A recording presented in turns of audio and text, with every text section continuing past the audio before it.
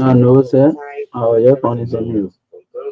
I do say yesterday, a visual ANC What? coming, the far for here, people around him, dropping people away from him. Mm. Yeah, I think I had new chief of office that I one batch. Oh. Yeah. What do you want to do? Saying I'm gonna take that piece and send it it brings serious argument in the chat room. Because Mm. yesterday we didn't call me, right? Mm. No, I'm going to Don't invite call me. Yeah. I might give me different headphone. Oh my god. Is that ear in there? Setting out something. Not calling me. Come from the four corners of the earth with your trumpets and your 10 stringed instruments. It's time to declare the greatness of our King. Oh, you are great, Papa. You are great, Papa. Papa, you're too much, oh. Papa, you fool my mother, Papa. You are great to me. In every situation, that's why I trust you, Lord. Hey, when my love you when you work Papa, now you are true to. Hey, when wahala comes my way, now you are wrong too. Hey, oh God, you said I should trust you. Keep my faith in you. You will work it out for me. Now see my life today. Hey, everything that hallelujah, hallelujah, you are great to me. In everything I do, you've been there for me. You're too much, you're too much, you're too much. Hey, you're too much to me. There is no God like you. In the heavens above the earth, there is no like you. Jehovah Elohim, my strong creator. Jehovah Elion, Lord, you are the most high God. Jehovah Jireh, you are my provider. Hey. Jehovah Elima, the mighty, mighty, mighty God. You make my heart the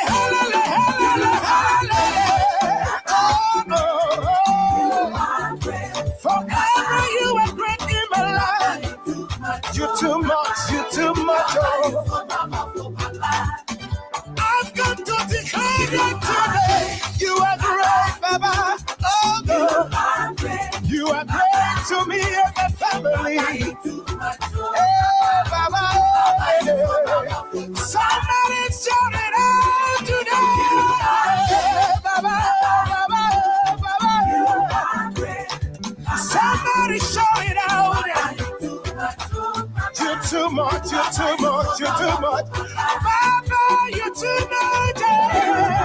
You're too much, you're too much. Okay. You're too much, you're too much. I cannot explain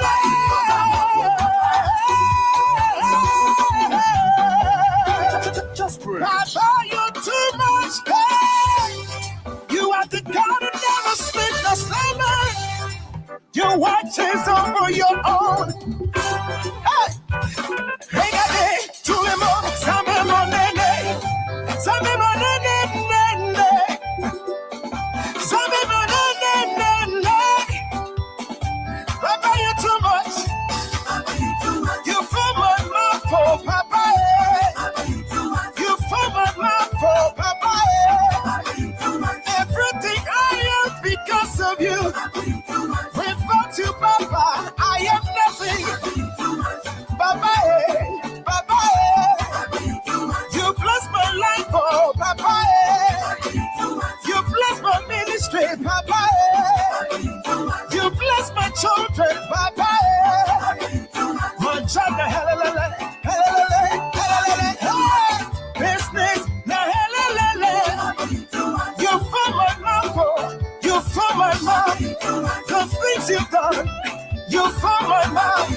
Hey, hallelujah, hallelujah, hallelujah, hallelujah, hallelujah, hallelujah, hallelujah,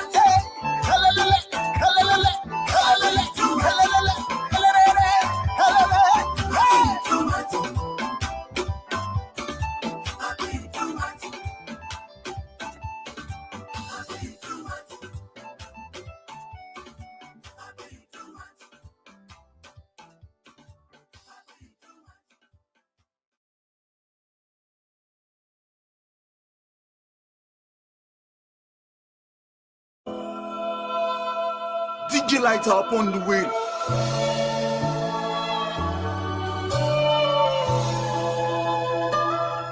You carry me where some carry their God.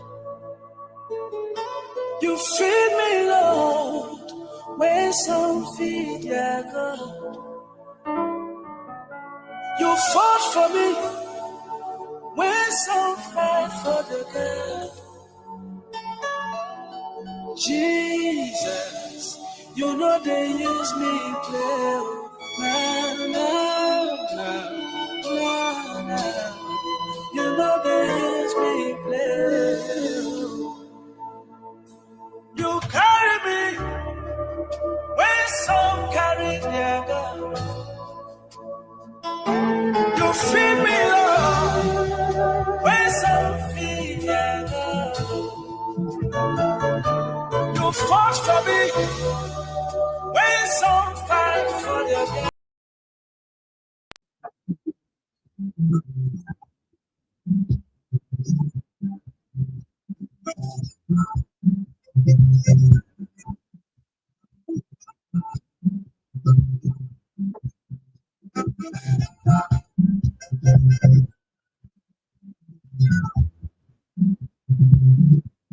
I don't pay money be sleeping. You're fully here. Why was a girl down? Who pay our money can feature and the girl that sleeping? So you know so pay our money and the girl that sleeping. In a future, one girl that money back. We'll call her having one money back where girl that sleeping. I don't pay money be sleeping. You're fully here. Why was a girl down? Who pay our money can feature and the girl that sleeping? So you know so pay our money and the girl that sleeping. In a future, one girl that money back.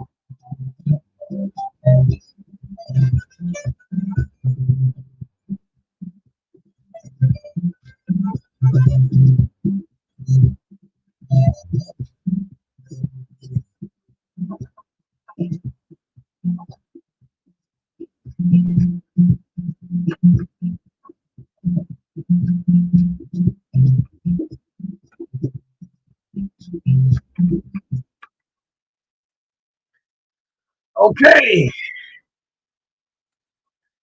Good morning, folks. Good morning. Welcome to the True Breakfast Show. 961 FM. This is where national unity begins. Welcome to my real biggest breakfast show. And of course, the guy said, why is it always this welcome to my real biggest breakfast show? So in terms of airspace, we got across the 15 countries. In terms of listening audience, true from the TBS. Good morning to the 15 contest in the land and breath of the Republic of Liberia. 961 FM broadcasting 7 days a week, 18 hours a day, 365 days in a year. This is the True Breakfast Show. The love of liberty brought us together. Let justice be done to all the parliament. When there is parliament, there must of necessity be an opposition. Parliament is nothing less than a big meeting of more or less ideal people here there in the parliament.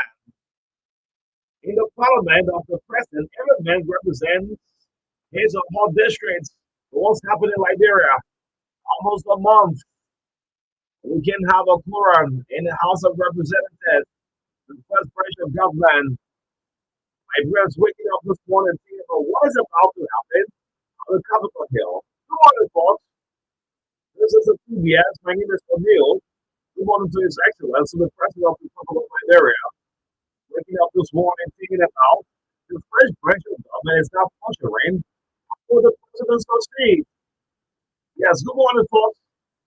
We have to step the breakfast straight up to 10 o'clock this morning. We rappers not going to be there together. I'm sure we'll have a good breakfast. In the midst of all our man. Yes, man, catch your friends. Good morning, good morning, good morning, good morning, good morning. Good morning, good evening, people all across the community. We keep trying to put a country first, but the country still has this likely president. What will catch your friends? We're trying to go to country first, but the country still won't be there. Yeah, my friends still want to be. Yeah, yes. People from outside coming start to your own problem. You're thinking about it. Eh? There's not some people in that household. Yeah. People from outside. Look, then let's say welcome Aquaba. Welcome to Middle of Everyone State, right? We here to solve your problem. We're trying to even listen. I want to believe that you listen. Even the council of churches try and solve. Country press. I mean, can we stay keep saying country press? Yes, let's be trying. So that's what it is, as we said over the period of time, the interest of the country should be above all other interests because, I mean, what we all strive for is to have a country where you can see the economic part on the life of the citizens, a country prepared for the generation unborn. So we need to set the pace, set the foundation. What others who came before us did not do, it is time for us to do. And that's why we defend the war country first, so that like you can start now to see the country above political party, to see the country above maybe presidential candidate or single bearer you may, political leader if you may. You need to say the future about individuals, whether be it a president, be it a political leader, or be it a leader or a president, the interest of the country should be above all other issues. And Kamala Harris, concession speech said it is not about who won the election, but it's about the United States of America. She was taking country first. Yeah, so it is not about who formed the political party, who I love personally as a person, but let it be about the country. Let it be about the country. The issue of self-interest, I think it's just above all other things in this country, and we must yeah. Country first, we've been saying it for almost 2 years now, and we are hoping that this country will be fair. Yes, the oldest country in Africa. Right? It was about the oldest country in Africa. We're going to think that it's really like a backward country. Some countries just 50 years. And look at the amount of years More than 2 we're almost hitting 200, right?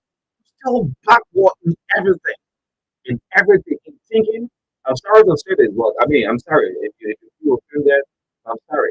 In thinking, in judgment, we are getting so poor and poor in every decision we are making every night.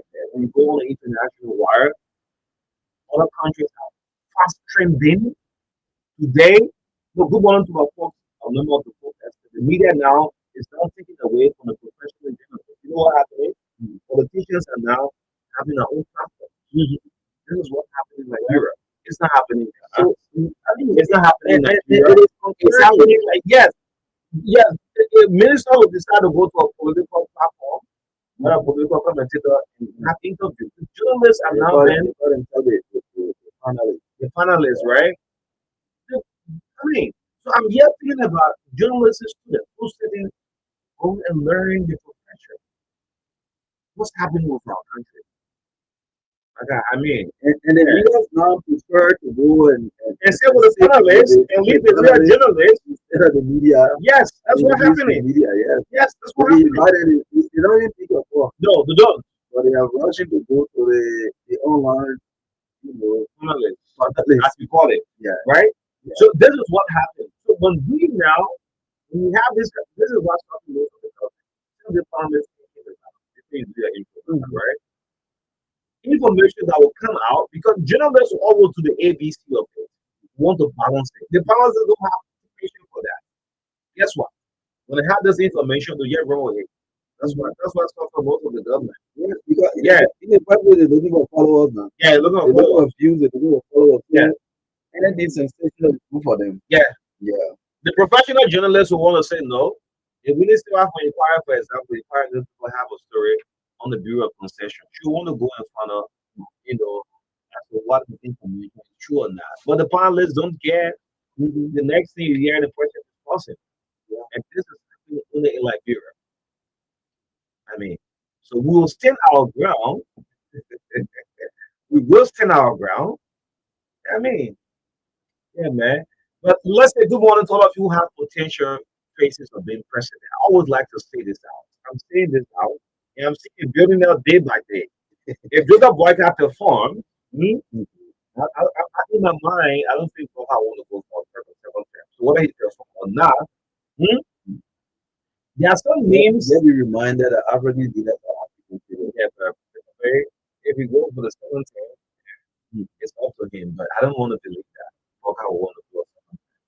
And this is why the pressure should be on him. He must leave a legacy. He must leave a legacy. And there are some of you still have ambition to be president. Yesterday I said it. I received a lot of crazy messages. I want to repeat myself. Eh? Let me start with Clarence Monova. This is our new style of doing the show now. Clarence Monova, since the election, we every Clarence Monova. You waiting for election to come? Clarence is doing an initiative. Okay. Clarence, I tried reaching out to him. He said he didn't pass. Okay. You see this, this various symbols depicting the cultural heritage of each of the country. And they want for, I think I want for the one I know very well is the Magiri. I think I don't want for I think Bond and Lofa as well. What are you doing, right? Yes, it's very nice. But I just want to know. Yeah, yeah. Stephen Firmer. Stephen Firmer still believe that he will still be president. But it's a big question mark on Stephen. Stephen Firmer refused to give a local content on PSTV. Do you want to be president first? Will they do it? It's a question mark. And it's not Benedict Cummings. Like we said yesterday, Cummings is not popular. He's not been schooled. There are people who are around Cummings and drive away people. Let me repeat. ABC, I call you for sure. Yeah, ABC, right? And it's not Benedict Cummings. There are people who are around Cummings circle, drive away people. And they even have followers. They don't even have followers. They don't even encourage people to come around. Cummings not a bad guy. Some of them just beefing people on Facebook. They're just beefing, yeah. I'm telling you. Yeah. You're following. You drive away people from Cummings. Cummings not a bad individual, but the person around Cummings. Eh? Media prayer is zero. Media wise of Cummings. Eh? Then we Cummings will who next? We still have ambition. Council. Council is a poor man lawyer. At least he's still in the media. He still speaks to national issues. Although you don't have money, they don't need have money to pay senator. Yeah. So council, they don't get money now. Yeah, no, you got money. So next time maybe council can do the one that I can. Oh, the one that I can. Who else? Who still have presidential? Going forward, It will reach a point that we will have to make a shift. We'll have to make a shift because if we continue doing the same or recycling the same two parties, because since the war, the two political parties have been dominating the Liberian political space. The Unity Party, the Congress of Democratic Change, Congress of Democratic Change, sustain their strength and popularity from 2005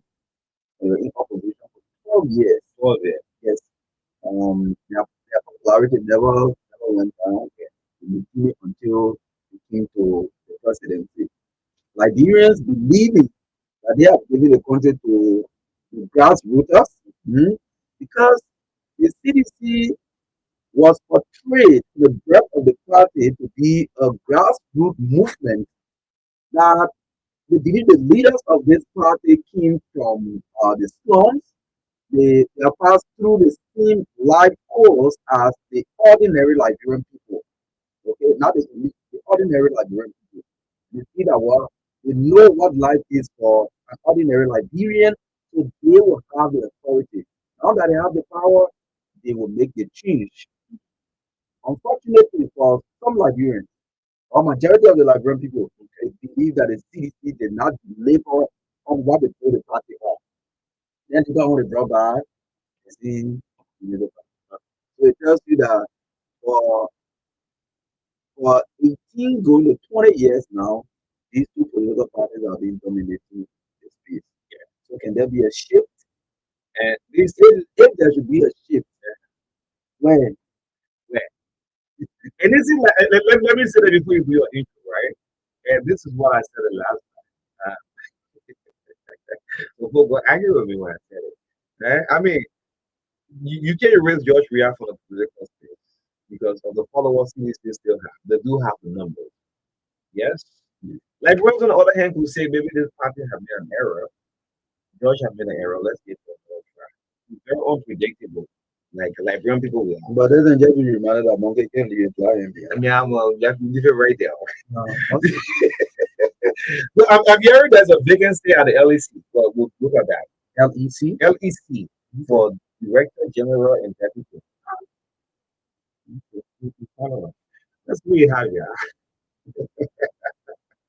The True Breakfast Show. Good morning to all of you following this morning. 961 FM, the heart and soul of Liberia. But you can apply. There's a vacancy. Yeah, I see the paper then you can apply. We do a lot of But you can apply. Not going to do that Director General LEC. You present money. That's what the people are you. this show is quite about Orange Nigeria and everything Nigeria Limited. Helpful commercial will be satisfied this morning after the followed by the of the operated. A recap of key highlights and the True Breakfast Show. Supplement provider, the India Mind, sport, and all of that. I get to receive from the ministry when they are discussing of the sport. No, play there. Don't go for it. Yes, among Associate Justice Cabinet Planet, Professor the Ministry Security and said last night that we believe that Sheriff is not alive. Yeah, yes. Yes, the boy is not alive. The boy has been killed. And that's according to his interview. That's why. It was like he's terrible. Again, the other agreement discussed this the elevate election issue. Between Christian Weah and Kasim Alva. Yeah, gentleman agreement. Okay, now we're here again. Yeah, that you know, Okay, 8:20 to 8:30 this morning. Talk to the leader second. Come on at 8:30 to 9:15. We will have from the medical sector, from the health sector, who will be here to talk about the neglected tropical diseases. A team will come here to talk about that. This morning we'll have Abraham Yemswa and other members of the team to come and speak to the Liberian public about the neglected tropical diseases and what are they doing in the sector to ensure that people are knowledgeable about these things. All of that. Now, if you will be support entertainment commercials that we by Orange at the bank. 9:20 to 10 o'clock this morning from the district to representative candidate, Bishop William Bryan, also the head of the Independent Catholic Church of Nigeria. Will be our guest this morning on the show. We will also talk about the Rick role at the House of Representatives. He believes that the Supreme Court Justice in Kimber to have made a decision on the Speaker file a bit of a rare petition for prohibition. He believes that for the Supreme Court saying, well, let them go back and settle it, he thinks the Supreme Court should be making decisions on the major legal issues. So we'll come here this morning to talk more about that and maybe other activities after the election. What is he doing currently? Yes, so we'll have Bishop Bløggèr here as our last segment guest this morning on the show. In the midst of all unprecedented first, Country friends. God bless America and make the country great. That's what Kabbalah said. Yes, country friends. Yes, let's have Telltale coming to look. Do it, Ernest Cookie. Do it, Ernest Cookie. The guy looks so young. You can do that song. The dude don't even look like almost 50 years.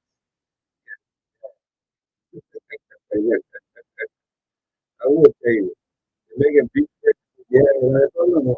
If you want this call, yeah, thank you. Yeah, that's it. I don't know how you program the phone. I don't know. Yeah, maybe there is. Yes, the phone will do it. Yeah.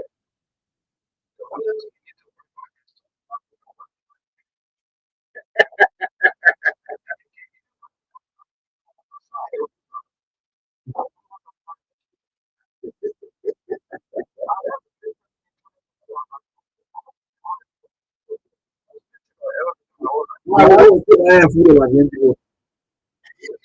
You want to sit down and feel like you? There you got more bullets. Man, if you that's what the president. Yeah, every year. If I say United Content, because it was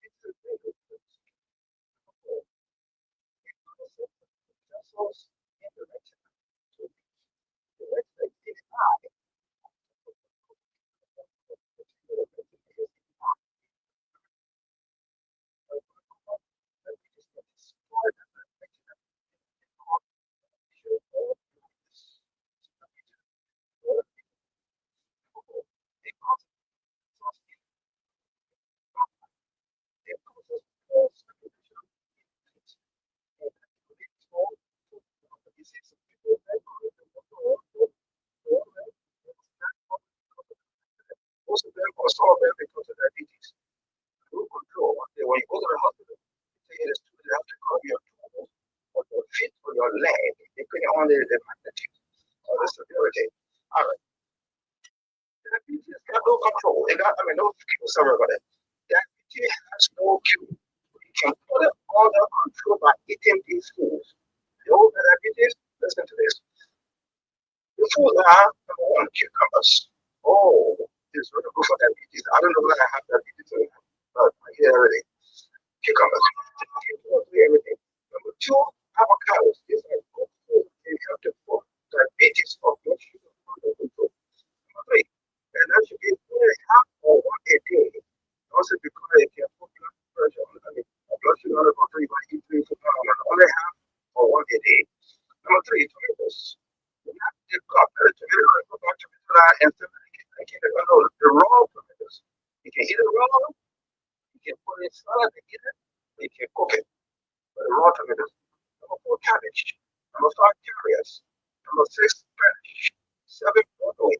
Or eight, onions. You can even put the onions raw in your salad and eat it, or cook and eat onions. Those are good things. Remember this. Do not eat these foods if you have diabetes. I just told you diabetes here to treat you and food you eat to help you. But if you haven't, don't eat these foods. Number one, French fries. I don't know how I became French fry go to the regular like you take it and try to go to French fry. Anyway, number two, orange juice. You can start off just on the orange, and that's what it is a day. But the juice is where the problem comes from. This juice is not for people who have diabetes. Number four, something. Yeah, man. You still take your surgery at your age, man, and you even know whether you got diabetes or not. Something not good. And then some machinery food. Number five, processed snacks, potato chips, plantain chips is not good for people with diabetes. The next one now, and the least is white rice. Now, rice is total of food for people with diabetes. Palm rice are also good. So why would you not people with diabetes? But then there's another research that says, I don't do a research for one place. You know, forward to make sure because doctors and people want their health to be good. So I'm very careful what I do. There's some other research. It also says that you don't have to get rid of right blood pressure altogether. Either in a very small portion together with fruits and vegetables. It is the complete right now. In that one place that you have small rice on one side, the vegetable right here in the same place, you have fruits on the same thing. You want to eat your white rice because I have simple. You want to leave it. Like me, I can't leave it all right, but I take it. So you're gonna do a small quantity. So you can still eat your white rice, but in a small portion, moderation. No, and you eat small fruits, small vegetable. All of it, not really almost. Now, number seven, white bread. The white bread, the fuller bread, the fatigue bread, leave it.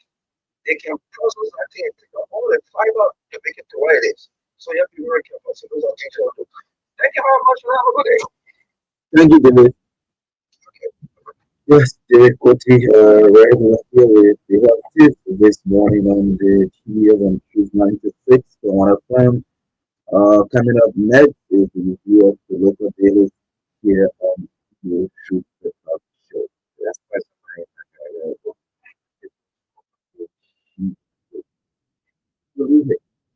Now the 5 to 6 right. Yeah, thank you so much. Yes.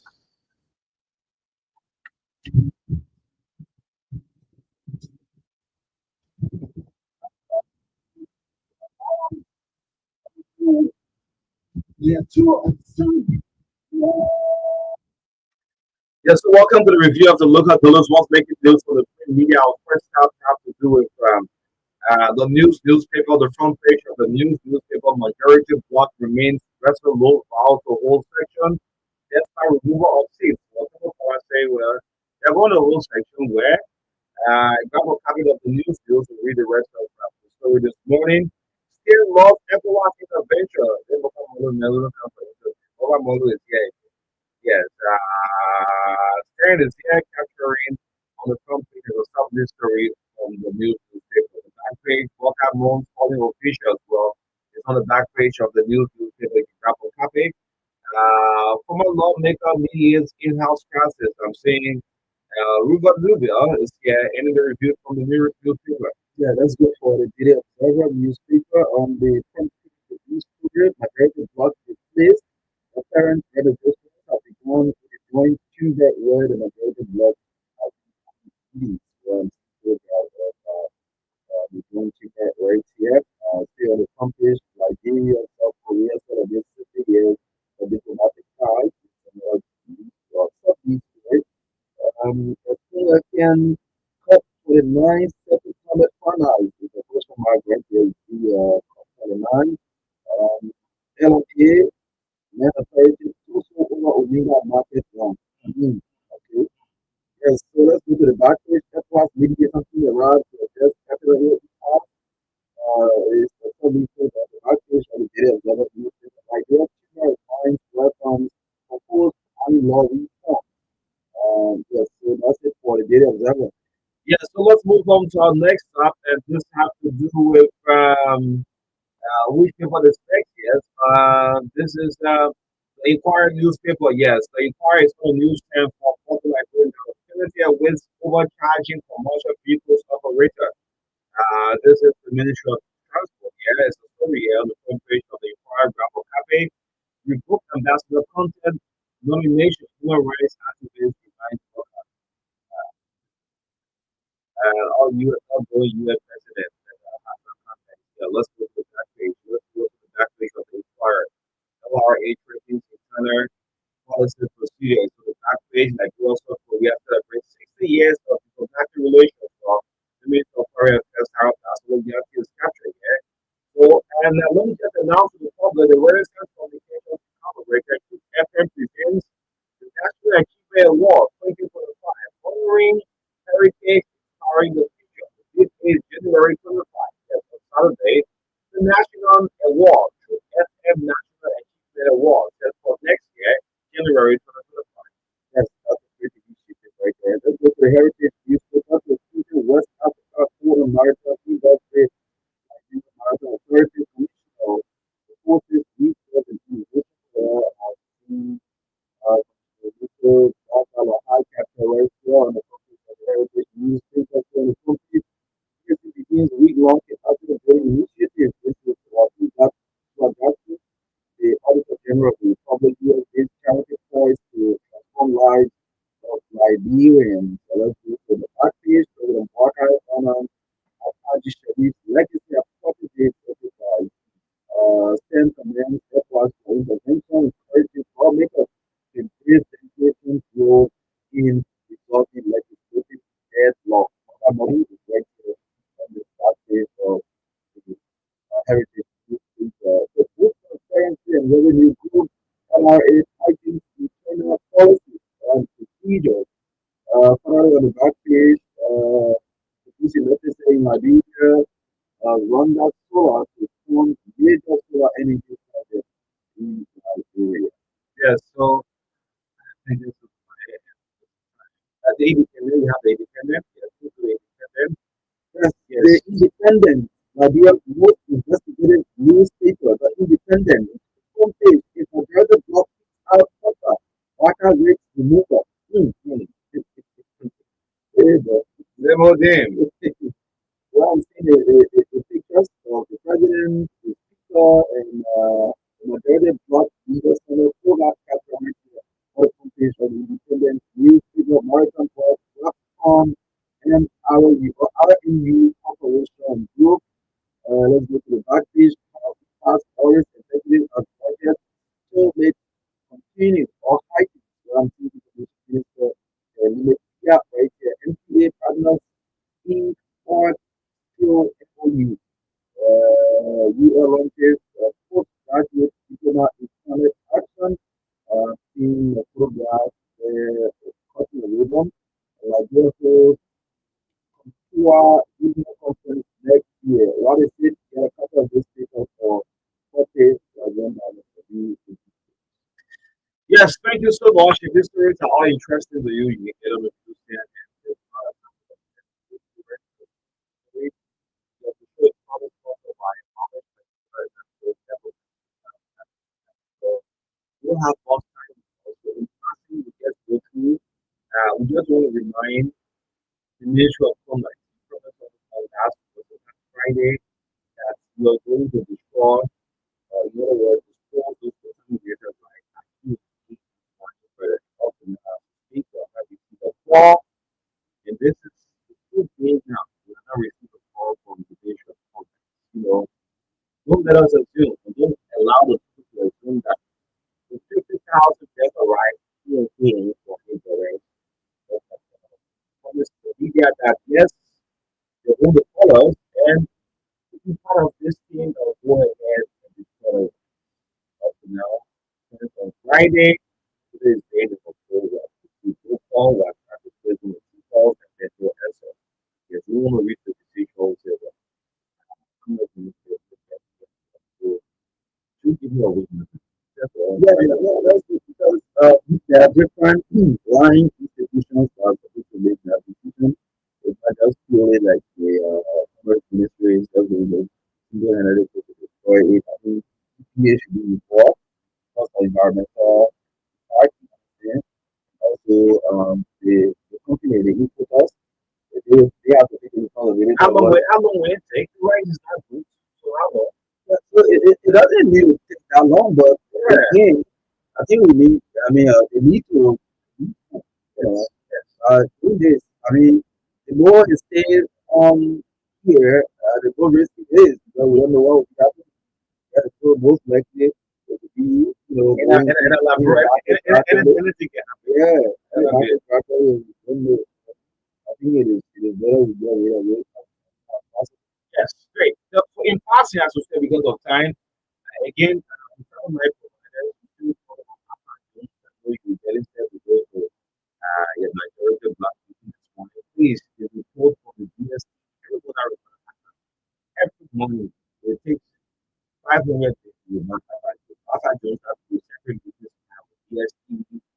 Nana Sat and Satcom. We need a report for that. Because it was based on our media advocacy side and cited these three satellite providers for making. And if you go and see Nana Sat, like I was telling you, go and see Nana Sat, what Nana Sat out of it. Nana Sat just have two office space. They don't even have 20 employees. Guess what? It takes millions of dollars for all this subscription. Nana Star, good morning, Arthur Jones. Go and see Nana Star office is right to all fire service their own territory. In one small building, not even two good office space right there. The ladies may just sit down and control the whole something like this one. It takes millions of dollars to recharge. How many like months do you have? Do you know how Nana Star can recharge? You have agent. If you have your list charge, anybody want to recharge, you get 1 we pay our monthly subscription. People fighting me every day. I want to reach out on Saturday after this. Okay. After, please give us that report. That's all we need. What is the outcome of that report? On Samsung home, Samsung have just taken all of the channel and just put it in the the LTA boss is a good channel. After Jones, please give us that report. Just pass it through. Where's the energy? We won't pay. You send close to 20 inspectors to Maryland, to Sino, to Bløggèr, to Buffalo, or laser mining. These guys have returned almost 2 months. What is the outcome of this? You send them. It's not DSA, right? They come back.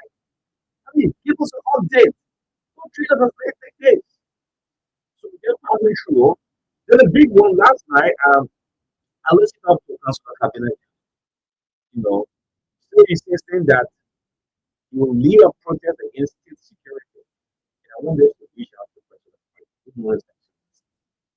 To see a legal man saying that you lead a protest against not ordinary protest, but against state security because they believe that the IG, the police inspector director, took Sharif, who's the first name, Ibrahim Sharif himself. And I listened to Councilor Jared last night. He believed that the place is not a crime. No one of protesters to get on the man. This has to do with that. Yes, I mean, it is sad. Again, I think that I've always said people keeping quiet on some of these things can make problems escalate. The council has been talking about this thing. The security folks, including Gregory Cuomo, when they come out This is something. and say something Yeah. about it, Yeah. because as you continue to silence and people get agitated, there's a likelihood that people will take to the street, which will not always be how we resolve issues here. We always have to protest before people address issues. So, I mean, we are concerned. And one thing that you said, which is very true, is that they say voters are national security. Um, the charges, I don't know whether there was really an indictment against him because of all the information. The government did not produce the indictment code. That's how come the government, I mean, the court order Yeah. okay. So the charges to the police mentioned the cause of the arrest, we talked about, plotting of coup against a neighboring government, which all these things are major security issues. However, um, people are presumed innocent until proven guilty in the court of law. So if the government who charge this man cannot indict the man until the court for prosecution, every time the court say, well, let the man go free, the government say I have the right to refile. You understand? If you can produce the indictment against the man or the man to face trial, then the court free the man. But with the right that you can still refile your case. So release the man to his lawyer, and then we continue from there. Well, meant to be perpetual team air and there's no information. His lawyer continue to agitate, asking questions. Where is he? People getting in his feet at one point in time. Yeah, on Wednesday. Okay? And there's still a threat of protest and all of that. And the Minister of Justice is not saying anything. The Minister of Justice is the head of security. Yes, look, Yes. also, look, Luther Dean knew what he was doing.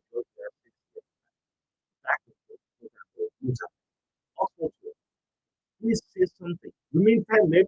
If you listen up to Councilor General last, he said even term it as kidnap. Yes, that's how you even turn it. So but do not remain silent until the things get out of hands and they have try to find solution to it. Anyway, but people got to tell us who right from between now to Friday, we'll dig down as this LFA election thing is coming. There's this guy, Christian we are in Cassette 4. Two of them went into a role called Gentleman Agreement. So we paying for people. He prepared this black to concede this regime. So the information we are gathering, the two of them have gone off to go back. Yes. So we will be down probably with invite Cassell or invite Christian we are on Friday if you have the time to sit with us. But let's get a line active for that for the guy coming up soon. This is the TBS 96. We're trying to bring the best information to the public. We get a line active for that. Yes, yes, 770, 2079, 770, 2079, 077, 285, 960, and we started the discussion with you. We understand that there's a paper fact that is part of the federal business. Yes, yes, yeah, that's what the majority of our youth is. So use that here. Yes, brother, that's what we talked about a lot of things this morning. We also want to call on one of the especially the House of Representatives, no matter what side you are from, to get here to the expert parliamentary regime in the country because, as a matter of fact, you and I know way back about 2021, 22 years ago, there was a very same ECOWAS that was the first to put up in this, the crisis we had in the country. So, in the time of peace, when there are issues and they come to intervene, we should give the regional bloc the full courtesy. Yes. Give the regional bloc the full courtesy. Okay, giving them audience, listening to you listen to them, and also giving a fight, and then you can come up with what can be done to resolve the matter. Yes, we want to call on you. Yes, do so. Please do so. Because if you disrespect them all when you run to them, those people who came to you don't listen to us. The majority of black. Huh? Yeah, please listen to everyone. Yeah. 07772859641. That's the first call. Yeah, the first call. We are expecting the tropical disease. Good morning.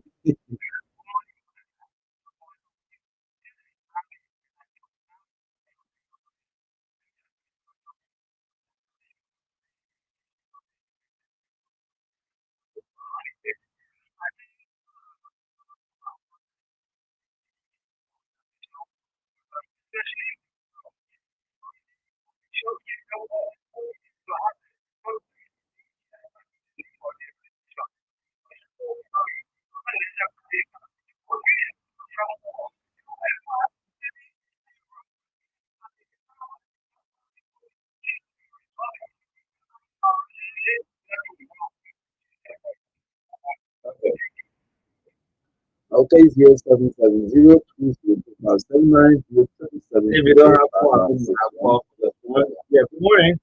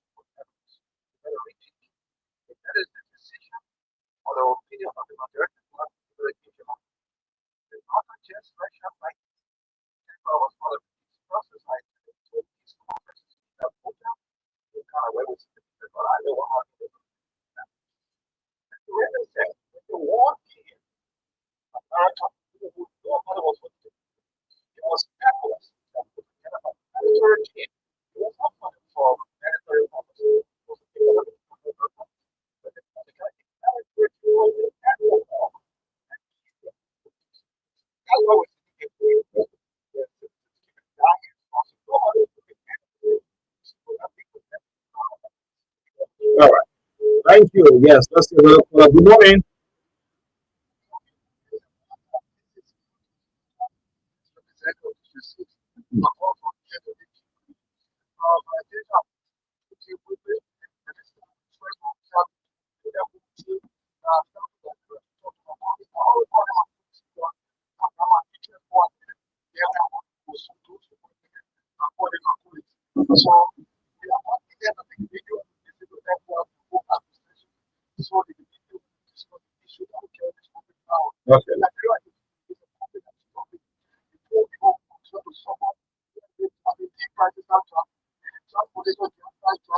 session is not traffic.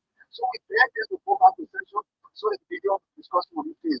The network is the issue, the telephone issue. Those of us who is the best president ever in the nation, like no football, I want to tell people, do you have a fair call everything you solve it to people? I'm frank for you today. There's a zero confusion between Kaseko and Chris William. Chris William. When it is at the convention, when they went to the convention, according to them, Was there a gentleman agreement as you take leave of you? No pen to paper.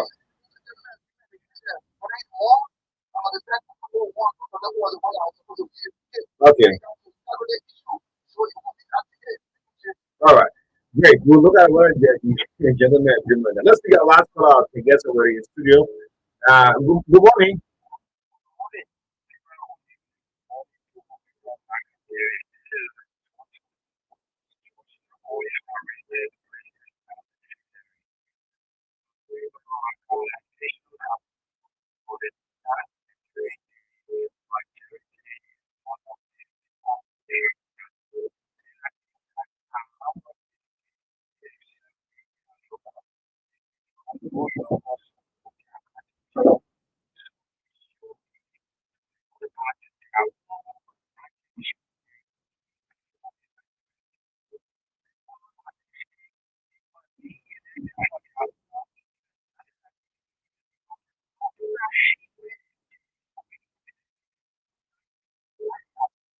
Okay. What they are doing? Yes. Our last caller. Good morning.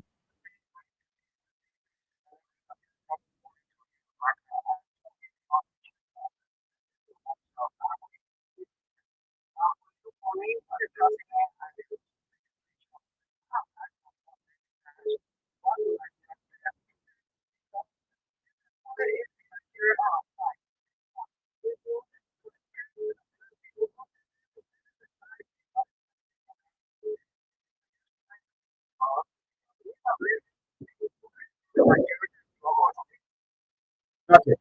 Yeah, so we've got our time, our guests in studio, but as we close up, look, this country, I don't know what's wrong with this country. Maybe dying itself. Look, yeah, no, that will never have a problem. In a week, we have a powerful prophet who came, in a minuscule to the Christian. In 3 days' time, a Muslim also came as well. So what is wrong with this country? I would say this. Yes. What is wrong with this country? Like, we expect us to do the best of things, no respect for the rule of law. It's a very sad problem. Yeah. But I guess in studio right, so in two instances, more on the running most of the time. But look, when you wake up in the morning, you're thinking about what actually to do, what next, what is next. That's how we're going on in our country. What next? What's next? Everybody. So this is why I'm following the president for President Boycott. He's the president, not the president. The police over hearing in the job security, in this massive protest, will not be good. The minister of justice should not remain silent. If you listen up to Councillor Shame last time, he said even 10 years later. Yes, yes. So you don't want things to go out of hand, then you're target.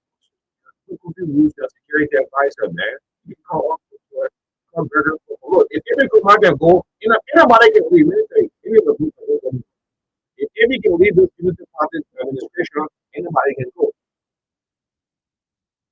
No one is indispensable. Why are you coming back? The woman feels fine. If any can go, any of you can go. I'll stop it right there. Yes, so yes, that's if you have a brief out. If you can go, any of you can go. Look at professional police officer who didn't reach 65, they're sitting right. A lot of things happen with actually doing it. If you can go, any of you can go. I'll stop it right there. Yeah. Okay, so yes, let's become about yes. So yes, this morning that we have a team here. We have Mr. Abraham Niswa, he's the national from Padre, from maybe that's it. Again, it's all our content.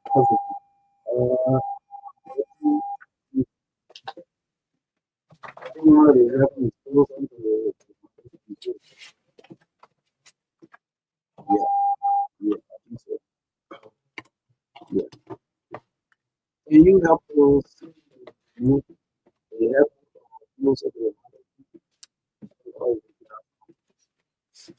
let's move away from the yeah, so again, let me say we have every infrastructure this morning.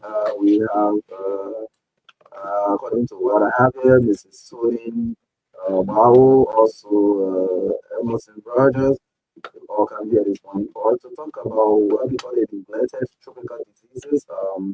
So yes, let me cross over to them and say good morning to all of you and welcome to the TV of this morning. Good morning, and thank you for giving us the opportunity to sit here and have some discussion with you. By the way, we are four here. My name is Scøtt. I'm the program director for the Neglected Tropical Disease Program. Coming. Okay. And my name is Carmen Kennedy from the Mozzarella County Health Team, entity's focal person. Oh, yeah, I know something. That shows you that we are working as a team. I think this is it.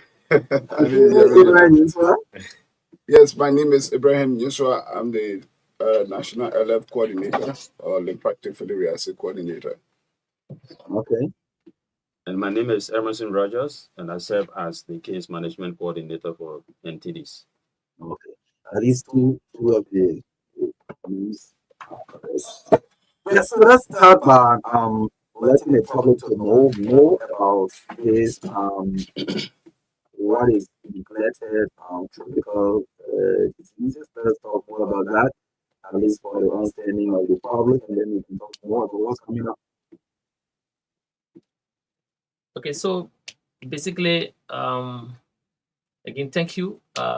Neglected tropical diseases are a group of diseases that are named by the World Health Organization. I know mostly people will say, why you're naming these diseases are neglected. They name them neglected because they have little attention, unlike other diseases that have a lot of resources. They do not have a lot of resources before. Now, they affect the poorest of the poor. And I know as we go along, we'll be naming some of the diseases. A little attention has been given them over the years. So it is now that some attention is being given. So basically, they are called neglected because of the poor attention that has been provided to them. I'm concerned why have they not been given the attention given other types of And that is the main reason why we here to tell you that there's a need for us to pay attention to them because they affect not just the poor people, but the poorest of the poor. And there's a need for people who are poor, people who are targeted by these diseases to have care. They are among the population that we care for. And we have to reduce poverty, provide quality health care. They are also supposed to be part of the targets that we should provide the services to. Okay, so let's start with the structure of the NTD program in the country. What is structure? So the way we work, we are seated at the Ministry of Health. Okay. One of the programs under the Health Services Department within the Ministry of Health. Okay. So at the national level, we set standard. We produce guidelines, but the implementers of our work is basically at the county level. So because neglected diseases are not just one disease or so we have coordinators for each of those diseases, and you have one program director that provides supervision or working with a team. And so at the county level, where the implementation of the interventions take place. How much have you done in the county? A lot. And I know we'll go into that. We'll tell you how far we've gone. That is why you see the technical people, even though I'm a technical person, but I sit as a supervisor to make sure that we all work together. Okay, so let's go into what are these diseases we call the collected tropical diseases. What are they? Can we know some? Yes, so maybe Yes, I'll ask my colleagues to. Mr. Yinsa, you understand? God, Yeah, okay, thank you very much for the time. So, some of the neglected tropical diseases, mainly the one that we are providing intervention for here, include what we call lymphatic filariasis, which of course the common people call the Bigfoot or elephantiasis. One is also called onchocerciasis. We usually call it river blindness. The other one is called Burili also. We call it Bigfoot. Big soul. Big soul. We call it big soul. And the other one is also called schistosomiasis. Is actually most often affect the intestine of many children and whoever that is infested. The other one is called leprosy. Leprosy, we all know leprosy, actually the one that can cut the toes or out of the hands and sometimes make the place numb where you don't even feel. The other one. You have yours. Yes. Okay. Yeah. So there are actually many, but the ones I just named are some of those that we are providing intervention for in Liberia. Okay, so what are the interventions? Let's get to know. So we providing intervention meaning in two phases or approaches. We have what we call the preventive chemotherapy, which is the we also refer to it as the mass drugs administration, and we have the case management. That means those who are also are infested and might have or that have the disease to the severity stage or that require case management. That means we manage them at the health facility. Some of them require surgery and all of that. So these are the two phases. So one intervention, as I said, is preventive chemotherapy. That means we to provide prevention for those who are not being infested by the disease already. So we try to provide prevention, and that activities include the mass drugs administration by distributing drugs in the community, and the drugs that we actually provide include the albendazole and avimetin, which are for lymphatic filariasis and onchocerciasis. We also have the other one we call the praziquantel, which is for the schistosomiasis. So before we maybe talk more about the NDA. No, just before you go there, sorry, the case management chief is here. So I talked about two interventions. So probably he can speak about the other intervention. Okay. Yeah, so thank you very much. The other interventions that he spoke of, referring to the case management, has to do with diseases that they are entities, conditions, but these conditions require case-by-case management per individual as compared to the mass drug administration that he is speaking about. So like the diseases that he named that has to do with leprosy, Burudi also, lymphedema, hydrocele, yaws, onchocerciasis. These are diseases that we provide case-by-case intervention for. And as you said, some of them require surgical intervention and some of them require long-term treatment, all right, that will go for years or months, exactly. So that's why you see the approach is in two phases. So let's let some of the people following me get to know how people get some of these sicknesses. Yes. So I just wanted to firstly, it's good for our audience to clearly understand some of the diseases by description. I Okay. know these terms are very difficult for people to follow, and it would be good for us to do a description of them, and then probably people will tell you, say, because what we're doing here is to create awareness as well, so that people having the conditions can be reported to the health facility. Mm-hmm. So we begin with the lymphatic filariasis that we normally call filaria in our communities. So the way the disease spread is from mosquito, the special kind of mosquito that spread this disease.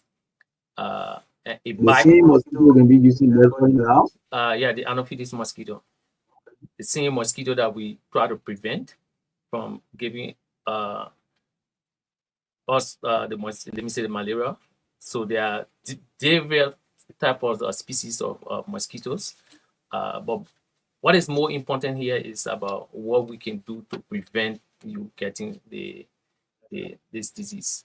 So normally when the mosquito bite you, sometimes one time or over time, it takes a longer time before it start manifesting into what we call hydrosy or lymphedema. Lymphedema is elephantiasis. So it's not just like where malaria, the way you get malaria, mosquito bite you today, 2-3 days time you fall with the sickness. It happens over a year, more than 10 to 15 years time. So the point is it manifests into your body gradually, and it affects your lymph nodes that get into that big fold that is called elephantiasis. So what is important to know is that if that disease reach to the stage that is called elephantiasis, it cannot be reversed. There's no medicine at the moment that can make it to go back to normal. So that is why, but the good message is that we can prevent that if you take the medicine. And there's medicine that we give for this. My colleague Redis told you about the specific medication that we give. That the albendazole, they are free of charge. We will be distributing coming this week. Next week, subsequently, we have been doing this over the years. And the key message we want to provide here is that the medicine is available, it's free, and it will be distributed all over the country. So does it have anything to do with age range? Yeah, certainly it has a lot to do with age range. So above 5 years old is a target for taking this medicine. And I will leave the remaining other diseases for my colleagues to talk on them. But I just wanted to make that clearer. One of the description about the schistosomiasis he talked about, it comes with people either toileting with blood or urinating with blood. At the end of the urine, you see blood. That's schistosomiasis. All of those have implications. Some of them can lead to cancer or lead to other conditions. And that's why we need to describe it so that when community members experience this, they can go to the nearest health facilities so that they can get treatment. The other one is the onchocerciasis, the one we call river blindness. That leads to a lot of blindness. But we've been doing a lot. And I know as we go along, What's the carrier of that one too? it's called a black fly. It's the black fly. We normally their habitat is where you see river falling, where you see that noisy kind of river or waterfall areas. That's where they breed. That's where they normally. So communities close to that kind of place, you expect that black flies are breeding there, and they could possibly infest people in those communities. Okay. Yes, let's talk about the other diseases, maybe one or two major ones, and then we can talk about now the mass drug administration. How far are we in the acceptance rate? All right, so I will come in to brief briefly, talk about leprosy. We are aware that leprosy is an age-old disease. We will even refer to it as a biblical disease because of the history, associated with Jesus cleansing the leper. So, just to come to the level of our audience, leprosy affects the nerves, it affects the upper respiratory tracts, and it presents on the skin like patches. And those patches, sometimes you will see it like dishcloth, but those patches, there are lots of things as long as it is leprosy, and it is also caused by a bacteria. So what it does is that if you have those patches on your skin, and then you are not feeling at all at those patches, we are encouraging you to go to the nearest health facility to seek care. Because at the end result, it can be so damaging. It causes serious disability, and it cripple you for the rest of your life if you don't seek care at a very early stage. So as we speak, even currently, we are conducting training for Monserrato health workers, so that the next stage from there will be creating, as we are doing currently, more awareness, so that our people will be aware of these conditions. We do have them in Monserrato County and all over in Liberia, and we have been responding to them gradually. But if you are aware that you have somebody in your household or member of your family also who has patch on the skin, and the patch is so strange, you don't understand it, the best thing to do is to go to seek care at the nearest health facility, where you will have trained health practitioners to examine you and to be able to provide the care in order to prevent you getting crippled or disabled. The next condition my colleague also spoke about is really also what is called the big foot, the big sore, or usually our people call it everlasting sore. So this one usually is gotten from a bug that bites you, and this bug is usually found, in water that are moving very slowly, or swampy area, or water that are stagnant, those stagnant water. And usually it affects mostly children, because children love to play in water. Okay. Yes, children between 15 and from 15 years downward, they get affected when they are bitten by the bug. And the most challenging part about this other condition is that when it starts to develop, you will not feel pains. The evolution or how the disease progress, there is no pain at all, until surprisingly you will just come to see that your leg or whatever part of your body is affected just bursts into a very huge wound, huge ulcer. And then you get concerned, and then maybe one of the first care would be, I need to go to a herbalist, I need to see a native doctor, something is happening. So we are encouraging our people that when you see anything like bump that is unusual, go to the nearest health facility. Anything that is abnormal, that is appearing on your skin that you're not aware of, you go to the health facility, because we have medications that are free.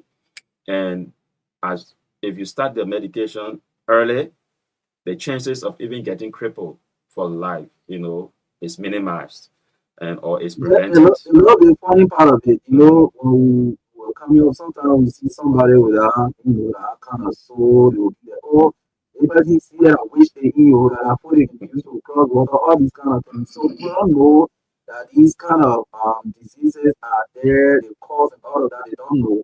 So when they're experiencing it, they are trying to attribute it to something else. Yes, and that's what we are experiencing even as a program. So we have a structured, right now that we are rolling out a curriculum that we have also incorporated, traditional healers and field healers in these trainings to create awareness at that level, so that we try to, create some coordination between the health system and that of the traditional healers and the field healers. In the sense that when these people come to your facility or to your shrine, or to your, places of where you provide the services, we also are training them that when they see these conditions, they should link with the community health worker or the closest health facility, so that, and tell them that, look, I got this condition. Because when they are trained, we provide them with posters. All right, we provide them with that education, so that we'll create that, synergy between the traditional healers and that of the health facility. And then we also make them to understand that we are not taking your patients away, but what we are doing is, trying to work together to see the best, of the patient, so that they will be cured. And just as you rightly said, people will think that they're witch.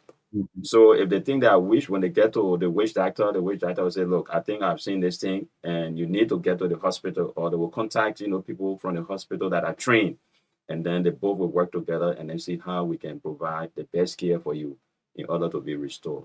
Okay, so let's talk more now about the mass drug administration. Why are you studying in that space? So I'm speaking for Maserado, and they are from national. Maybe they will talk about the other counties. But for Maserado, we have started with our advocacy, especially for mobilization in the 4 rural districts. Normally for Maserado, we normally do our MTA in the 4 rural districts, because in those districts are where we found the breeding sites for these conditions.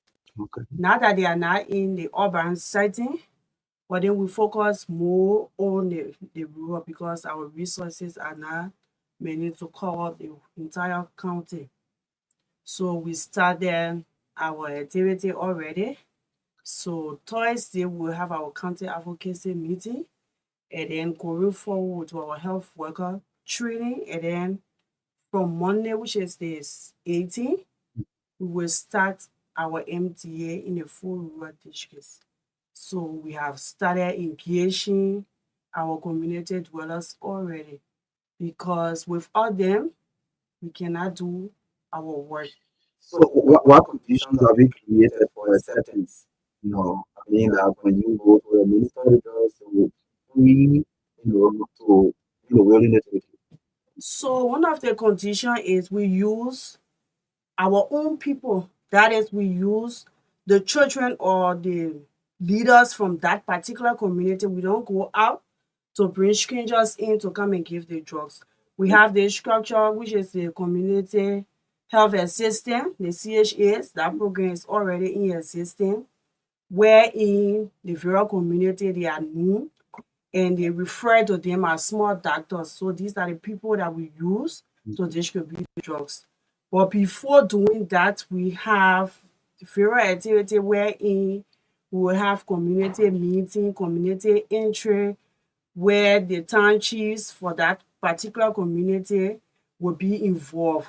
Because the thing is, if they don't take ownership of it, they wouldn't take it serious. So we have them involved. So it's a holistic thing, not just the health worker from the urban side coming and then going straight into the community to do drugs distribution. No, it's a process wherein the community take leadership of the mass drugs administration.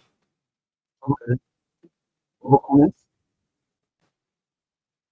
Yeah, okay. Thank you. So we have started this mass drugs administration since from 2000. It was then Uncle Sarkas's, which is a river blindness. And then in 2011, 2012, we started with the other diseases. So before we even get to know that the diseases exist, we went to the various counties and conducted what we call mapping.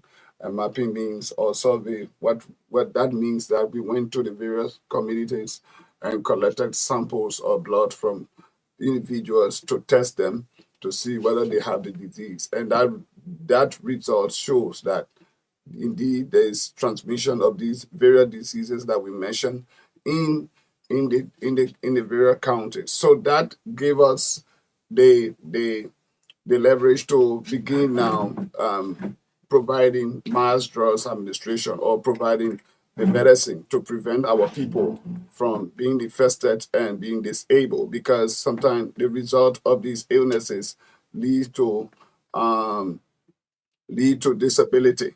So we started providing this integrated mass drugs administration so in 2012. Every year is annually basis. Every year we give this medicine, and trust me, not a lot of the people in the counties, in the communities are aware. Even by the time you go, you enter the community and ask, have you taken this medicine? They will first of all ask you which medicine is that. We say, sometimes we say the river blindness tablet. They will agree with you, or they will say the small tablet, or they say the tablet, the one they can measure people with.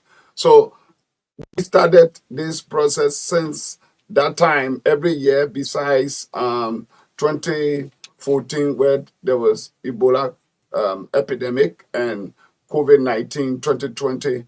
These were the only 2 years that we did not provide these drugs. But every year is something that we provide in the community to prevent our people from being infested or coming down with the disease. Okay. Any formal launch coming up with a program to launch this type of So yes, just before I get to that, I just wanted to, when my colleagues were talking about leprosy, I know these are diseases that get stigma. Yeah. And part of the work we do is to make sure that we allay the fear of our people with these diseases. Leprosy, before they used to put everybody together, people would be scared to get closer to somebody who has leprosy. But for now, we have medicine that we can use within six months, depending on the severity. In 6 months' time, you can be better. Okay. And so this time, even we identify you from the community, you don't have to leave from your house. You just need to take your medicine. So there should be no stigma, and that's why we're here to create awareness. So talking about other programs, yes, we have tomorrow. We are having a launch of the mass drug administration. Okay. When we say mass drug, we talk about mass medicine. So not drugs as in substance abuse. Let me that clear. So we are having the launch at the ministerial complex tomorrow. Okay. It's part of resource mobilization, creating awareness, and ensuring that people know that these diseases exist, but they can be prevented from spreading from one person to the other, or from community to the other community. So this will happen tomorrow. Beginning, it will start from 10 o'clock in the morning from the Ministry of Health. We're going to be marching up to the ministerial complex where we have an indoor program. We have invited several prominent people in community. We have also invited community members. We invite people who have been affected by some of these diseases as well. They will be telling our audience what the ministry has done over the years to impact some of their life. So we'll be having people who have affected by the fatty filariasis. You see that people who have been affected by leprosy that we treated. So it's a place to be tomorrow, and we hope similar venture will take place in some of the counties. You get listening to Gamen when she said they're having advocacy meeting.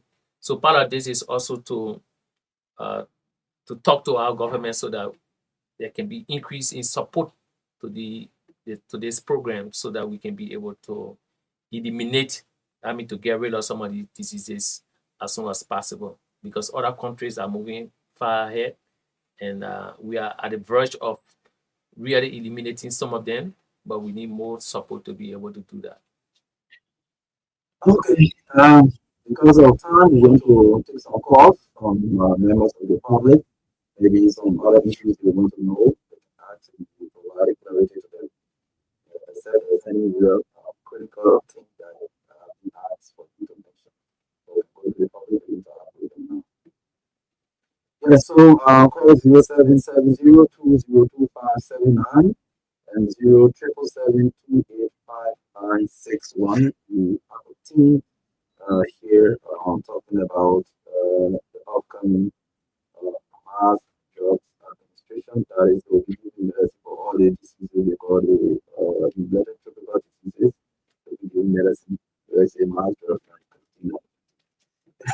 Yes. So 0770-257-9, 077-285-961. These are the numbers you can call and ask questions about all we've been talking about this morning on the show. So the Maserado lady talked about Maserado. Similar thing happening in other counties? Yes, this is across the 15 counties of Liberia. So every year it's across the 15 counties of Liberia. Okay, let me look at this column. One. Yeah. And it's important to know that Mark Bløggèr, who is the coordinator for LF, will tell you how far we've gone with elimination of some of the diseases. And that is very key. You have success stories? Yeah, very serious success stories in Liberia. And we are hoping within the next 4 years to 5 years, we should be able to get rid of the particular acids in Liberia. Okay. Please cut off your monitor. Please. Good morning. Please cut off your monitor or reduce the volume. Okay. Morning. Thank you very much. I think the education probably is very essential. Okay. One of the things that I mentioned about what is far is this thing that I came in the country to have a solution for it. Anyway, maybe they will answer you, but we're talking about neglected tropical diseases today. They will answer you. Good morning. Good morning. Good morning. Good morning to your guest in studio. I joined the discussion on this show. I did the first one with seniors. Marka, I listened to your guest very well, and I would appreciate them for what they are about to do for the country. But I get to ask this question.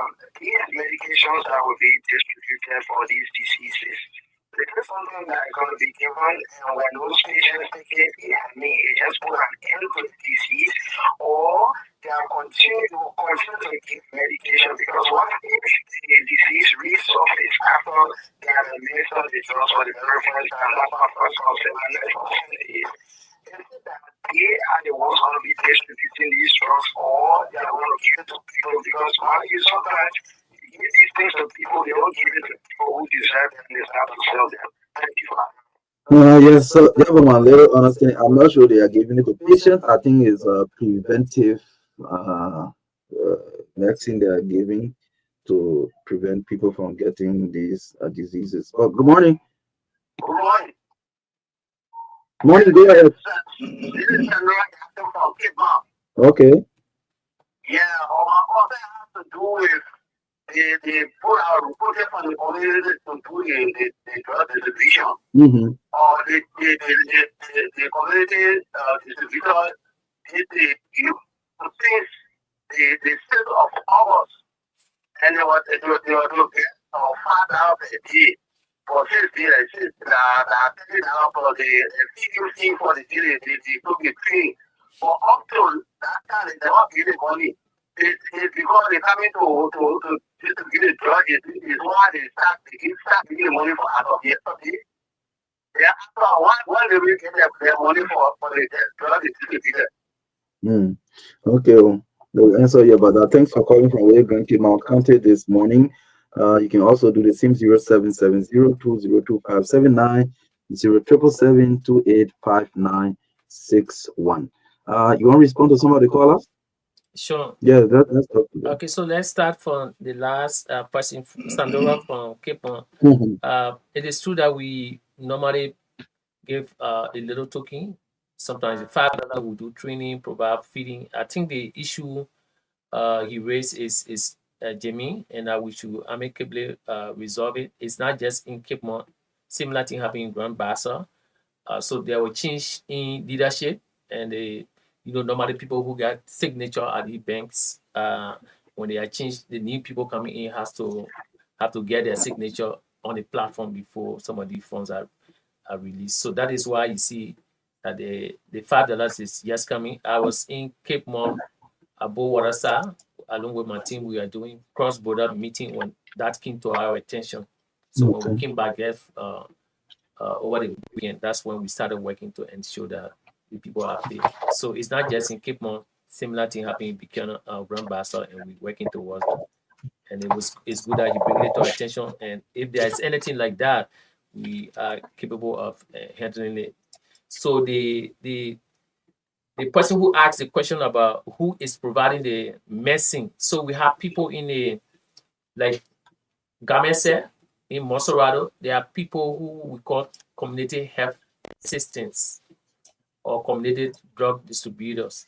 So they are responsible to distribute the medicine in the communities. And like she rightly said, these people are identified by the community people themselves. So normally these are not people who are patients, because we are giving it to the entire target population, which is anybody aged above 5 years. So Akwe from District 4 asked a question about putting an end to the disease just by taking the medicine one time. No, that's not how it works. And that is why my colleague Abraham was just telling you that we've been doing this since 2012 to now. So that's why we are encouraging you. You got to repeatedly take this medicine. That is the only way it will have impact. There are too many technicalities into how these diseases are treated.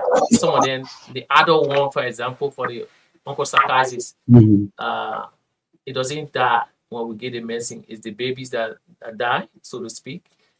So you have to be taking the medicine until at the time where the adults ones can die. So we don't want to go into that technicality, but what is important is that the medicine is available. You need to take it over a period of time. That's the only way we can get rid of it.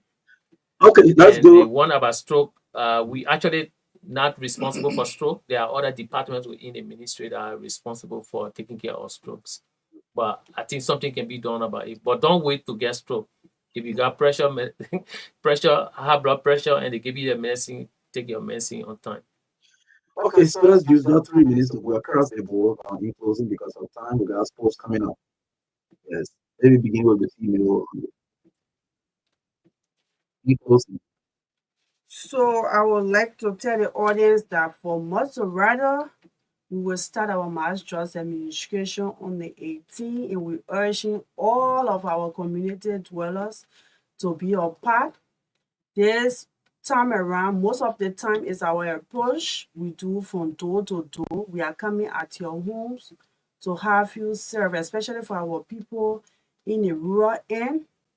They are always in compliance, so we want to say thank you to them. Okay. The next person. Okay, and thank you. We want to thank our community people who been supporting this program and have been taking the medicine. And we want to say that we have made a significant progress since we started it. As the drugs is being distributed across the country, there are some counties that will not receive the 2 drugs that we used to distribute because those counties now have approached their elimination stage. So they will not receive the albendazole, and that 9 counties that will not actually receive the albendazole. So maybe if you don't see the other one, don't feel biased because your county is making the progress. The disease has been interrupted in your county. That means you should clap for yourself that you are taking the medicine. So we appreciate, and per the theme of our launching, we say join the effort to prevent and eliminate entities in Liberia. So thank you to all our people in Liberia. Thank you. Yeah, okay, so we want to say thank you for even the opportunity given us as a program. And the entire program is an integrated approach. So we are asking our people, whenever the drug distributors come into your community, they will also be looking for conditions like leprosy, Rudy also, everlasting soul, and those other conditions that require case management. So if they ask you that you have to go to the health facility, please do make use of that opportunity. Go to the nearest health facility and you will access care. We have trained professionals there that will see to you and provide the right treatment for you. Thank you. Okay, and finally, Yeah, so like my colleague said, we just like to extend thanks and appreciation to our partner, Site Savers, uh, for the support, and Ife Hope on the case management side. And it's by those are organizations that are providing support to the program in Liberia. And then the Ministry of Health itself for the level of support we've been getting. And we just want them to increase so that we can be able to eliminate and the population too for accepting the work, because we can't succeed if the communities are not working with us. And the Okay. county health teams, the county focal points, and everybody. So tomorrow, every one of you are welcome to the launching at the ministerial complex, which start at around 10 o'clock. Thank you so much. Okay, thank you so much to the team. They've been here this morning talking about what they call the neglected tropical diseases. They will be doing mass drug administration, and the launch is on tomorrow. So we're taking a break to bring you sports on the TBS this morning on Truth 96.1 FM.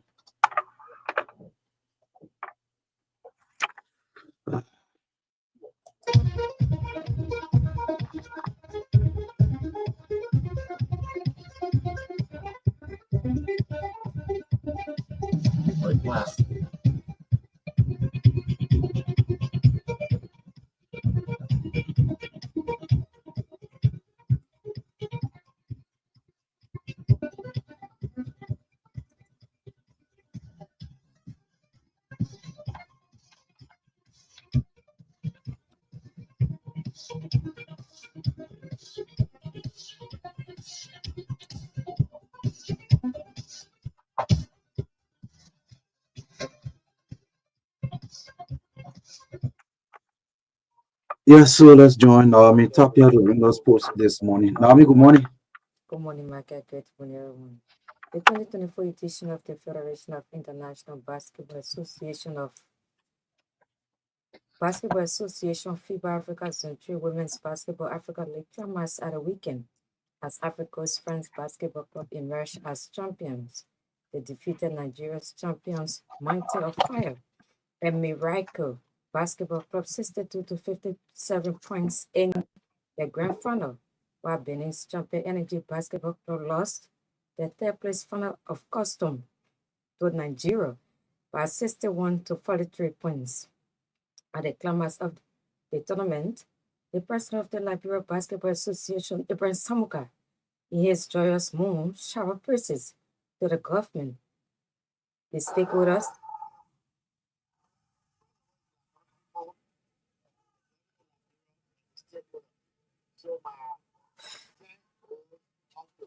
I'm surprised with the progress made thus far.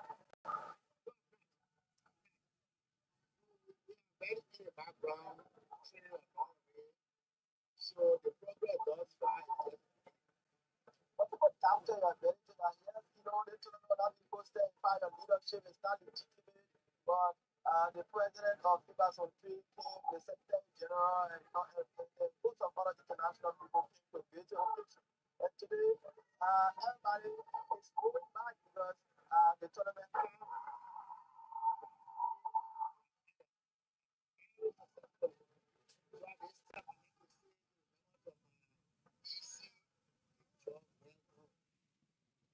Ibrahim Samuka speaking to a team of journalists after the tournament. Also speaking to journalists at the climax of the tournament, Deputy Sports Minister Andy Kwame said the successful hosting of the tournament indicated Liberia has won despite its club's poor displays during the competition.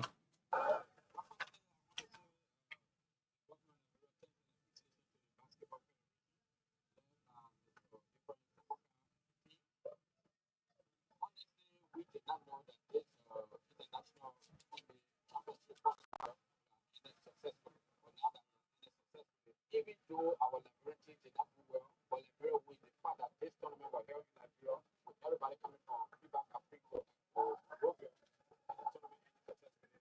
It's a plus. What we can do now in Liberia is for everybody to come together, foster peace, and to move to develop the basketball forward. And the Kwame speaking at the end of the tournament held by FIBA Africa in Moravia. Sano MPA anchors demolished Martin Futsal 7-0 goals on Sunday in the Orange Cup Round 1. Mitre won Gompa FC 4-1, sending message. That's Mighty Barrow won Gompa FC 4-1, sending message of hope to their fans. Shatter FC overpowered Philadelphia Lone Star 4-3 on penalties after a 0-all draw, while MPA anchors battled the Discovery Sports Association 3-0. B Mountain won Nimakwado 3-0 and LPRC Otters deepened Watanga Wars with a 3-0 defeat. Wodogisi suffered a 4-1 defeat to the Church Boys of Jubilee, while Black Men Warriors won Global Farmer 5-4 on penalties. Ruth Vanagstaro has left Manchester United after not given a role in the new manager Ruben Amorim's backroom staff. The 48-year-old Dutchman took over at Old Trafford on an interim basis after contract Eric Ten Hag was signed.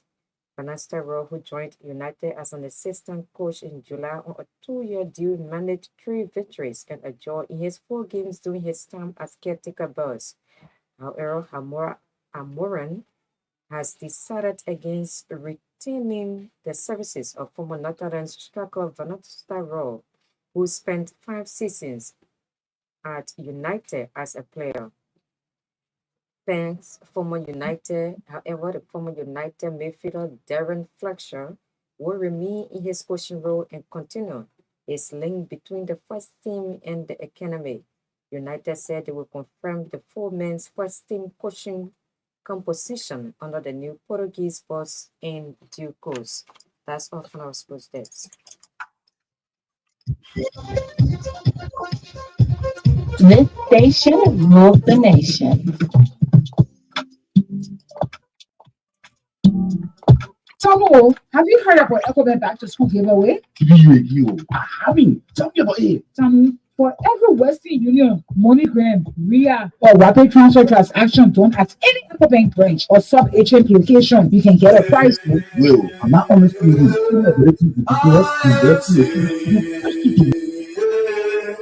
I am free by Jehovah Nissi, Jehovah Nissi, oh.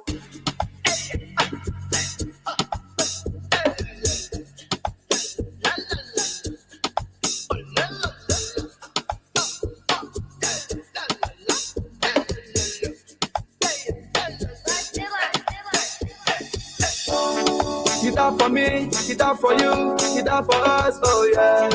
Jesus paid the price, oh na na na na. I was serving till I die, cause Jesus paid the price. I'm here to testify. I am saved, I am saved, I am free by Jehovah Nissi, Jehovah Nissi, oh. I am saved, I am saved, I am free by Jehovah Nissi, Jehovah Nissi, oh.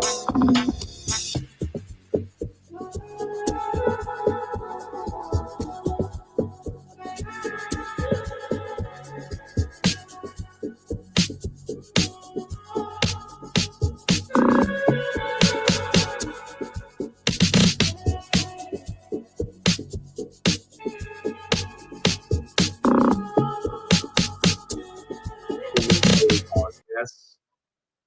This morning, FM National Achievement Award 2025 listeners, yes, it's important that the Renaissance Communication is the FM National Achievement Award. It's 2025 during Heritage Historic Feature every Saturday, January 25. The themes with some details. There are several categories. There's when it comes to public on Monday, National Achievement Awards 2025. All listeners are with like I told you, along with two representative candidates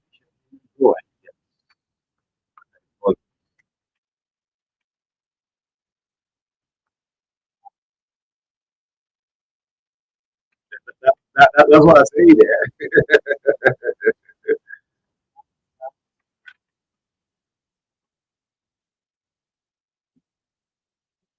See, family.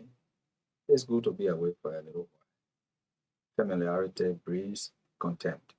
I think you know that. Okay. Okay. Was it necessary for you to have a brief out? Let's stay away for some time. Well, sometimes it's good to stay away. Okay. Yeah. So again, welcome. How are you? How have you been doing over the I am period? very fine. I want to bring my greetings to my beloved people of District Number 2. As I always tell people, I'm very grateful to all of you for what you did for me. Okay. Thank you, and we continue to work together. Whatever I'm able to do, I believe with the grace of God, I will do. Let us continue to hope for the better. Okay. Yes. 2023 was a tense year, and we've crossed over the period. We almost at the end of 2024. How are things been going with you in all that you do? You know, you are besides being into politics, you are a humanitarian. I mean, that's one of the things you are known for first before politics. So, how is everything going on? Putting all the broken pieces together. With the grace of God, we are trying to do what we can. The first thing, we went around and opened 5 vocational schools. We talk with people to use their premises, and these 5 schools, we have one at Kanka Town, one at my place in Red Hill, one at Sasto around the Pepperwood Town area, one at Chicken Farm, and one is at Back Street. So we have been running these since I think the beginning of this year or towards the end of last year. So we have begun renovation of some of the markets we built in 2017. We completed the renovation of Johnsonville Rehab Market yesterday. The next market we'll go to is the Pepperwood Town Market. Then we'll renovate another market. I think that we stop because these are the ones that are very bad. Somebody asked, why are you still doing these things? People thought you were doing these things at the time you were running in the election. You were trying to convince the people for vote, but election has come and gone, but you are still doing these things. Well, that was their interpretation. They didn't ask me why I was doing those things. They are good. Our people need to sell in places that are conducive. I'm sorry, David Eto did what she did to the people of District Number 2. By this time, we would have market buildings that are not like the ones we have. It was my plan that marketers would sell, leave their goods in the market, come back the next day, they open the gate and you begin to sell. And that each of our markets would have had a cold storage. But unfortunately, these things uh, were just nipped in the bud, prevented. Even the Jacob Town's unfinished school building, the public school, I wanted the students to start coming there in September this year. It was my belief that by June, we should have completed that building. We're not going to use government money. We're going to beg around the world for people to do that work, but it didn't work. You can only do that begging as a representative. There are some things you can do when you are in government. When you are not there, it's difficult. If you use a third party, it's difficult. Yeah, it's difficult. So sometimes you want to befriend somebody, but some people are faster than you. So you decide to just go at your own pace. What are you hearing from the people when you go? Like recently, we followed the news. You have gone to usually open the vocational school in Chicken Farm, where you also, build, meaning open air pavilion there where the school will be. what do you hear from the people after almost a year now, and they are seeing you back in the community? What are they telling you? Well, if people don't expect you to kill an elephant and you kill a little deer, sometimes, okay, oh, this man can hunt, eh? You're very happy. So our people are always happy, but there's disappointment in some of them. Because people get feelings. And sometimes in the corner, I will tell them, leave it. Let's move forward. And some are doing their best. But there are some who are just quiet. However, life must go on. That's the way I do my business. Put it behind you, let's move forward. Okay, so you tell the residents to move on. So what did you learn from the process? A lot. A lot. I've learned that you must have friends at the Elections Commission. I've learned If you have friends at the Election Commission, you must have friends, yes. to do what? To do what the others have done. Okay. Okay. Yeah, I never thought of those kind of things because for me, when people take an oath to be neutral, I cannot encourage you to violate your oath. I can't.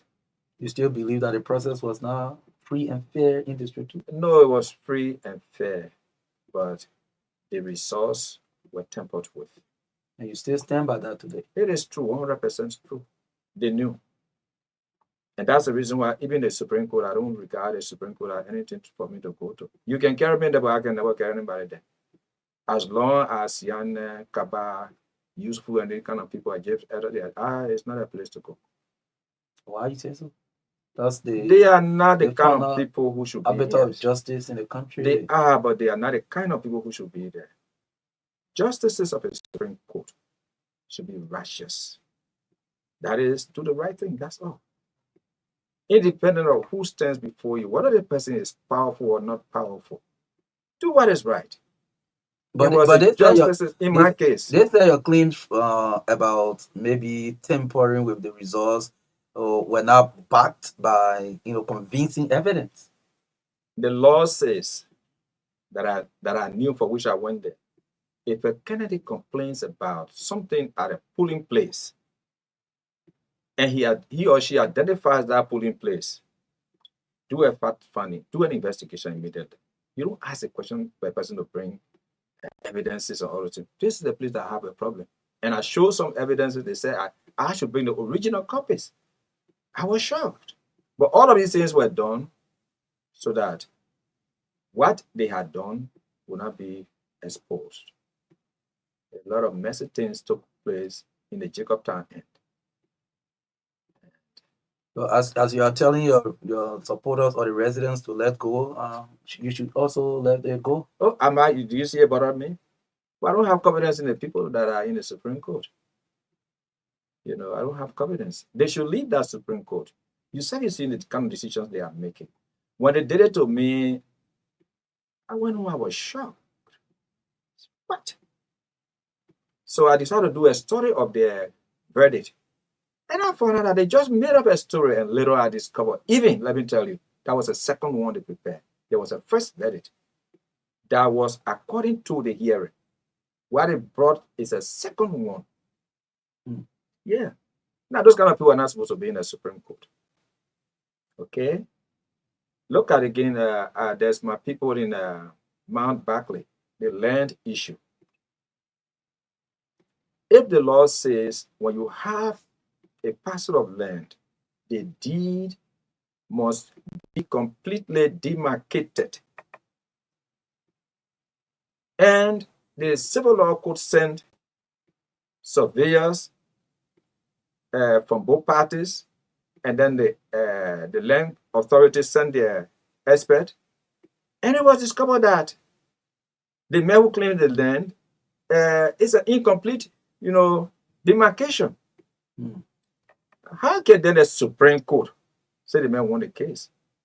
The first thing, let the man go and complete his deed and come back. So you mean the land has no definite endpoint? No definite endpoint. Nothing. Check the circuit code records. You'll find it there. Why are you bothered by all of these things? A Supreme Court should not be doing it. We are heading for trouble. If some goodwill people had not intervened, come to the aid of those people. 78 houses were supposed to be broken down by this time. 78. And we, the people of Liberia, need to now think about this land issue.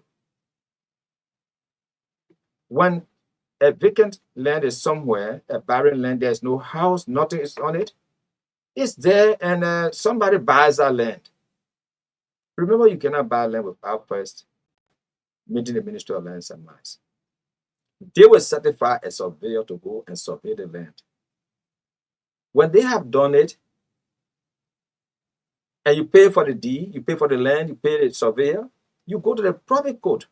You pass through all of these processes. You register your deed. You come back and find money to build your house.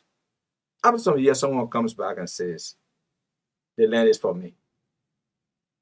And then the government will demolish that person. You are killing the citizens. You are destroying the citizens. What's the right thing to do? Look, when the land is there, there was nothing on it, and someone bought it and built a house. Relocate the other person. I mean, there was nothing there. Relocate, find another land, give it to the person. In the 1960s, I heard when I was a kid, my late uncle Stephen Tuwin Nabwe was bishop of the United Methodist Church. Claratown was originally for the Methodist Church. There was a Methodist missionary who lived in that village, and so that place was named in her honor. She had that land. But she had no children, so she gave that land to the Methodist Church. When the issue came up, President Tubman told the Methodist Church, I am a Methodist. Those people who are there are my citizens. Find another place. And that is how, according to what I heard, if the information is right, he found a place in White Plains for the United Methodist Church. Why can't we just treat one another like this? Someone built his house. Look why people go through in Liberia to buy land, build. Then someone will just come and just demolish the place. And they do that in the night. Cruelty. The cruelty. You sleeping in the night by 2 a.m. Caterpillars are there breaking your house down. People jump out of the house almost completely naked. And they have no way of packing their things. That is cruelty. It must stop. And for this reason, I will appeal to all the people, especially in this Mossoraro County, where this land issue is just becoming uncontrollable. We must defend our premises. If one person's land is being threatened with demolition, the entire community, people from neighboring communities, come, defend the land, defend your brother, defend your sister.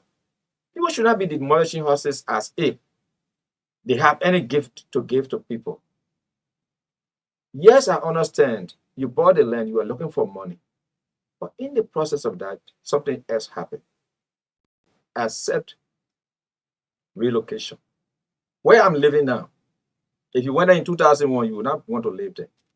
I was the first to buy land there. I had to pay global people, bought cane juice, bought food, cook, and worked, brush. You go there now, you will never believe that mighty trees were there. The city is expanding. Again, like the Mount Barkley, I heard that the mayor is from Grand Gide. Man, go back home, man. The people will give you hundreds of acres. Why are you worried about 25 acres of land or 15 acres of land in Mossoraro County? Go back home. We are from the southeast. We can do a hustle. Go back home and develop our place. I think that's what we need to do. And the building of industries in places where people are still, we need to stop that. Move out of the city. And we must try to decentralize Liberia. Is that the reason you're trying to reclaim the land that you want to build industry? He has a company. He has a company. But I have not met him, but he said he's from Grand Gide. My dear, we are from the southeast, so I'm a crewman speaking to you. Let's go back home. We get plenty of land that is wasting. Because of the underdevelopment of our area, we came to Morovia. If we are able to go back and contribute to the development of our people, let's go back. Stop fighting for a little 1 or 2 acres of land in Morovia. What do you want to tell people who go about buying land? And somebody will say without doing due diligence. From what I know, people do due diligence, but it's difficult. It's difficult for You you. mean some of these people claiming the land You owners of never, 100 years, 50 years, 60 years? my dear. You see, that's why you have the government institutions, lands and mines. If they send a surveyor, they have the map. The land authority, they have it. But you go through all these processes. 20 years later, someone will come and say the land is for them. You know the way land was bought in Morovia and in Liberia during the in the First Republic. You just went to somebody and it's that place, and you went and surveyed the land without even telling anybody. You carry your surveyors. And according to the laws, they had a forest land. All these places, Pinsville, were forests. So the price for 1 acre of land, according to those who were buying the land, was 2 cents. So if someone said they have about 1,000 acres of land, not that they just pay $20 for it. Okay? And they don't have the money to develop the place. So they made another law to catch those who want to develop the place in the future. I think 21 years. If you are not disturbed, 21 years after then is for you. But that was just to protect the place because, for example, they were in Morovia and they bought the land here where they never used to come and nobody will bring information to them. So they gave themselves 21 years. Now, a child that was born 21 years ago is a bachelor's degree holder. That's the time you give to somebody to say that's a grace period for them to stay on the land. Come on, man, we should stop all that. Well, I'm sorry, I'm not in government, but these are things that I was going to push. I remember in 1980, when the coup took place, the music on the radio that day, who owns the land? Who owns the land? That question is still lingering on. We should stop this demolition. Stop frustrating Liberians. We are citizens. But I call on all of us, we must, in our various communities, neighboring communities, when you hear them coming to demolish somebody's house that is to break it down, the entire community should go and block the road. They should not do it. Somebody will say you're inciting maybe violence or protest. If they consider it as inciting, go and break someone's house down. If it is not destruction, then the people should do it. If they think that it is right. We should not go that far in our life, okay? And you don't compensate the person. That's the worst of all. I feel so sorry when it happens. Look, there was a woman in the Johnsonville area. She built her store. That was last year. The township commissioner was there. They demolished that woman's store, broke it down. They stay on Facebook. I mean, what kind of wickedness is this? She had to go behind to start life all over. Around the Pebble Town area, there was a woman whose house was being broken down, a widow. And there was a fuller man there standing by. The man said he was selling the net. The woman said, okay, I will pay you small. I'll get the other money. He said, no, if you don't have the money, I'll break your house down. Broke the house down, and that very day, a fuller man bought the land. What kind of a country we in here, man? What kind of country is this? Tiawan Gonglo says. He's a lawyer. He knows open terms, you know. But this is too bad, man. We are suffering too much. Our people are suffering. We must be there to say no. This kind of thing must not happen. Well, Bishop Doyen, as it is, we can say the country is at a standstill because one house of the legislature is not working. There's an impasse at the level of the House. A group of representatives calling themselves the majority bloc, saying they have declared a vote of no confidence in the speaker. That's where you wanted to go to serve the Liberian people. Now, as it is, the draft budget is lingering. No discussion on it right now. The executive doesn't know whether to present it to the speaker or to the majority bloc. This is where we are. What is your opinion on this? Maybe that's why the other didn't want me to go there. Oh, God didn't want you to go there. No, David Etta. Oh, you mean the next year? Yeah, maybe that's why he didn't want me to go there. Look, there is no problem. Let me tell you, no problem. Didn't we say we want democracy? This is democracy. There's not a single problem I see. It's about majority, right? Mm-hmm. But this majority must follow laws. There are laws. If they are in the House of Representatives, they are not satisfied with the leadership. So long they are not up to that number, they must what? Work with the leadership. Okay. And I'm surprised the president wrote to the chief clerk. He shouldn't have done that. He should be the first institutionalist in our country. Work with the institutions. You want to deal with the judiciary, even though I don't have confidence in Siane, write to her. So long she is still the Chief Justice, write to her. You want to deal with the legislature, even though there are representatives who don't have confidence in the speaker, he's the one you deal with. And this thing is so simple. So long they are that, it's easier for the president to rule. You rule by decree. Simple.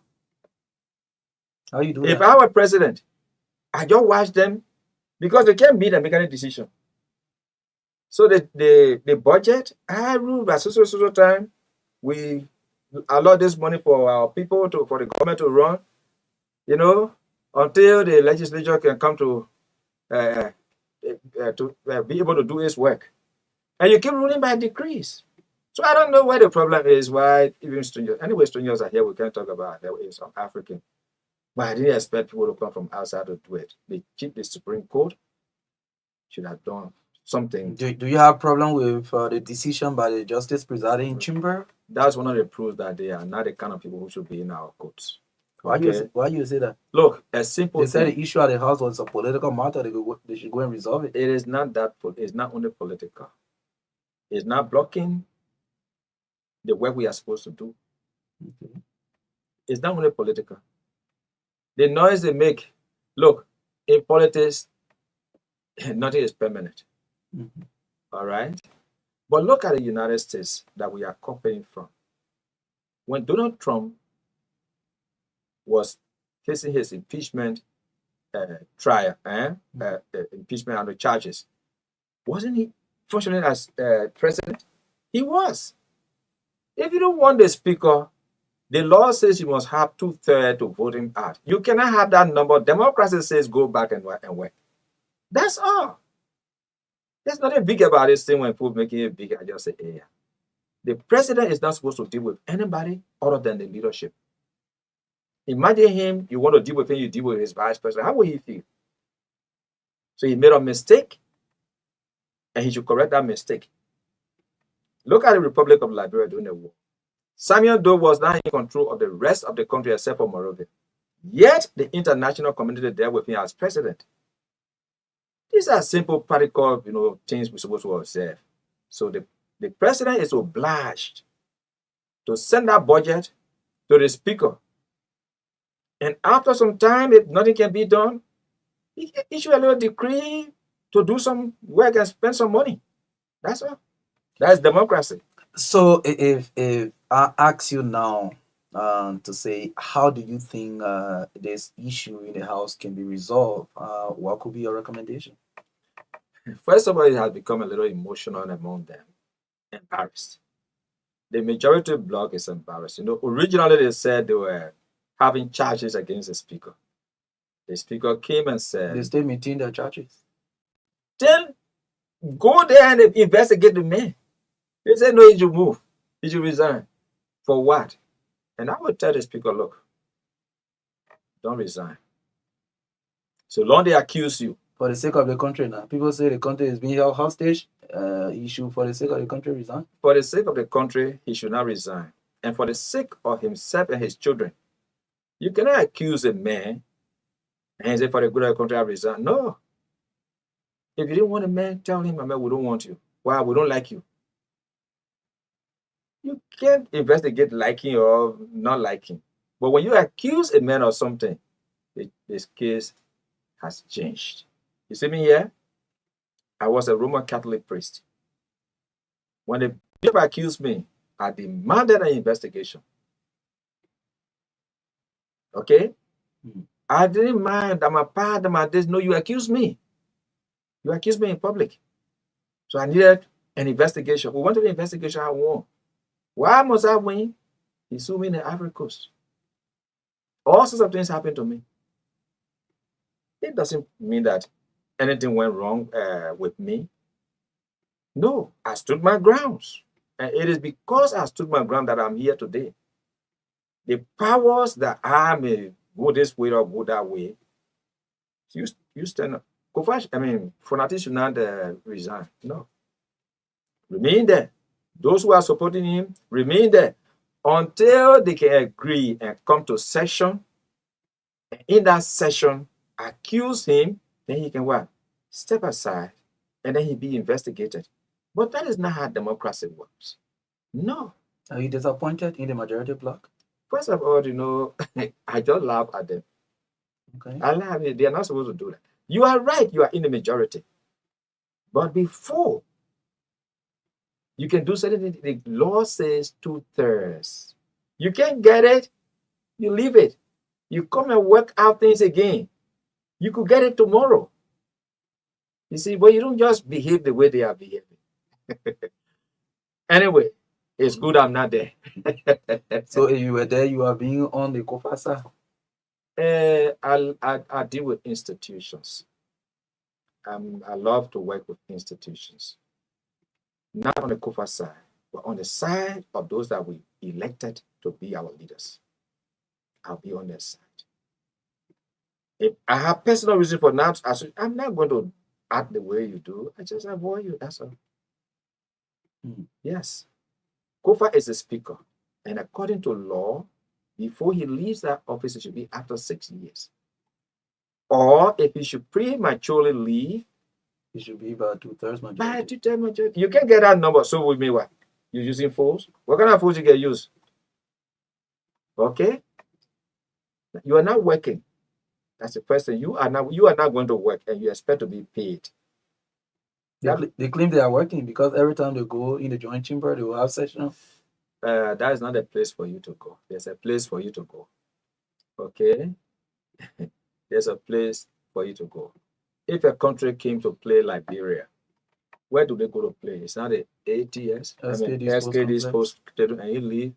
You say, well, we don't want to play on SKD. So they say, where you want to play? So they want to play that the person don't come here. So you decide you find another little team. Maybe Barrow or IE, you about because they are Liberia, so you play. You think you play Liberia? What they're doing there is a joke, man. Okay? Go back and look in the face of Fonati and tell him you are wrong. Finish. You can't get a number, you leave it. That's democracy. Now we have to allow people to come from other countries. So, oh, man, we should stop this thing, man. For how long have you been in mainstream politics? I went to the School of Philosophy. I was inside about NAS parties.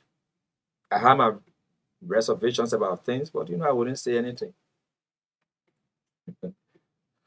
So just in maybe 2 minutes, let's hear your evaluation of the current administration. Despite not winning the election a year ago, you are a stakeholder in this country. What do you make of the current administration? The president has appointed people, some have resigned due to accusations and all of that. The course of the government. Well, when you are in a little corner, it's difficult to make. But you're following the issues. General, the little one that come up and I follow, okay. But I don't know why it's going on in Cape Mount. I don't know why it's going on in Bapolo. But I'm happy that at least this year, in July, in June, in May, you will travel from Monrovia to Hapo. And I believe something better will be done on that road. Why are you saying that definitely? You are saying here when Christmas will be good, you know it from the east. It happened this year, so I believe they are working on the road. That's very good. Okay, these little minor things the government is doing for us to move from place to place. I think in my place now the electricity is almost 24 hours. Okay. So except that Water and Sewer doesn't want to supply water, I give them money, but they don't want to do it. Even in my old age. These have been going for a long time now. At 65 years old, some boys are there, we're cooperating with other people saying, as long as they are in our office, you will not get water. I said, okay, I'll leave it with God. I'll leave it with God. But I think the water was wasting right around there. One that did a video, posted it, so they sent people to close the But for them to reach, for them to open the valve to supply water to my place, they say they are not going to do it. You just leave them. But I'm appealing to the LW, I don't see, LWSC. I beg you, when I presented 12,000 United States dollars to NEC, to how you call it, water and sewer, the manager said that was the first time in the history of this country. So I already have a trophy. You cannot treat me like this. As a private citizen. As a private citizen. Okay? Here I'm out the water that I brought. I have been deprived of it. This is, I think, the 6th or 7th year. Why do you think it is happening? Is it because it was political at the time? And I think they are now, I don't know. But the water is right to my place there. But you can't receive it? No, I don't receive it. I have to buy water from people who are using the pipe. Wow. I'm a Christian, they say you can try to make New York intentional, but when you cannot change it, live with it. For peace sake. Yeah. And head of the Independent Catholic Church of Liberia. More than that. More than that. Okay? More than that. It's not because I have titles. But people are supposed to know that. This is an old man who did this kind of thing. Are you encouraging other Liberians to make that kind of contribution? Will you want to imitate me? You'll be afraid. Maybe if I make this kind of contribution, maybe people will treat me like this. So you what? No, we need to encourage one another. You see, I went to Sierra Leone and talking with other people there. There is a law. If a Sierra Leonean is doing a thing that is good, anybody who comes in the way of that thing must be prosecuted. Okay. We don't have that in Liberia. Can you imagine? I wanted to supply water to the entire district number 2. People were there to give the money. But so long the water that it brought is not going to the right place, they can't support that project again. Okay. So anyway, so I want to thank God. I think this little thing that the government is doing is fine. But I want to appeal to the president. Please recognize the speaker until he is not speaker. Recognize him. We recognize you as president, not because we are in the majority and the majority don't like you. So we now begin to deal with other people. No, you have to be an institutionalist. Recognize the institutions.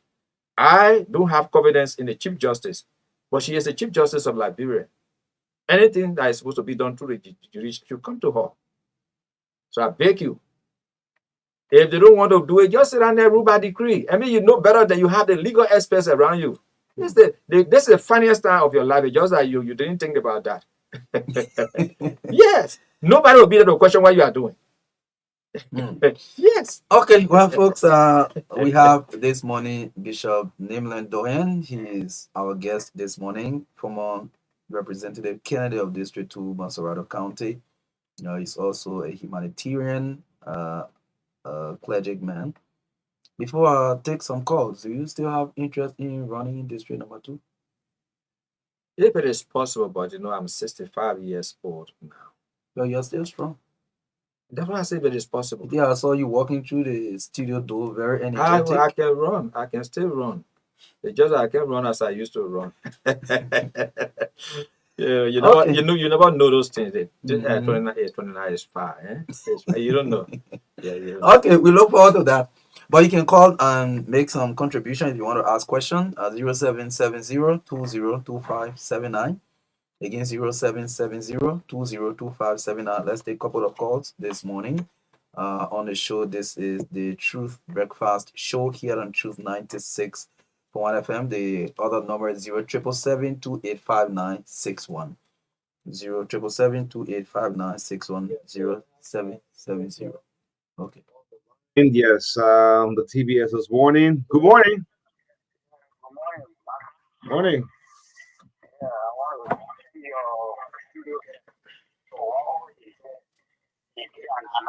Which is very good. The majority of God are the one that hold the country hostage. They are the one that hold the country hostage, and they need to come to themselves to know that the country does not belong to them. If you know you want to move so far from power, go into the house, go into the chamber. Okay, if you want to move over for the house, go into the house, go into the chamber. Let's do a minute per call. Good morning. Morning, go ahead. Okay.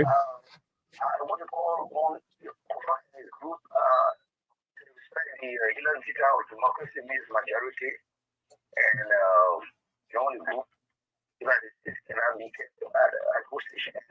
Just to reference what the bishop was saying, I think he's misconstruing history because during the war, the international community they never recognized to one point of time because even when someone said yes, it's never edited to. If it was recognized or it was offered recognition, or any year to Islam or what it is, they will have gone to register their addresses. Okay. Thank you. Yes, Reverend Lackey. I guess this is Reverend Lackey. Thank you to the bishop. I just want to let you know that I appreciate the bishop very much, even though I don't know him, I've heard of him. To the point here, he was talking about people going to bulldoze other people's homes. I'm not going to say the place's names, and it's ridiculous. I have a situation where the lady has a house on my property. They thought we came to a price, but she doesn't want to pay. So I would ask her, please tell me what to do. The second thing is about the speaker, Fanatic Kofa. One of the claims was that he was representing a number of different companies and entities in Liberia, including Port Authority. Now, I understand that these people didn't read, I mean, I can tell they did not read the Constitution, but what do you think about Kofa himself? Is he going the right way, Michelle? Can you please answer that question? Is it going the right way? Let's pick up this last call up quickly because of time. We're running to our time. Good morning. Morning. Go ahead. I want to thank Bishop Brian very much for analyzing what he just said. So, it is the majority that is only the constitution. If you don't like Kofa, you elected Kofa. Go back to the Chimo. Look at something and say, we the one elected it because of X, Y, Z. Why are you paying everything? You let me do so. It's a disgrace that we have everyone coming here to interfere or to talk in my ear. Okay. All right. Yes, it's not cool. We shall be listening up to the callers. Let's use the next 2-3 minutes. Yes. Okay, about recognizing Samuel Doe. Samuel Doe died as president. When he was captured, the news was President Samuel Doe of Liberia has been captured. Secondly, there's a man who asks about his land and that somebody is on his land. I believe that's a hypothetical question. But thank God for that question. Look, please work it out with the person. Do your best and work it out with the person. I don't know the details. That's what I can tell you. Okay. Then whether the speaker is going the wrong way or not. No, I don't see him going the wrong way. In fact, he went to court. It's a court rather prolong this whole thing. It should have made a decision. Those who are not going to session are not doing the right thing. Those who are going to another place to meet, they are not doing the right thing. It's not the way, it's not the reason why we elected them. They took an oath to abide by the laws, and the law says you will meet somewhere, and if you accuse your leader, let him hear the charges in plenary. You cannot, have another plenary somewhere. That plenary is not a legal plenary. Okay? Now, I think that's a question about Funati. I don't think Funati is going the wrong way. And I want to congratulate the speaker for the manner in which he's handling this matter. I want to appeal to the majority bloc. This is democracy. That's what we wanted. This was not possible when some of us were growing up in Liberia. I remember my father was an election clerk. Right in his house, there we used to have the election, 1,000 persons. You ask me, Nimle, what is the name of your friend? I said, Peter. I said, Peter too. Andrew too. And you read about 10 tools. Then I wanted to know your other friend. I said, Wilson. You read all this, and then 1,000 names. And it's ghost voters? Just the names. And there was a certificate. He and the magistrate would sign. And then they put him, Turnbaum won. So I want to thank God for this thing that are happening. Like, look, nothing is running our country, yeah? Nothing. Believe it, nothing. This is democracy. Okay, Bishop, you can just do a minute or two just for close up. Oh, I want to thank the RCN family for allowing people to hear me and for the news. I want to congratulate all the news media in Liberia. Please be speaking all the time, man. I want to be hearing clear people, speak to national issues. Yeah. Yes, it's not easy to come anyway. To bring him Yeah. easy. I want to thank you people, the journalists in the news. You people you are courageous. You are trying your best. I don't listen to BBC this time. Okay. I can't remember except for this last election, US election, I listened to BBC. Okay. But if anything I'm supposed to hear in Liberia, I hear for the Liberia radio stations. Good. That is very good. Try your best. Keep it up, okay? Okay. All right. Thank you very much. Yeah. Thank you. Bye-bye. Yes, try your best and keep it up. That's very good. Yes, the voice of Bishop David doing Marka, as you close up anything. Yeah, so I mean, it was just good that we had the bishop this morning. Like you mentioned, sometimes it is good for people like him to come out and speak on some of the issues happening in the country, because no matter what, you have your own audience, people who are following you, people who believe in your judgment, in your decisions. So they will always want to hear from you, and it's always important to hear from the leaders of the country. Thank you so much for coming, Bishop. Yes, great. Thank you. This is our close up on the Tuesday edition of the Truth Breakfast Show 961 FM. We'll be back on tomorrow. We'll follow up the build up of what will happen today at the Capitol building, the House of Representatives.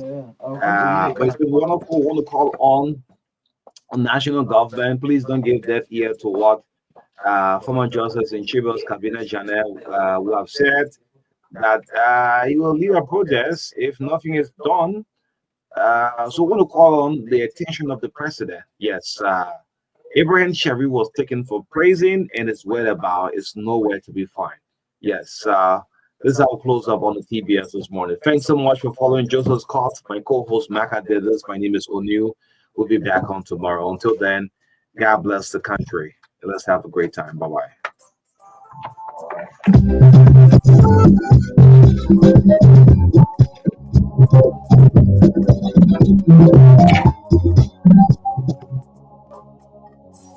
Polish creep president. Say I've looked around the world, searched around the world, never seen nobody them African woman. Woman. I say I've looked around the world, searched around the world, I've never seen nobody them African woman. My sweet chocolate, my sweet and butter, Melanie Papi, like a new dollar, beauty boss in my head, like a pound hammer, got me feeling stuck inside your corner. You are the best in the world, African girls, I like that more in the third. Nothing can get you to stop, but you matter anything, you call me out the best. An African girl is for African king. What can I forever the African king? Nobody messing with the African queen. She too strong, she got an African flip. Get him a jaro. I love my African girls, Sissy and Caro. Intelligent with me, African with me, I smart though. None of my African girls can be quiet. So I've looked around the world, searched around the world, never seen nobody them African woman. I say I've looked around the world, searched around the world, I've never seen nobody them African woman.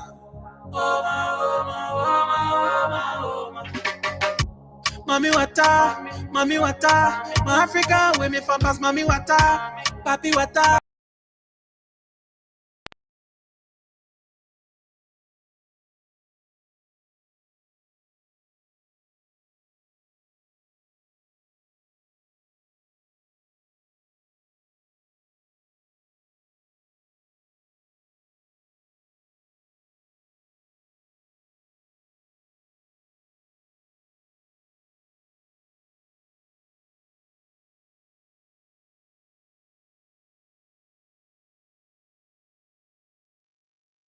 The card, certainly you will not enter.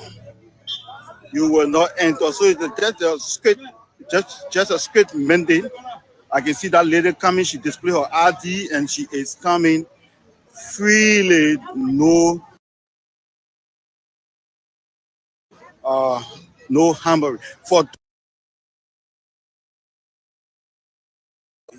House of Representatives or the Liberian Senate. So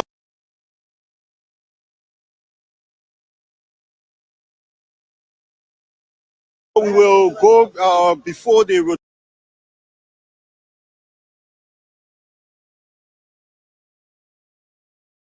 rotunda and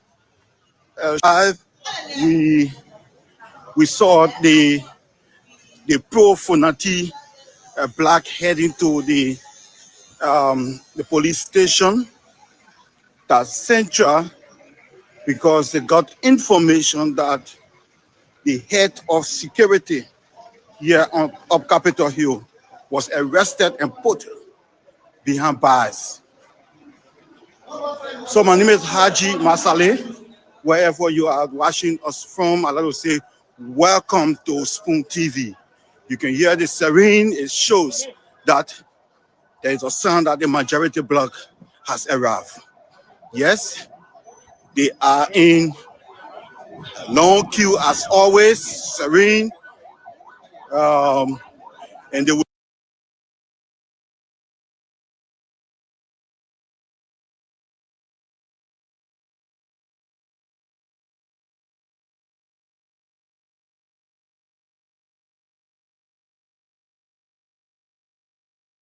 display. So you see Representative Kule, they're in tete with Representative Clarence Carr.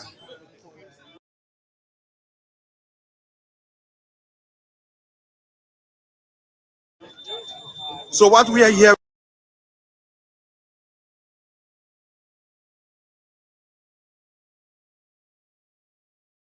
Mo Ali and all our officials for plenary, but it's all about number. It's all about number.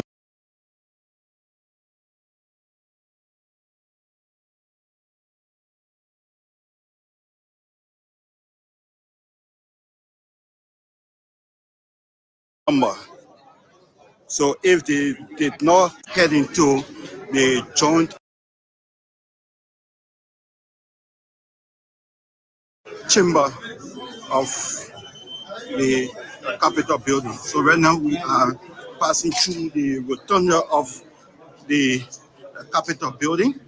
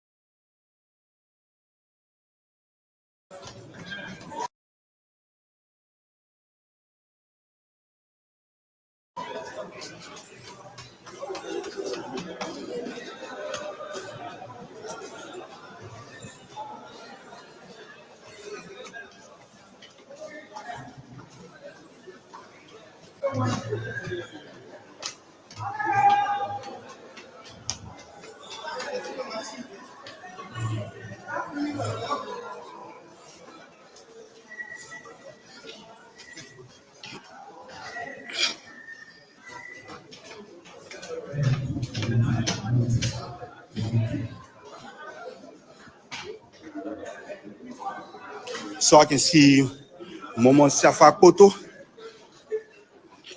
I can see Grand Jida representative. See Lofa. Okay. Yeah, Grand Jida. So that is Momo Safa Koto of Lofa County. I mean, you come because the people can nobody enter it.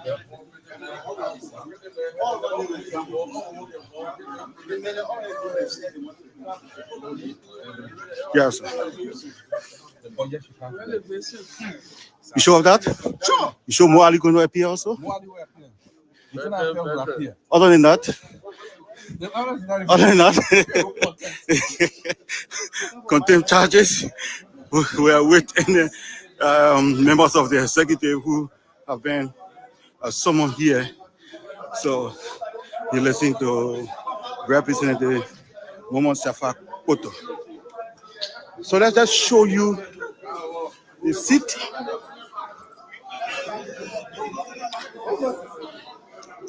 Let's show you the seat.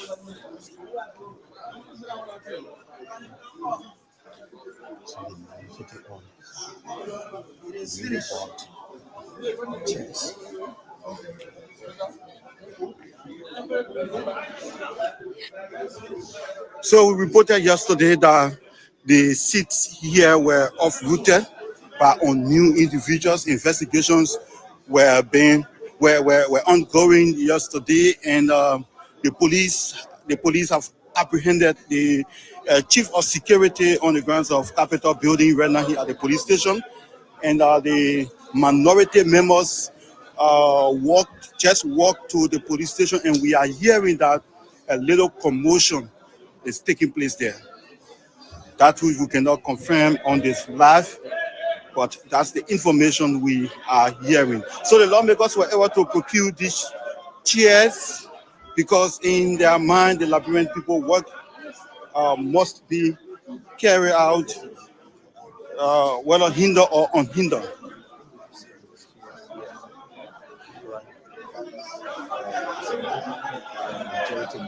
Representative Bløggèr from Nima County just arrived, and he's taking his seat.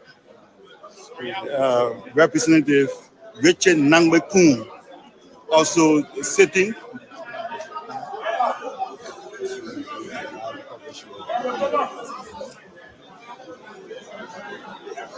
This is Representative Collins sitting so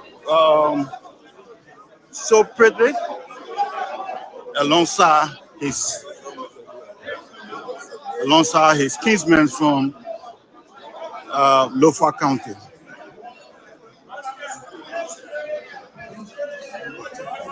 We'll show you some of the lawmakers that have already arrived.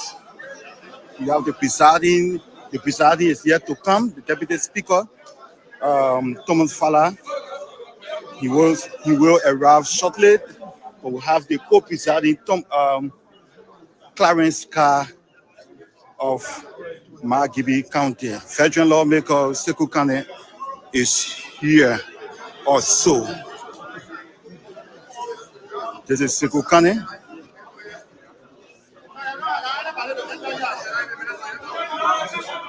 Already you have people trooping away into the joint chamber. And you look around, you will see people still coming in to witness what is historic here in Liberia. Attention, please. With the exception of security and journalists, with the rest of the crew, please use the steps and go upstairs. Please.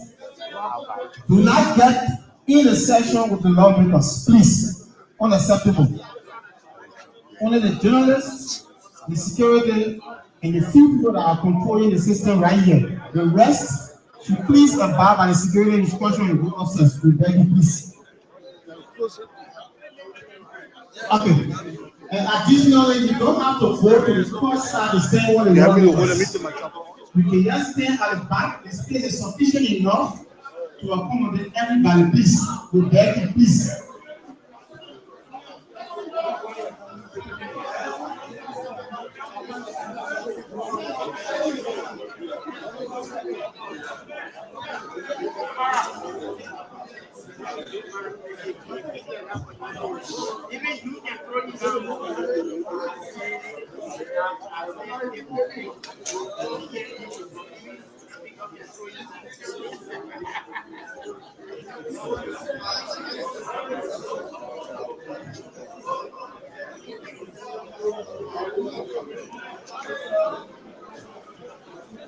So where we are.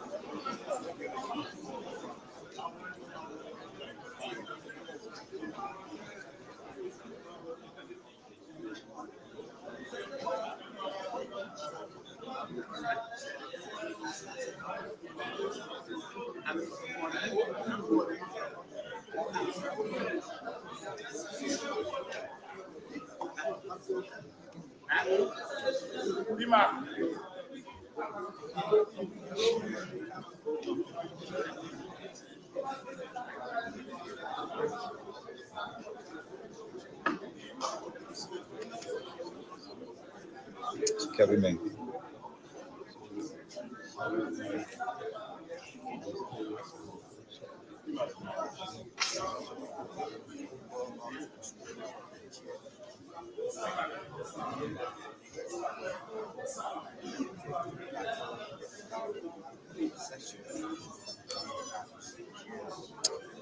Kevin.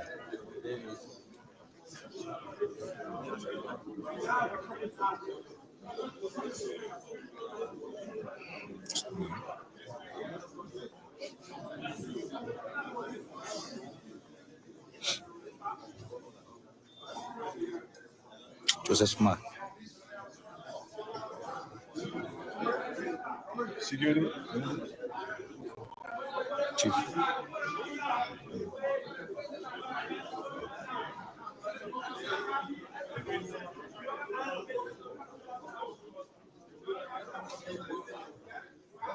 Okay, we see the Reverend for the Deputy Speaker, Thomas Fowler. Thomas Fowler. We see Representative James.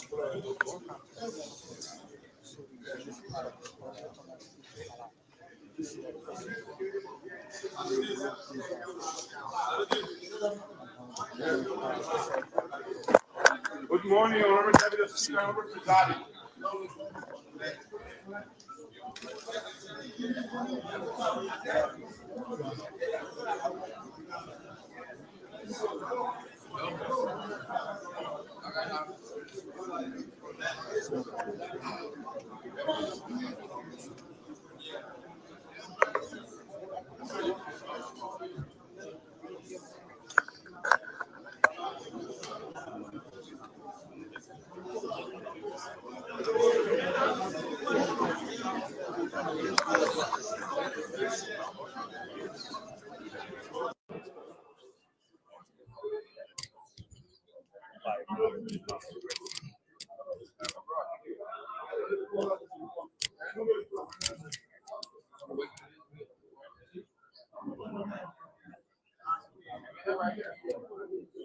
Okay, so the presiding officer, Thomas Fowler, has arrived, and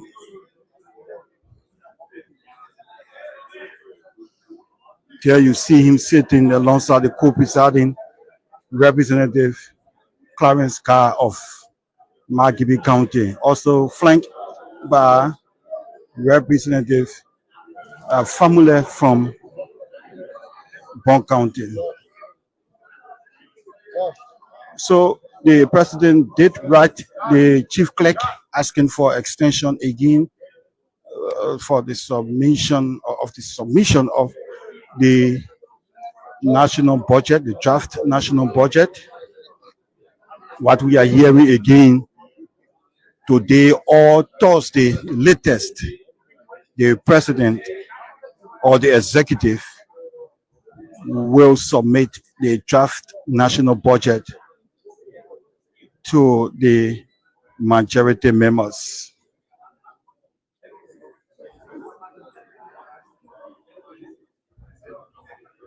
So you're watching Spoon TV. Wherever you are, we say welcome. My name is Haji Masale. Bringing you this live event.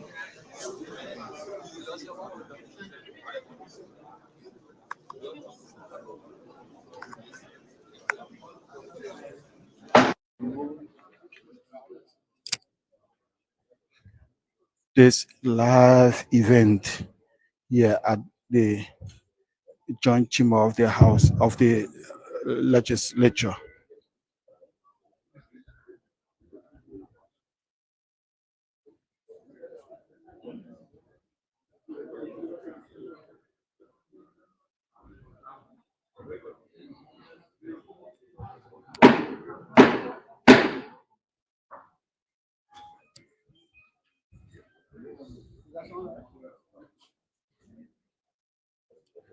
Signing announced.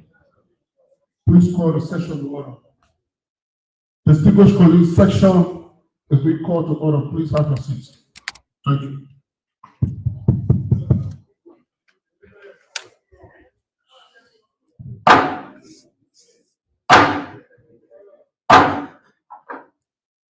Good morning, Honorable Deputy Speaker, Honorable Co-Presiding Officer, and my distinguished Honorable ladies and gentlemen of the Honorable House of Representatives.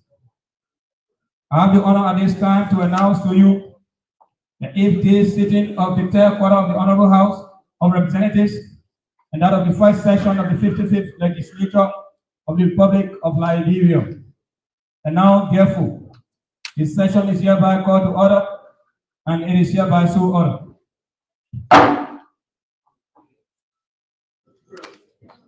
First,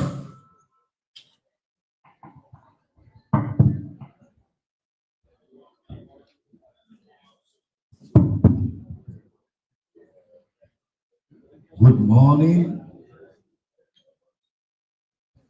Honorable Presiding and Co-Presiding members of this distinguished body. Good morning to all. I've come to speak to you on the subject of what pride can do. Taking from the text Proverbs 16:18. It reads, pride goes before destruction, and an haughty spirit before a fall. Many people look at adultery, fornication, and other sins as the most heinous sins. But pride is the most destructive sin.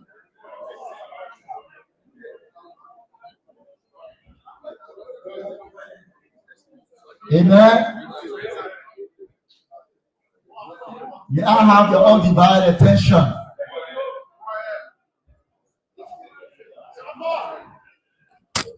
Pride is a 5-letter word. Now,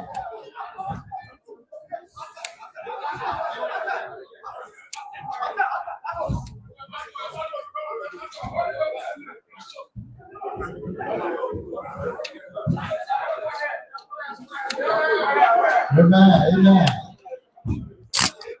We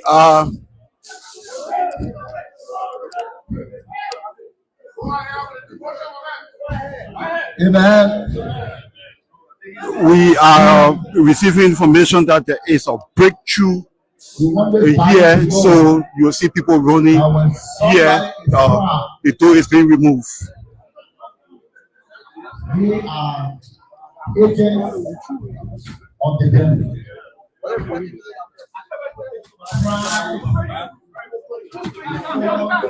They are using pepper spray, they are using tear gas in the judge chamber. They are breaking the place. They are hearing the group of men. Pepper spray is being used.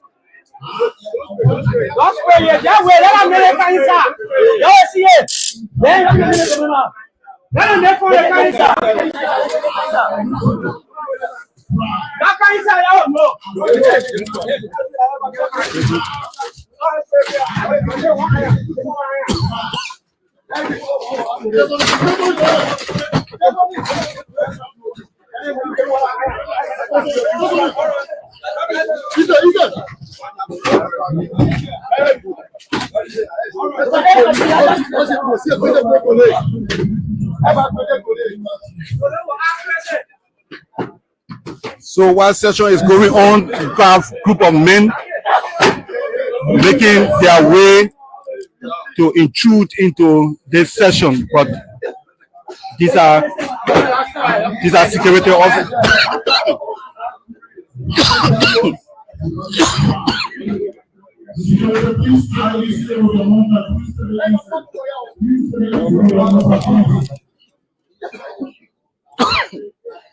If somebody is about to be disgraced, they become proud.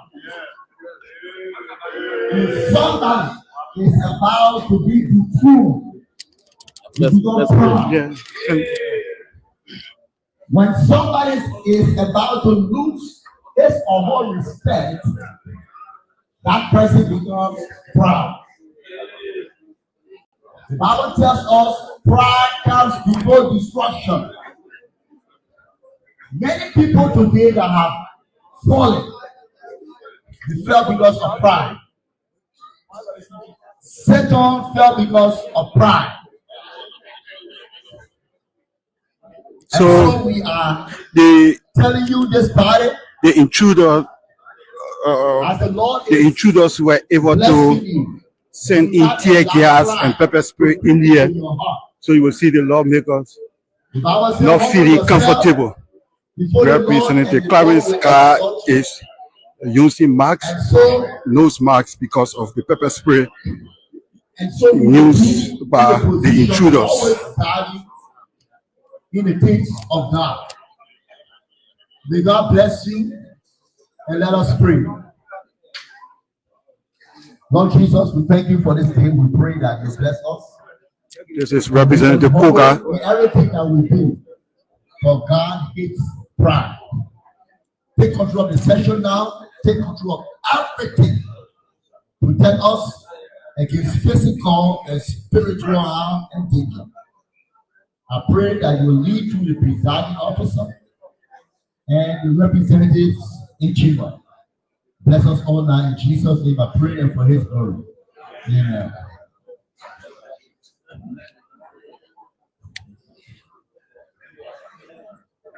Roll call. Roll of the honorable members of the House of Representatives of the 55th Legislature of the Republic of Liberia.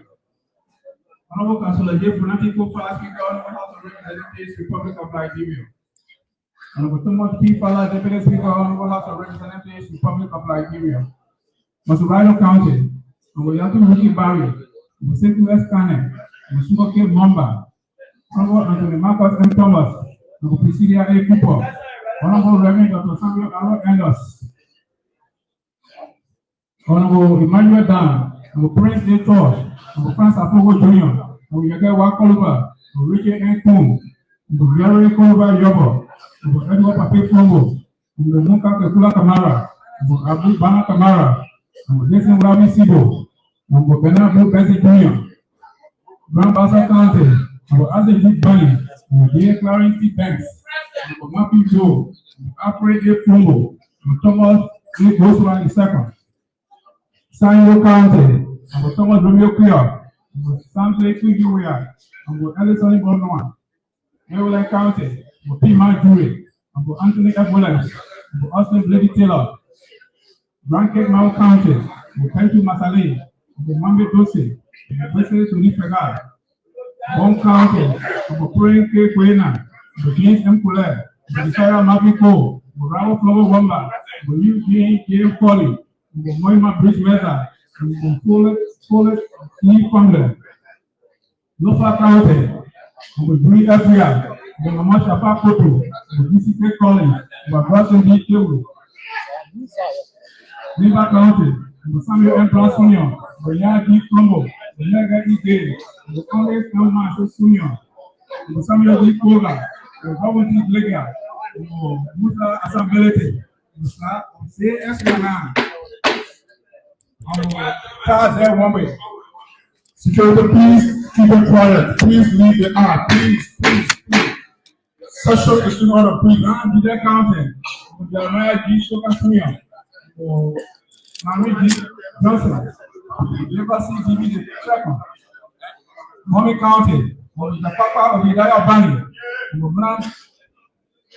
Madam Bishop Johnson Jr., of Sandy Dara, Magibi County, Rhoda Obi Cooper, of Abake Jones, of Everyday Atore, of Emmanuel Yana, of Clary Jika, Riverside County, of Everyday Grant, of City Park, Rampur County, of Natalia M. Bauer Sr., River D County, of Alexander Paul, of Agnes D. Chopin Road, of Johnson S. M. Williams Sr., Mapolu County, Abosina A. Norman, Nicholas Collins, and Uncle Mustafa Warity. Honorable Presiding Officer, Honorable Members of the House of Representatives, there are 42 Honorable Member present, 13 absent, 1 Honorable Member excused. Thank you very much. Distinguished colleagues, with 42 members present, constituting a quorum for the order of business. So we can see the lawmakers are sneezing because of the pepper spray used, and everyone. Into this country month, and this not going to pretend us we're going to proceed with our session. Please manage it well. Thank you. Reading correction and level adoption of the agenda.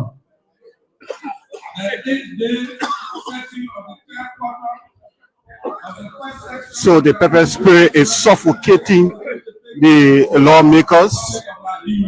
Pepper spray was used here. Corrections or amendment and agenda. 6 call for special committee report. 7 call for standing committee report. 8 call for bills, motions, and resolutions. Now business on speaker's desk. So the pepper spray is suffocating the lawmakers. Many of them can barely breathe or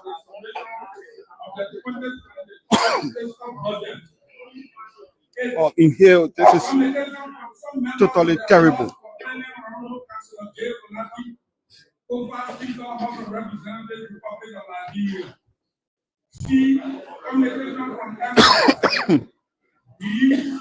Communication from Honorable Anthony Williams,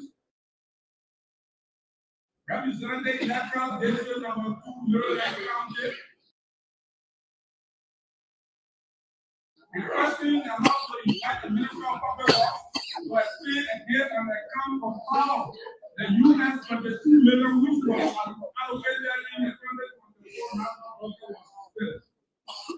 If communication from Honorable Nyan G. Flomo, representing Electoral District number 2, Nima County, craving the indulgence of the Honorable House of Representatives to request the House of Representatives budget performance report covering the period from January to September 2024 from the Ways, Means, and Finance.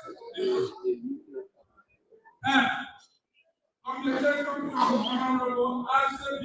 Football, representing Electoral District number 2.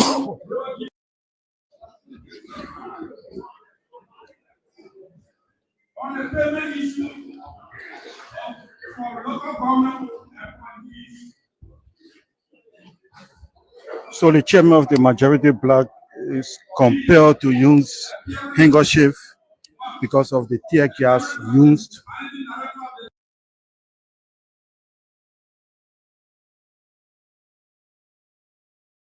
Here by a group of men who broke in their way but were contained by the security here on ground. On the alleged robbery involving the Ministry of Transport and FWSC. 2, appearance of the Minister of Internal Affairs, Director of Data Statistics, and Minister of Transport to provide reasons why the county service centers across the country are not providing the needed services to our people. 3, appearance of the Minister of Internal Affairs to provide a report on the rollout of the local government out of 2018. 4, appearance of the Executive Director of Renewable Energy Agency to provide comprehensive review. You still have people forcing their way in there to disturb. You still have people doing that. 5, they are coming, showing, using pepper spray. We just pray that lethal weapon is not used here. J.M. Collin, Honorable Abubana Kamara, and Honorable Zina Nama So unless they indulge in it and repugnant to the status of as members of the House. Report from the acting chief clerk complain there is mandate to write the 30 honorable members who have been absent from session from the 22nd of October present. 10 miscellaneous, 11 adjournment. Honorable presiding officer and co-presiding officer, distinguished honorable ladies and gentlemen, that is the draft agenda for today's district. Thank you, sir. Distinguished colleagues, you listen to the reading of our agenda. What is your will and pleasure? Marka Thomas.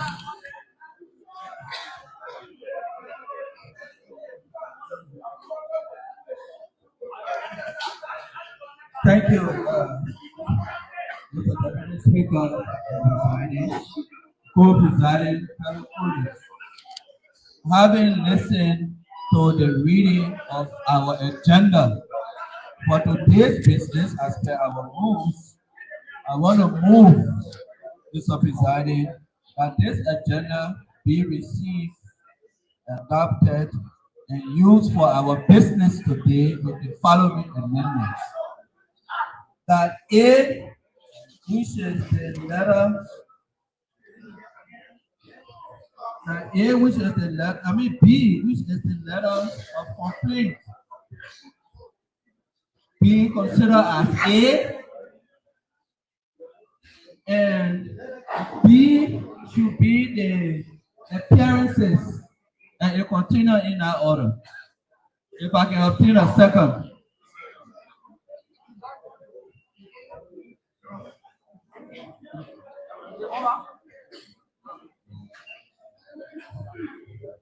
So the lawmakers are still pleasing because of the pepper spray used in here.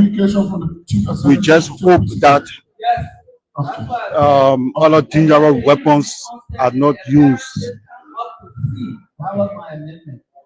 Before restating that motion, We are still seeing movement of the security. All those in favor of the motion say it shows that the motion is carried. Please report. No standing committee report.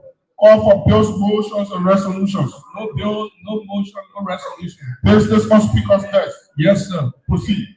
Communication from the Ministry of State for Presidential Affairs.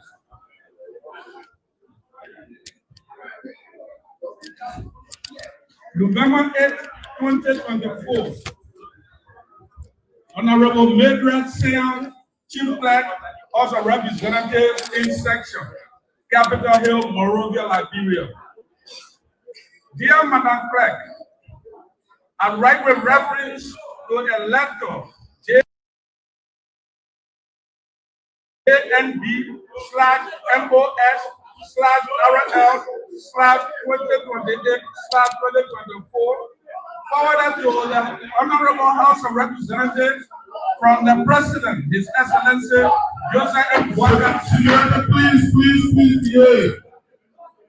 The members of the public, please behave. We are in session, please. Please, we are in session. Thank you. Forwarded to the Honorable House of Representatives from the President, His Excellency Joseph M. Marka Sr., informing of circumstances that warranted the postponement of submission of the draft national budget for fiscal year 2025 from the statutory date of October 31, 2024 to November 8, 2024.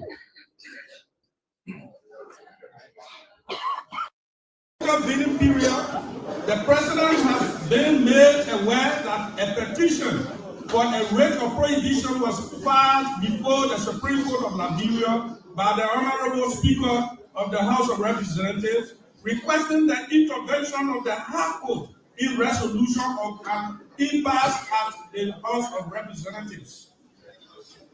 Subsequently, the President received a communication from the Speaker indicating that the majority of members in the House of Representatives have requested certain officials from the executive branch to begin appearing for hearings in the joint chamber of the House. Rather, rather than before the Honorable Speaker. In his letter, the Honorable Speaker requested that the President instruct his officials not to appear before the majority members, stating that doing so will quote-unquote undermine the rule of law and set a dangerous precedent for our governance. The executive branch also takes due note of the fact that the Justice in Chambers on Wednesday, November 6, 2024, declined to issue the writ of prohibition as prayed for by the Speaker. The President regards the evolving situation with the utmost urgency and is unwavering about upholding the sanctity of the quote-unquote 3 separate but coordinated branches of government. Accordingly, in light of the prevailing circumstances, the President is actively seeking extensive expert advice to ensure a thorough and complete understanding of the Supreme Court's ruling and its implications. The President therefore wants me to inform you that the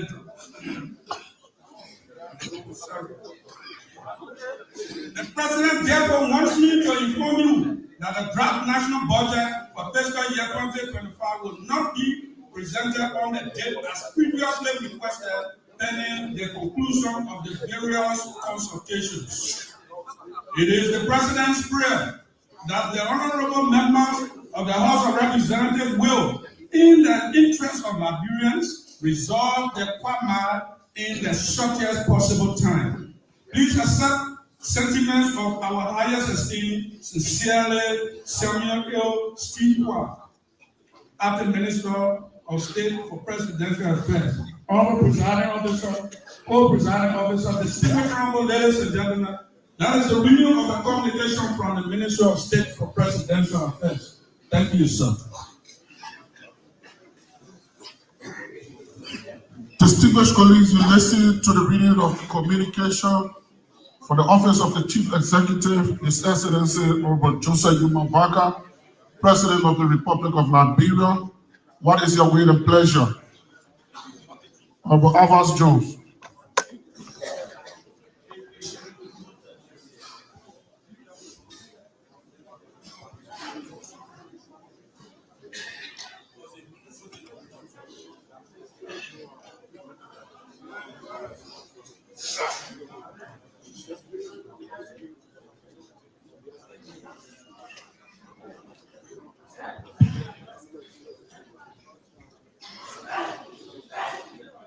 Mr. Presiding, Mr. Co-Presiding colleagues, having listened to the communication from the President of the Republic of Liberia asking for a postponement in the submission of the 2025 budget, I move, if I may obtain a second, that the President communication be received, noted, and placed in our archive for future reference. If I may obtain a second.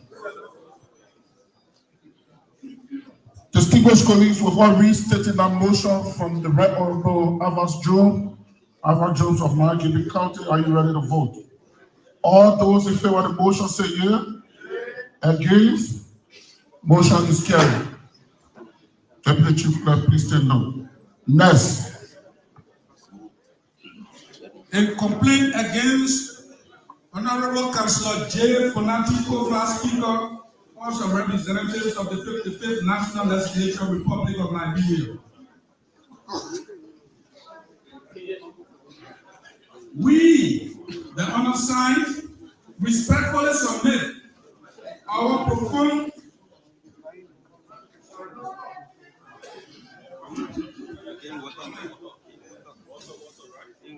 submit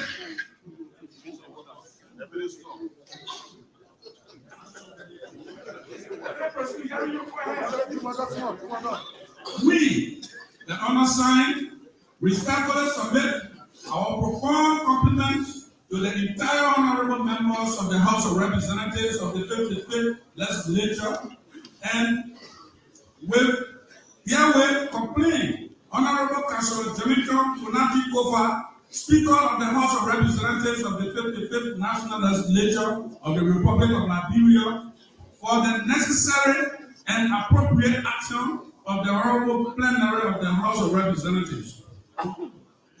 Over the period of its incumbency, we have keenly observed and reached the conclusion that Honorable Councillor Jamaican Funati Kofa has been involved with a number of issues which, in our view, grossly contravene the standing rules of the House of Representatives and bring it into conflict with the Liberian Constitution, the organic law of the Republic, and statutes. Distinguished colleagues, there is a series of issues upon which we can hold the Honorable Speaker liable. But for the sake of time and necessity, we have chosen to bring to the spotlight major counts as set out below. 1.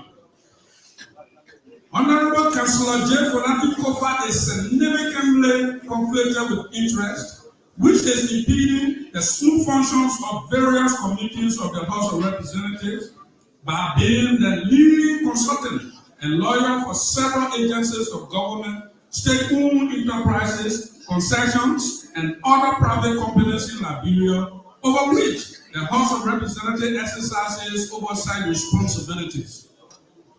Some of these agencies, state-owned enterprises, and concessions include the Liberia Petroleum Refining Corporation, LPRC, the Liberia Maritime Authority, LMA, the National Fisheries and Aquaculture Authority, NAFA, Liberia Telecommunications Authority, LTA, the National Social Security and Welfare Corporation, NASCO, the Central Bank of Liberia, CBL, the Roberts International Airport, RIA, the National Port Authority, MPA, the National Oil Company of Liberia, NOCA, the City Trust Savings and Loan Bank, the Big Mountain Mining Company, BMMC, and Telecommunication International Alliance, amongst others. This conflicted behavior of the Honorable Speaker violates Rule 45.1, Rule 45.2 of the Rules and Procedures of the House of Representatives under the subheading Conflict of Interest, which states, quote, where a member elected or delegated by the House to perform a certain task finds that the case at hand is related to his or her interest or that of a close relative, he or she shall withdraw from handling the case after notifying the House, the Speaker, or the committee on which he or she is a member, unquote. Rule 45.2 reads, quote, no member may be employed or engaged himself or herself in an occupation which is incompatible with the responsibilities vested on him or her, or is in breach of the trust given to him or her, or is damaging to the prestige and dignity of the House, unquote.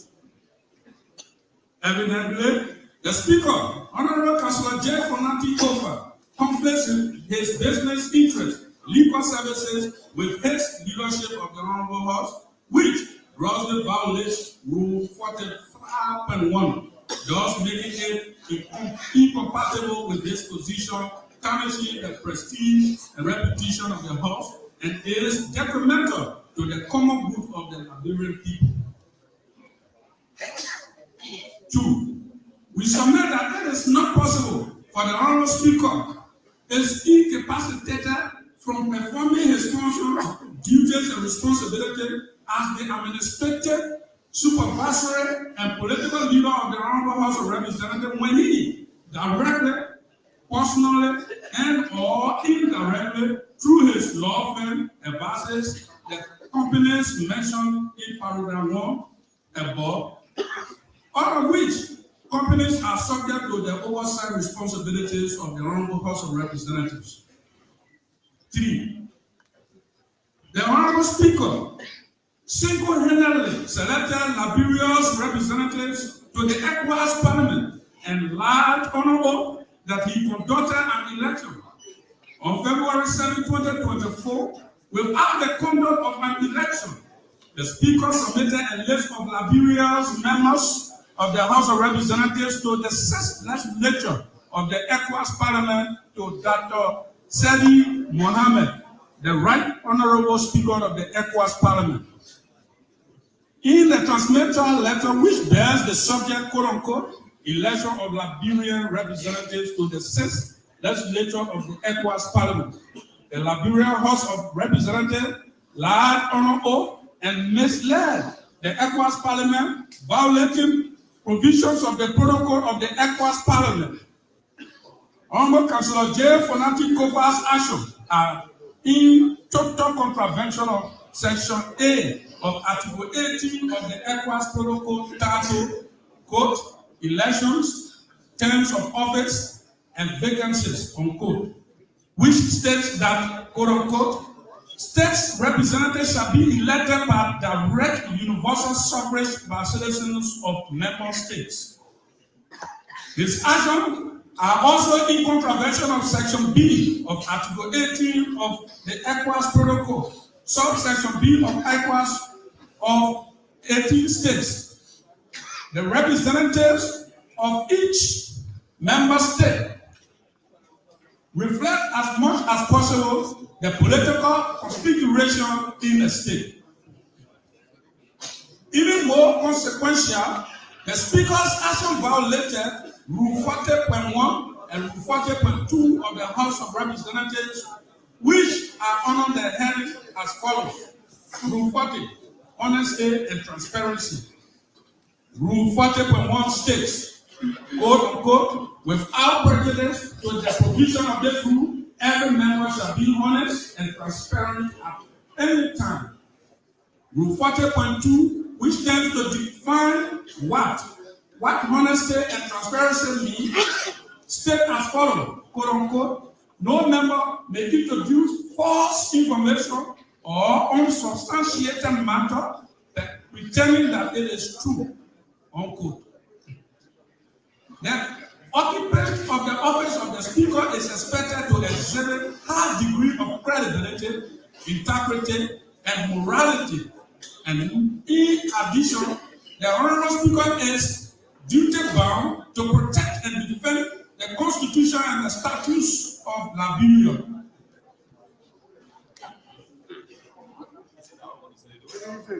Pursuant to his oath of office and rule of law. 3, 4. Instead, the Honorable Speaker's action and conduct evidently reveal that he lacks the moral rectitude and behavioral competence to perform the high office of Speaker of the House of Representatives, the third person in the governance of the Republic.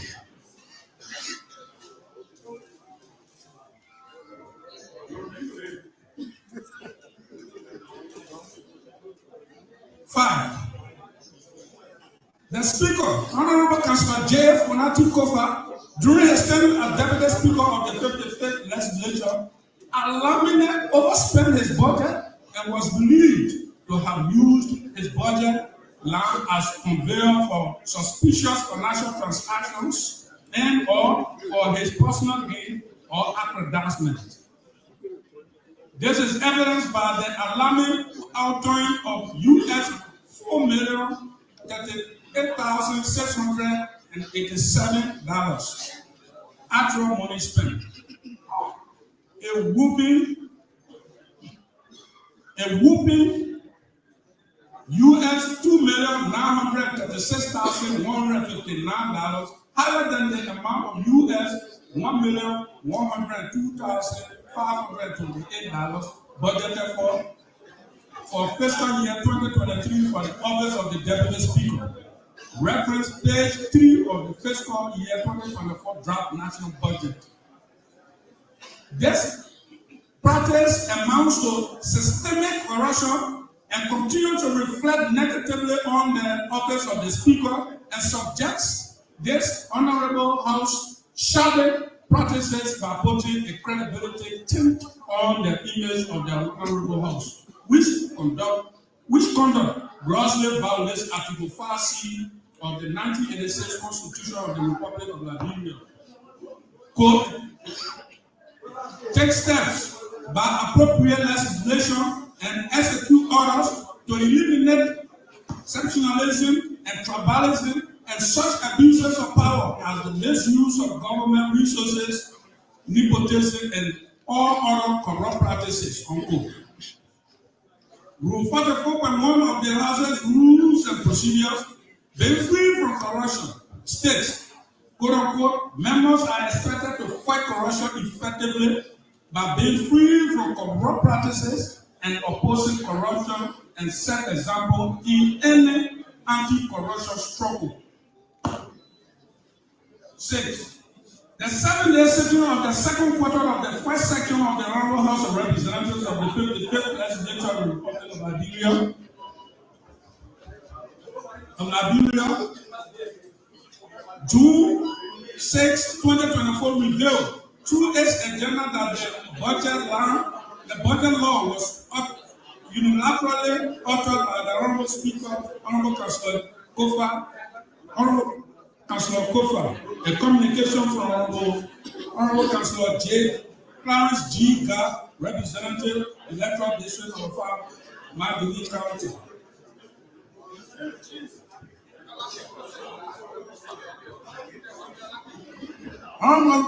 Honorable Speaker, Councillor J. Kofa was formerly town manager of Zebulon of North Carolina, USA, and was convicted and was disbarred from the practice of law following charges of investing approximately $500,000 United States dollars. Honorable Speaker, Councillor J. Kofa was made to restitute some of the money, and the rest was charged to community service. Today, Speaker Honorable Councillor J. Kofa is still doing community service in the town of Zebulon in North Carolina, which is expected to be conducted by March 2026. Speaker Councillor J. Kofa is a criminal that has spillover effect on his current position, thus harming the government of Liberia and the public, and as well damaging the prestige and dignity of the Honorable House of Representatives of the Republic of Liberia. In view of the foregoing, we, the Honourable Sir, respectfully seek the indulgence of the plenary of the Honorable House of Representatives to investigate the Honorable Speaker on these counts and to take the necessary and appropriate actions. Very sincerely yours, Honorable Ellis J. Brent, Representative District Number 1, Riverside County, Honorable Johnson S.N. Williams Sr., Representative District Number 3, River G County, Honorable Anthony F. Williams, Representative District Number 2, Maryland County, Honorable Prince Todd, Representative District Number 8, Montserrat County, Honorable Chief Clerk. To our minister, please, only the minister proper will be able to sit up there, and then we see him enter with his interact. Please take the back seat. Sire, please provide seat for our guests, please. Thank you. Proceed. Honorable Samuel M. Brown Sr., Representative District Number 1, Liba County, and Honorable Samuel G. Koga, Representative District Number 5, Liba County. Honorable Presiding Officer, Co-Presiding Officer, distinguished ladies and gentlemen, that is the reading of the complaint from some of the colleagues. Thank you, sir. So the speaker has formally been complaining. Distinguished colleagues, listen to the reading of communication from some members of the Honorable House of Representatives, complaining the Speaker James Kofa with all of the attachments to the complaint. With all restating that motion, distinguished colleagues, are you ready to vote? All those in favor? Your way and pleasure, sorry, distinguished colleague, Honorable Steve Tikwan. Honorable Presiding, Honorable Co-Presiding, having listened to the complaint from police with the exhibits, if true, constitutes violation of Article 90A of the Constitution, Rule 44 and Rule 45 of the Rules and Procedures of the House of Representatives, and perhaps other laws of this country on corruption and conflict of interest.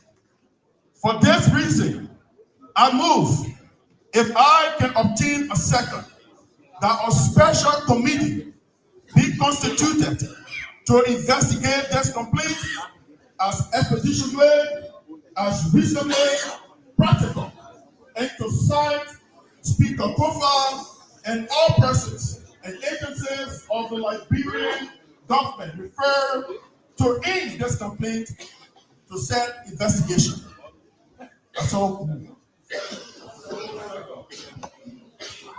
So a special committee is to be established to investigate the speakers from Kofa. The record was Steve Keeper of Middlesex County. Before restating that motion, colleagues, are you ready to vote? I'm ready, Honorable Evans Jones. Amen. Mr. Presiding, Mr. Co-Presiding, colleagues, to the mover, I will be ready to vote considering the complaint that is being filed by some of our colleagues against the Speaker of the House of Representatives. I will be ready to vote when your motion to carry that the Speaker be made to recuse himself from his seat to submit to investigation.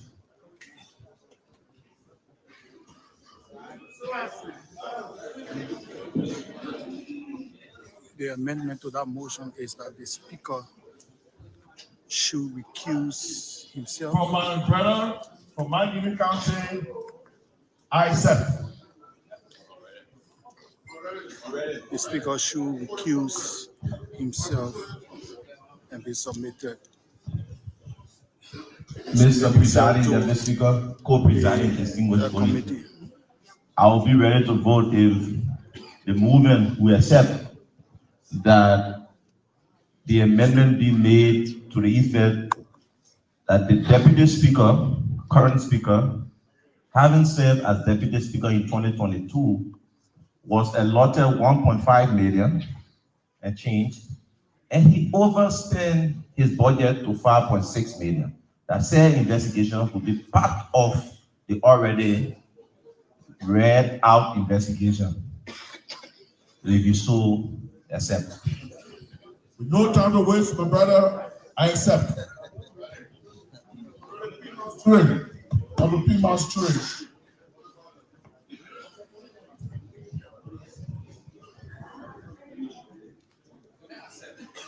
Thank you, Honorable Presiding. To the movement, I'll be ready to vote where your motion to consider other aspects of complaint that were filed by Honorable Johnson based on the Speaker's appearance on the Spoon Show, which he mentioned a room at the Boulevard Hotel.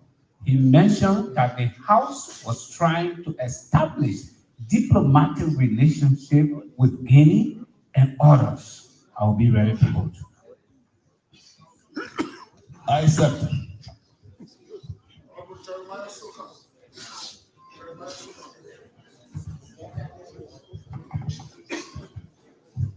Honorable Presiding, Honorable Deputies Presiding, distinguished colleagues, duly moving. I will be ready to vote if you could kindly accept a simple amendment that the complaint herewith submitted today to plenary, the chief clerk is instructed to share same with the speaker to address him the position. If you can kindly accept a simple amendment.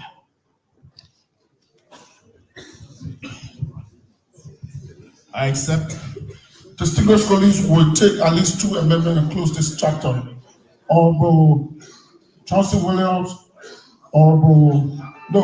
Anthony Williams, and then we take Honorable Colette, and then we take decision on it. I wish they would see it. Mr. Speaker, Mr. Presiding, co-presiding, I will be ready to vote if the movement can accept this simple amendment that the investigative committee be given the time frame that will be able to work within the scope of that time to expedite this identical investigation. If he can agree with 1 month, I will say. Okay, 2 weeks. Did I hear 1 week? 1 week. To the movement, you said 1 week.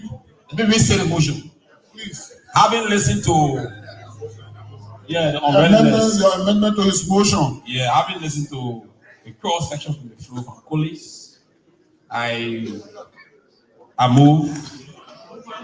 You'll be ready to I will be ready to vote to the movement if you can accept this simple amendment that the investigative committee be given 1 week to do their investigation and report to plenary.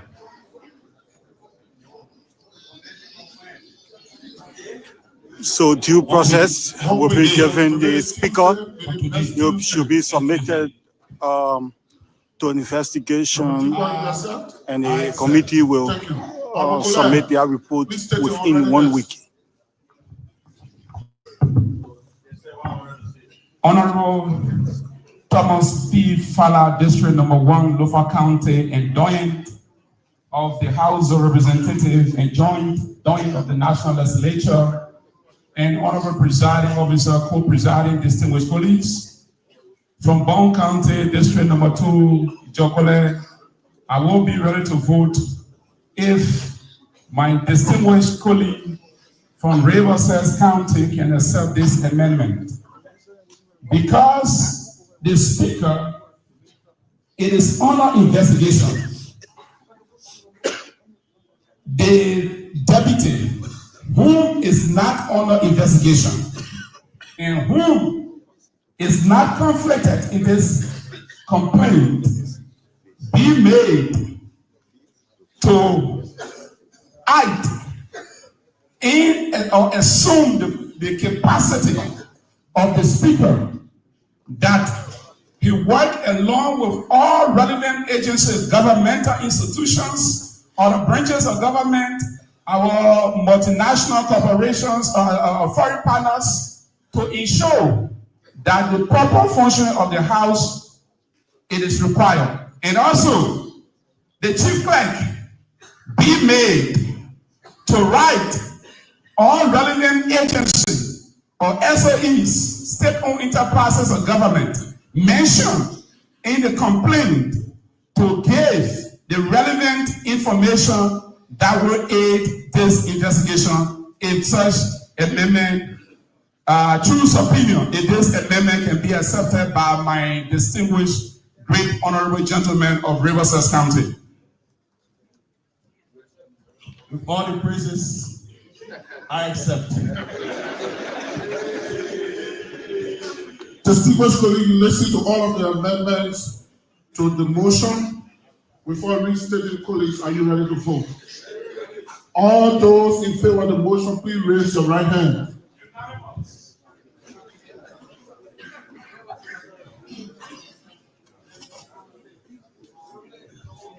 Against? Against?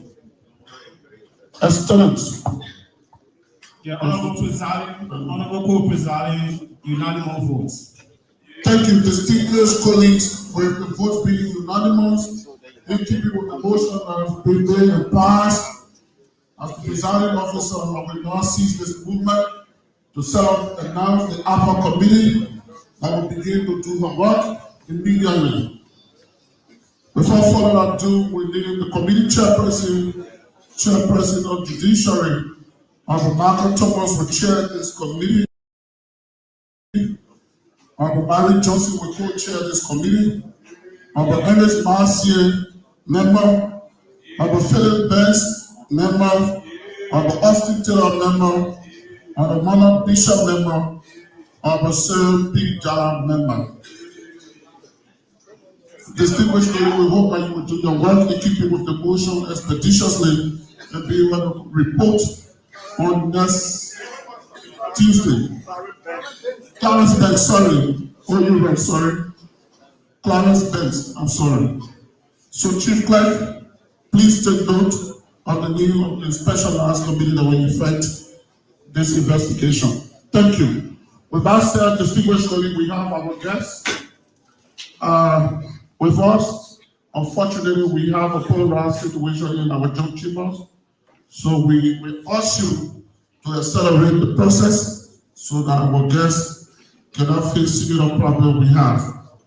In keeping with our discussion, we invited the Honorable Minister of Internal Affairs, the Director General of the Liberia Water and Sewer Corporations, as well the Minister of Transport, Honorable Sally. So in that order, distinguished colleague, with your permission, we have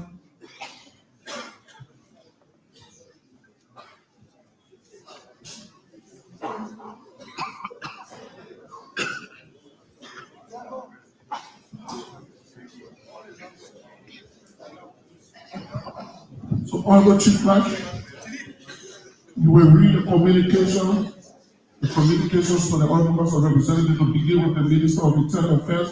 Mr. Minister, could you please sit there?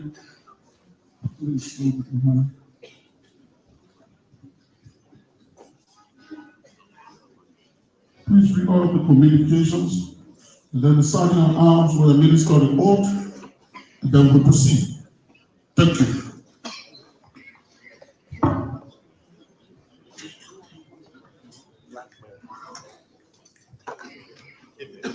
November 8, 2024, Honorable Minister, Ministry of Internal Affairs, Capitol Hill, Monrovia, Liberia. Dear Honorable Minister, I present compliments and right by directive of the Honorable Members of the House of Representatives section to invite you to appear before plenary on Tuesday, November 12, 2024 at 10 o'clock a.m. in the joint chambers of the legislature to give a report on the rollout of local government Act of 2018 and also to provide reasons why the county service sectors across the country are not providing the needed services to our people as mentioned in the communications from Honorable Ernest Maskey, Representative Electoral District number 4, Lima County, and Honorable James M. Kule, Representative Electoral District number 2, Bond County, respectively. Honorable Minister, please see the attached communication. Please see attached the communication with sentiments of my highest esteem. I remain sincerely, C. Congress Chair. Communication to Liberia, the Managing Director of Liberia Water and Sewer Corporation.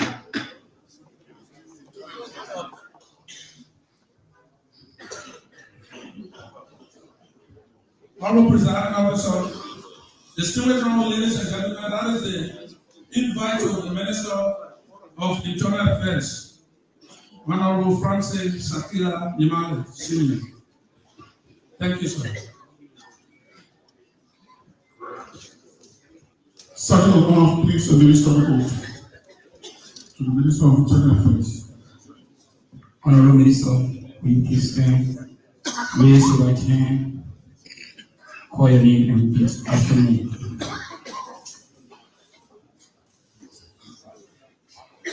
I, Francis Sakila Nimale, Minister of Internal Affairs, do solemnly swear that the testimony I am about to give, as it relates to this hearing, will be the truth and nothing but the truth.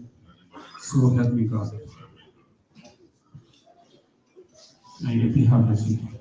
Honorable Deputy Speaker, Honorable Co-Presiding Officer, and my distinguished honorable ladies and gentlemen of the Honorable House of Representatives, the witness is hereby qualified for today's session. Thank you very much. Thank you. Distinguished colleagues, as you may be aware, we have a situation here.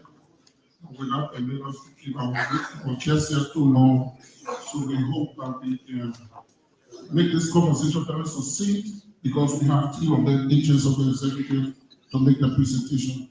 Please take note. We're not until the proponent of the communication for at least 2 minutes, and then we can allow the minister to respond, and then we'll find a way out. Thank you. Representative Nancy.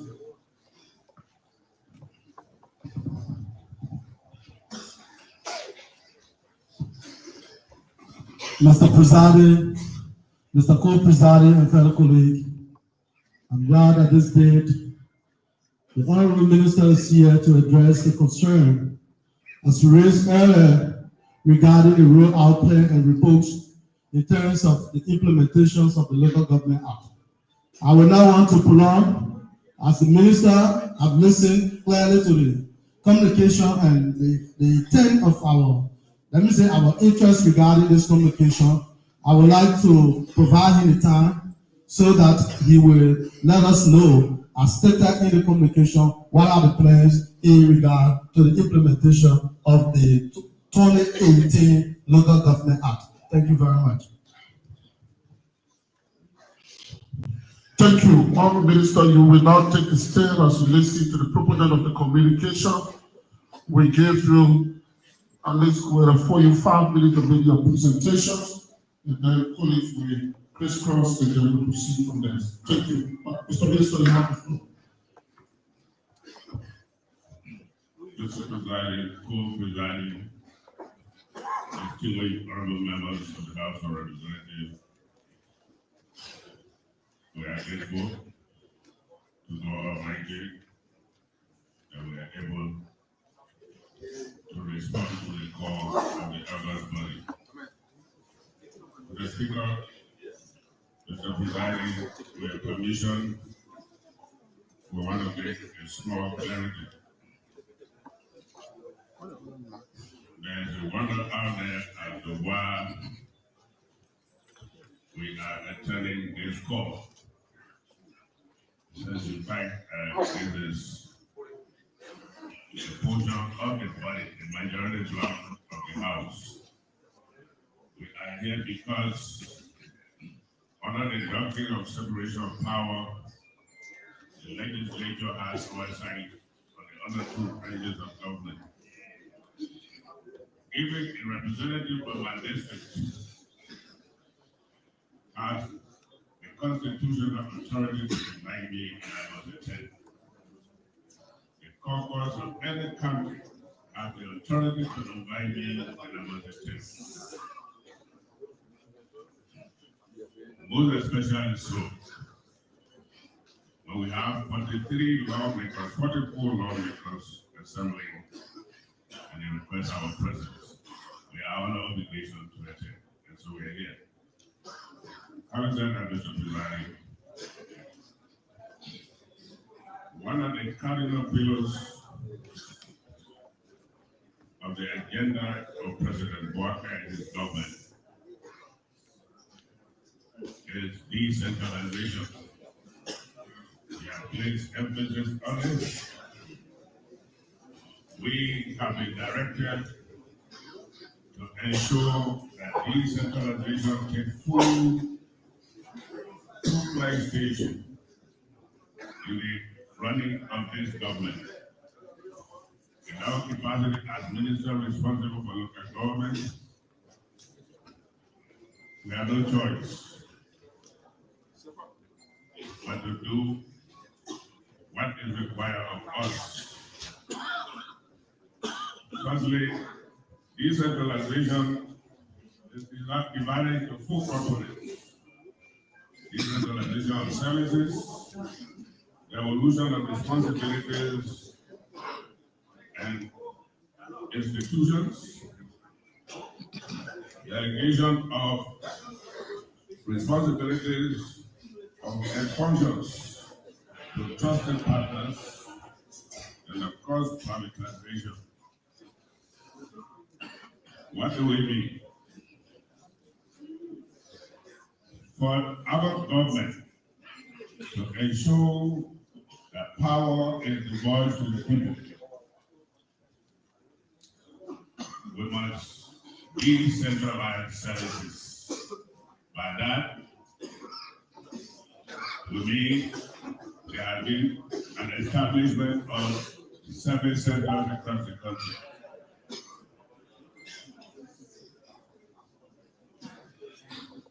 We came in when the act of the local government have been passed since 2018 with a 10-year implementation plan. Unfortunately, we realized that almost 7 years had gone before we came in, or 5 years, so to speak, 5 to 6 years, with not much being done. Under our stewardship and the direct supervision of the President of the Republic, we were able to establish county councils as required by the Local Government Act. We were able to establish the National Council of Chiefs. We were able to have leadership elected and subsequently adopted into office by the President. We have been able to establish local councils, county councils of chiefs. At the moment, as I speak to you, the county development agenda is being validated across the country with the direct involvement of the national legislature, both chambers. Mr. Presiding, members of the Honorable House, we have been able to ensure that the President was encouraged, which is his heartbeat, the devolution of authority to our local governments across the country. What we haven't succeeded doing is to make functional the service centers across the country. Reason being the absence of budgetary appropriation. Be that as it may, our partners, our bilateral and multilateral development partners who are taking interest in our decentralization program are working with us. As we speak to you, under a direct project being financed by the World Bank through the Ministries of Finance and Internal Affairs, an assessment of all of the 50 service centers across the country has just been completed. Report is being compiled. An reputable international institution was contracted. Those contractors, those consultants are at work. It is our hope that the honorable body will see reason to appropriate sufficient funds, and I mean sufficient funds in the budget that will help with the implementation, full implementation of the decentralization program, particularly the reactivation and operationalization of the service centers. Because of the service centers being functional, services to our people will be delivered. People wanting to get ID cards, people wanting to get passports, people wanting to get driver's license, people wanting to register vehicles, people wanting to get birth certificates, death certificates, and you need the rest of the services, social services to be delivered by this government. We no longer have to come to Madoria. That will reduce costs and reduce time. Mr. Speaker, at this point, I want to pause, and if there are questions or inquiries, we'll respond. Thank you, Asami. Thank you, Mr. Minister, for that presentation. Distinguished colleagues, we're now eager to view at least 3 persons that we said the environment is not that conducive for us to respond to a solution. Sokweta, Obitaya, Tommy, William Fumo, and then two on this we take from Tikwa, the first week.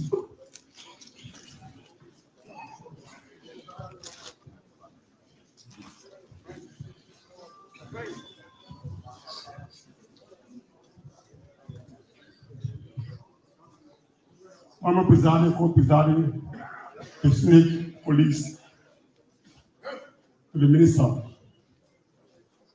We take this time to appreciate you for the how you say you took over to enjoy the working relations between you and the Parliament, especially the Honorable Bløggèr. But this concern have been coming to us. The implementation of the local government act is good, but the appointment was done by the President and your ministry. We observe that because there are positions you should have certain documents, you have certain qualifications to occupy the positions. But in some other countries and districts, they are poor occupied and don't meet that criteria. And we believe that if that part is not fully implemented, the local government actually will not be strong. So what are you going to say?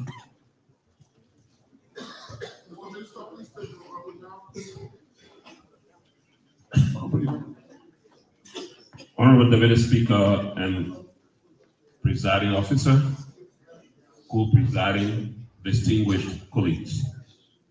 Let me extend my thanks and appreciation to the Minister for honoring our invitation.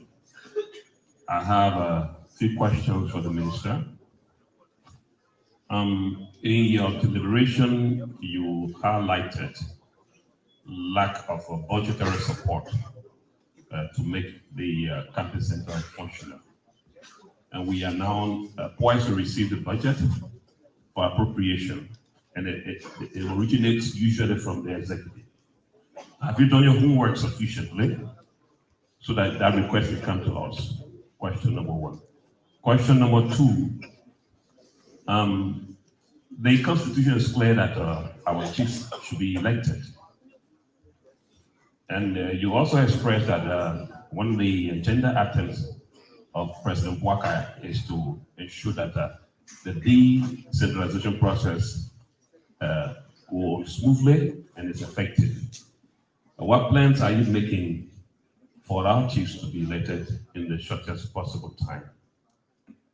And thirdly, there are a number of chiefs that have been appointed in our area, and a lot of them are not on salary. What efforts are you making in this land to ensure that the chiefs have their salaries and they take pay regularly? Thank you so much.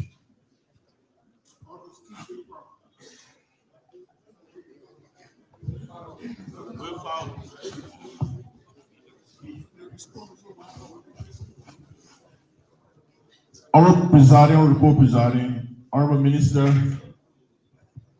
it's not a question, but it's an appeal to you. The people of the electoral district 2 Riverside County, most especially the people of Bløggèr, they are concerned since this government took over, no one in our area has been appointed, and they are counting on you to convey their message to the president so that the leadership within the area of the Bløggèr can be constituted. Thank you. Thanks. Last.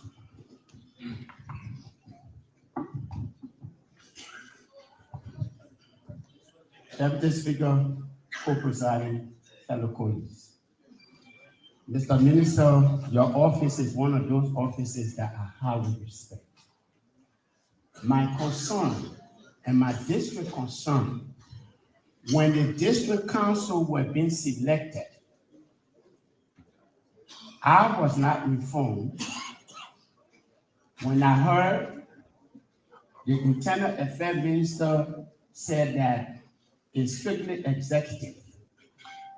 Now, it's me that you are coming to for budgetary and lobbying, something I know nothing about.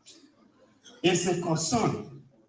Two, the people that are selected by your ministry on the council, some of them cannot even read and write. My concern there is this country, we are not putting educated people so that we'll be able to strive to develop this nation.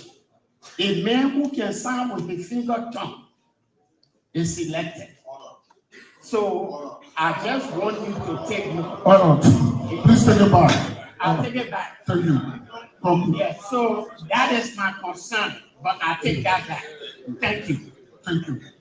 Okay, just keep us running. I need to talk it back. So, Mr. Minister, finally, before you respond, I would like to close the comments by asking you this question. I have to say, Mr. Minister, as the presiding, one of the electricity electricity has been cut off also.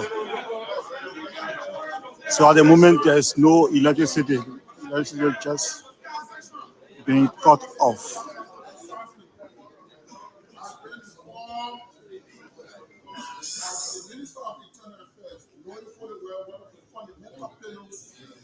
Responsibility of the Minister of Internal Affairs is to foster peace and reconciliation among our people.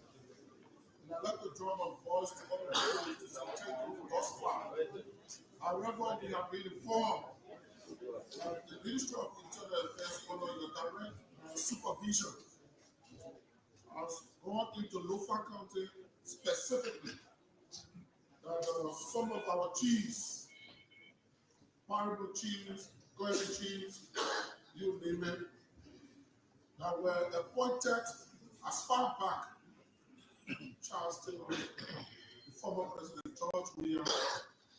We have been informed by you, Minister of Internal Affairs, took a decision to have most of our chiefs or some of our chiefs replaced from position they served, some of them 5 years, 10 years. Some of them got into this position by exception,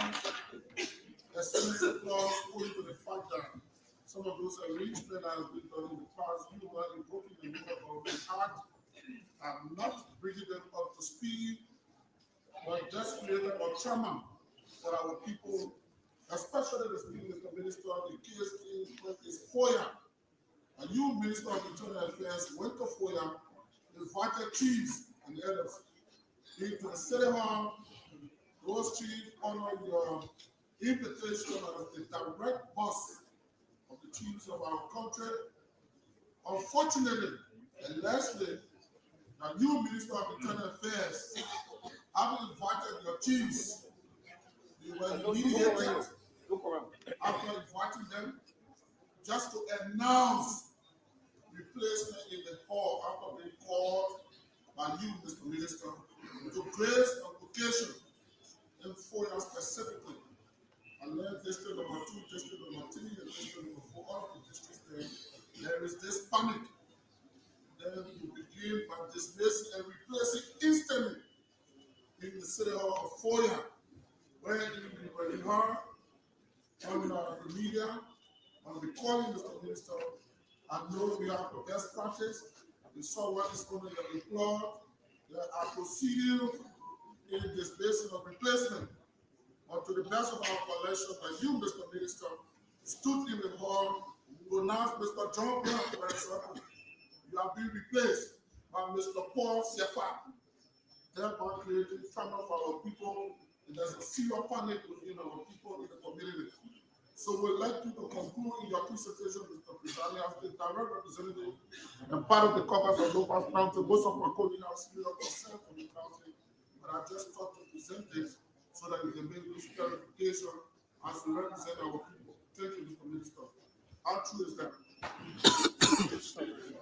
Mr. Presiding, co-presiding, distinguished members of the House of Representatives. Minister, who was nominated Vice President Bløggèr, confirmed by you, the legislature, through the Legislative Senate, subsequently appointed by the President, has the mandate to execute in accordance with the law.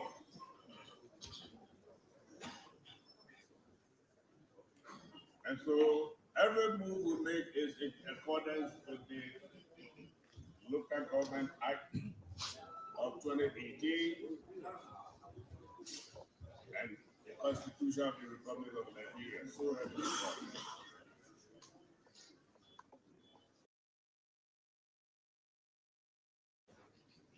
We are under obligation to make sure that we create a database to enable the National Election Commission to subsequently conduct an election of chiefs as required by the Constitution. Prior to that, the law provides that the minister responsible for local government appoints acting chiefs. In the instance case, because presiding, let me be reprimanded by this august body should they receive and play any recording that have me calling names of chiefs and telling them they are dismissed. No. This is what we did. We realize that across the country there are people holding chieftaincy positions and they are not appointed according to the Act. When we acted in district number 1, we should have you represent the secretary.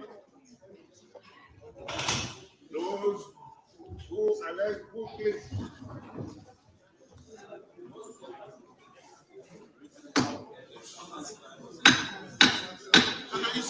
please.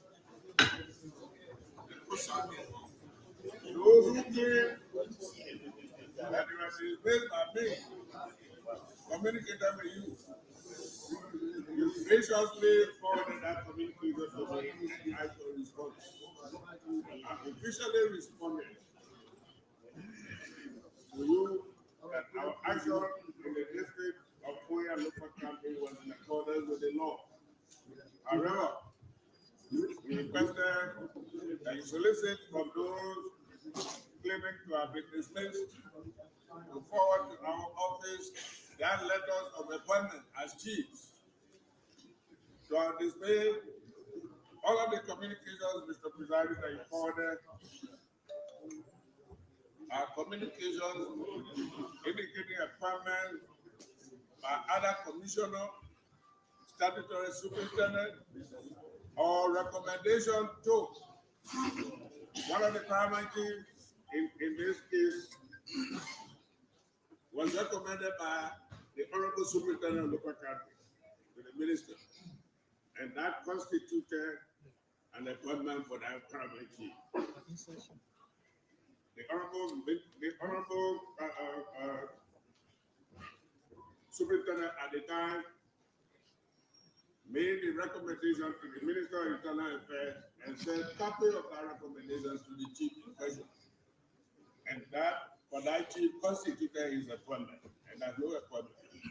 So, again, if there's any of those chiefs that will provide evidence of appointment by the Minister of Internal Affairs as chief, we reinstate them with immediate effect. As 1. 2, those chiefs who should have been appointed by the minister, but instead appointed by the president, their power and authority cease to exist upon the promulgation of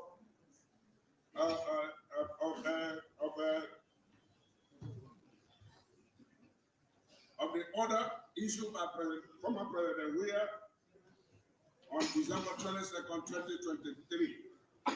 And so following the coming to force of this government, they cease to exist because they are presidential appointees.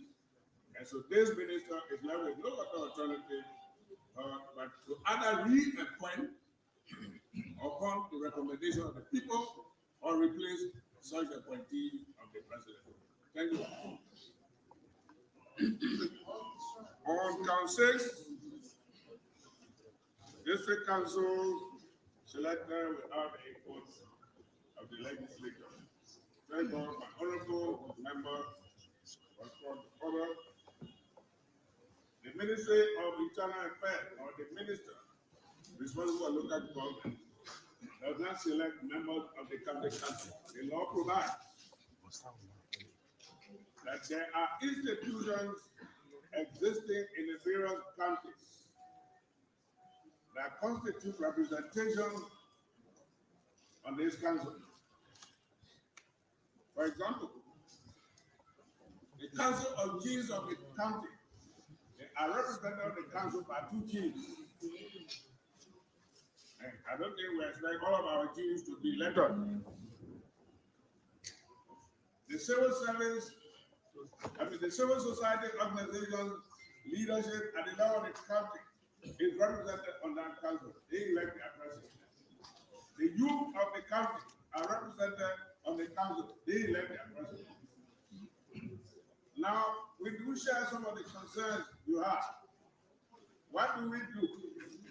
We are working with our partners, our multilateral and bilateral partners, our local partners of goodwill, to help us train these members of the council. It is required 2 things: that there be established a county support office that will work with this council, and those to be employed as civil servants in that county support service office are a legal counsel and an experienced administrator to be evaluated by the MIA and the civil service agency to support the council. Members of the council, as we speak to you, we have been funded by donor partners to train them, and that training is vigorously ongoing. Whether this person can read or write, there are no criteria in the law that is set, that is enshrined therein, that you must be a college graduate, a high school graduate. No.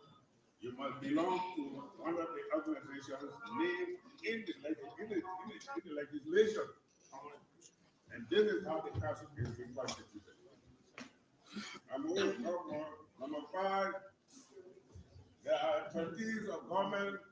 One of the honorables said, appointees in government that do not meet the criteria as established by the law. The president of this country does not know everybody's name. These people have been recommended. Yes, I do agree. The president has an office that scrutinizes. But if there is any human error that somebody, one way or the other, was appointed and didn't meet the requirement, we are prepared to accept that being known to the president through the office of the Minister of Internal Affairs, specifically meaning the appointee or appointees, and give us their educational history information. And we can assure you, please give it up that we advise the president. You'll be okay. Please allow you. Number 3, when we choose be elected, when President Marka His Excellency was sworn in, he declared the Liberian people and the world alike that he will ensure that elections are held during his tenure, the election of chiefs. You will realize that in 1986, following the coup, the Liberian constitution that was suspended was rewritten. A referendum was held and it was upheld by the Liberian people. Today, we have the 1986 Constitution of the Republic. That Constitution clearly states that kings are to be elected. Unfortunately, since 1986, this country has not experienced any chieftaincy election. But the Bløggèr has assured you, honorable members of the legislature, that there will be a chieftaincy election during this term. As we speak to you for your information, we are working with the National Election Commission and other stakeholders with a proposal. We shall endorse the proposal and make funding available by October 2026.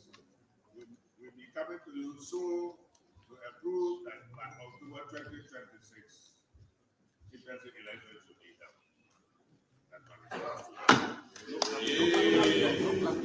Way for Honorable Dimas Dre.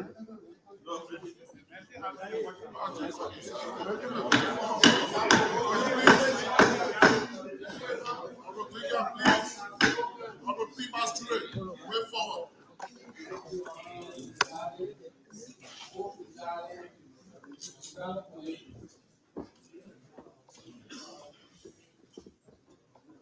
Thank you for giving me the opportunity to provide the way forward.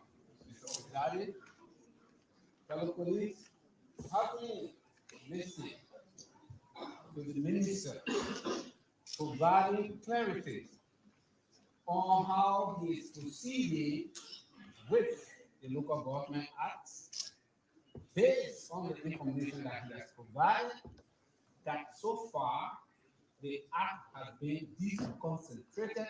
That is to say, there have been institutions that have been deconcentrated into our rural counties, having made the information available that powers have been delegated to those institutions within our counties, and have we also provided further that the ministry is at the point of devolution. That is to say, to devolve the services in the capital to the rural counties. Mr. President, realizing that the minister has also informed this August body that local elections for chiefs would be held based on the information provided also that at the stage of devolution, the ministry is making efforts for the resuscitation of the 50 county centers within our country, a move we got to obtain a second, fellow colleagues, that the minister be made to provide us report on the re-establishment of the county centers, and that the minister be discharged as so moved. Dimas Dre of Maryland County, then asking for the minister to make a report on the progress of the reopening of the county centers. Fellow colleagues, distinguished colleagues, I will be ready to vote where the movement accept. He has announced the discharge of the minister.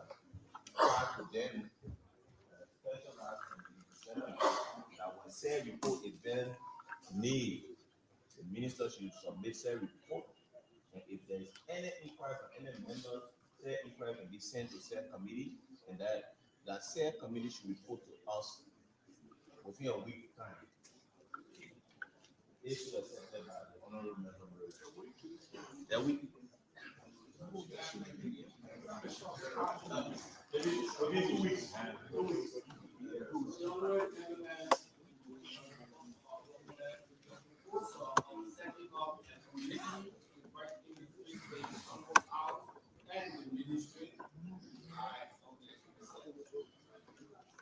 Distinguished colleagues, with the acceptance of the amendments, are you ready to vote? Yes. All those in favor of the motion say yea. Yea. Against?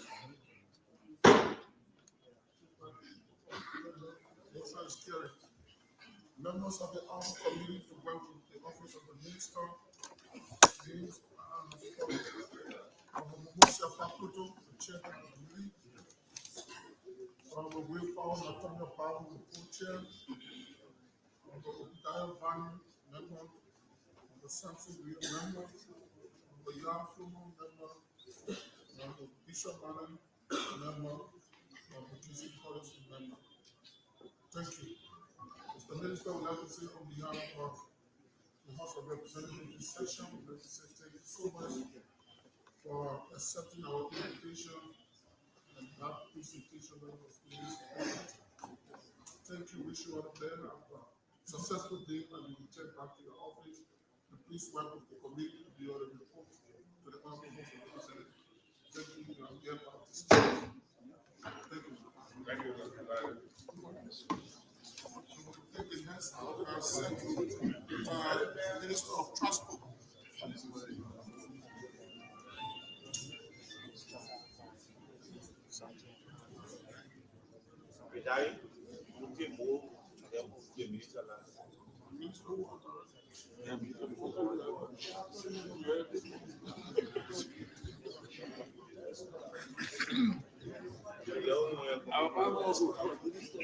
What a rush to the Scøtt Minister.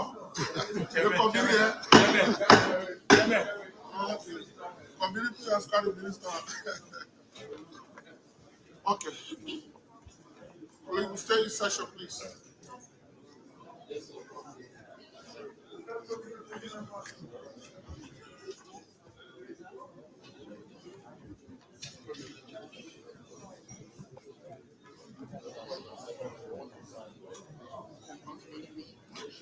So the Minister of Internal Affairs has been discharged by this August body. And next is Selitalo, Minister of Transport, will take the witness stand.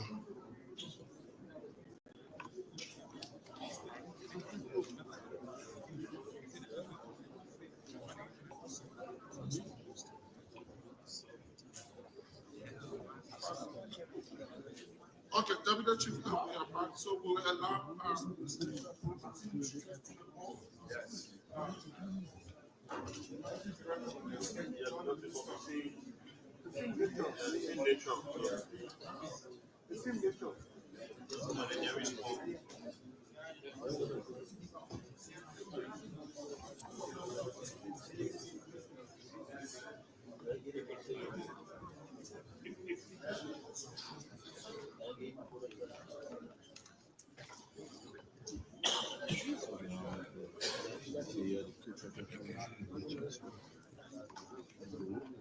So the appearance of these witnesses has to do with the alleged private scandal which they deemed the Minister of Transport and the Water and Sewer were caught.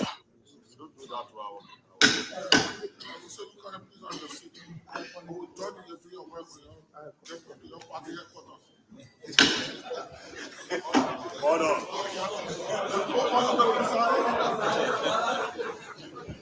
Nobody will accept order yet. Why are you telling order?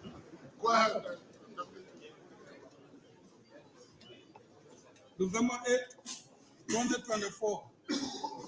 Honorable Minister of Transport, Capitol Hill, Monrovia, Liberia.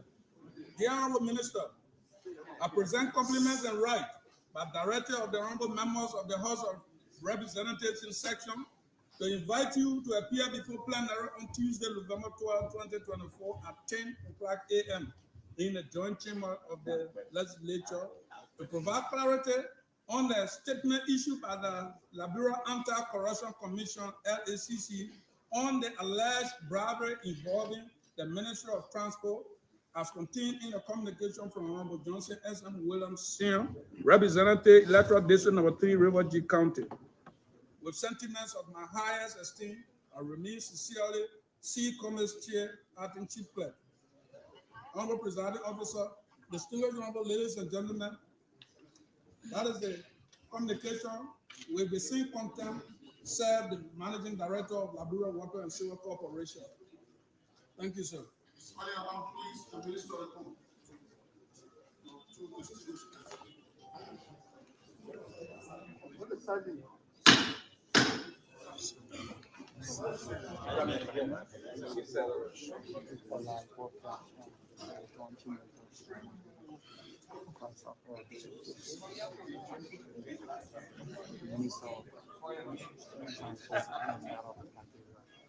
I,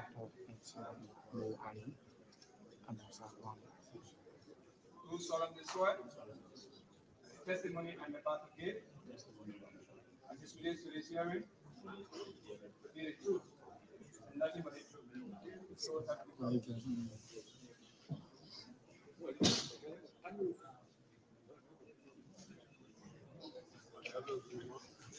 Honorable Deputy Speaker, Honorable Presiding Officer, and my distinguished honorable ladies and gentlemen of the Honorable House of Representatives, the witnesses are hereby qualified for today's session. Thank you very much. Thank you. We'd like to say, Mr. Minister, Mr. Managing Director, you are welcome to this forum. I hope our communication and discussion will be sustained in a silent atmosphere, although we are all working with each other. Thank you. So we give the coconut of the communication just 3 minutes, and then we will listen to our witnesses. Our Johnson will. Honorable Deputy Speaker, Honorable Presiding, distinguished colleagues, without wanting to restate the content of my letter, I would like to summarize thus. That today you have invited the heads of the Bløggèr Water and Sewer Corporation in, the head of the Ministry of Transport, to provide clarifications as to the alleged payout of money from the 2 institutions' operational accounts given to us as members of the Honorable House of Representatives allegedly. And this clarification is very important, not only just to clear our integrity, but it's also for the Liberian people to know as to the facts surrounding the allegation against the Honorable House. Thank you very much. Thank you. Very succinct.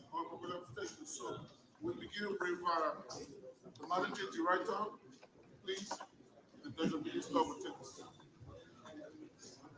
Current number.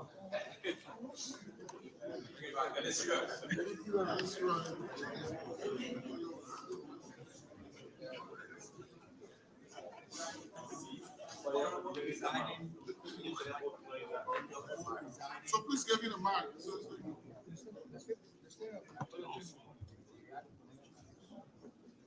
Okay, go ahead. It's been connected, so let's go ahead. Honorable members of the House of Representatives, the accusation is that the Bløggèr Water and Sewer Corporation allegedly bribed you, honorable members, in an attempt to remove the Honorable Speaker of the House of Representatives. The question I kept asking is, observation.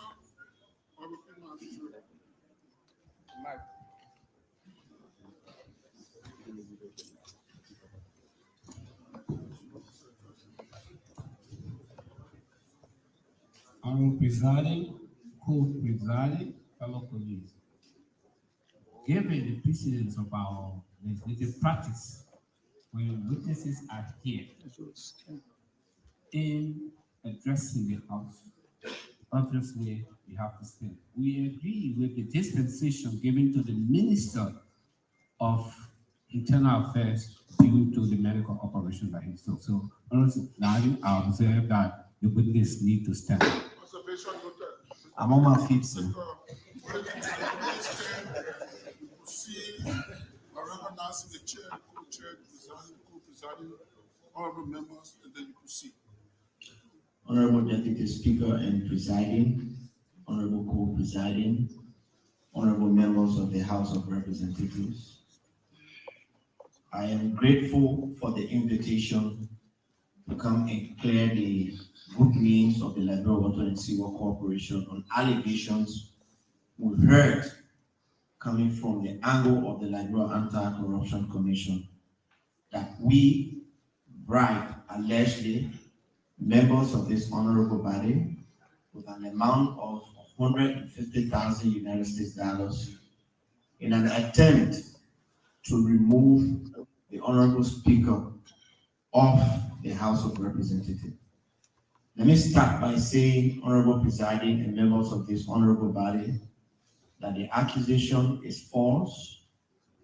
It has no truth because the Liberia Water and Sewer Corporation operates strictly on best financial practices, and that we cannot afford to withdraw a cent from our account without stating clearly reasons for which we are withdrawing.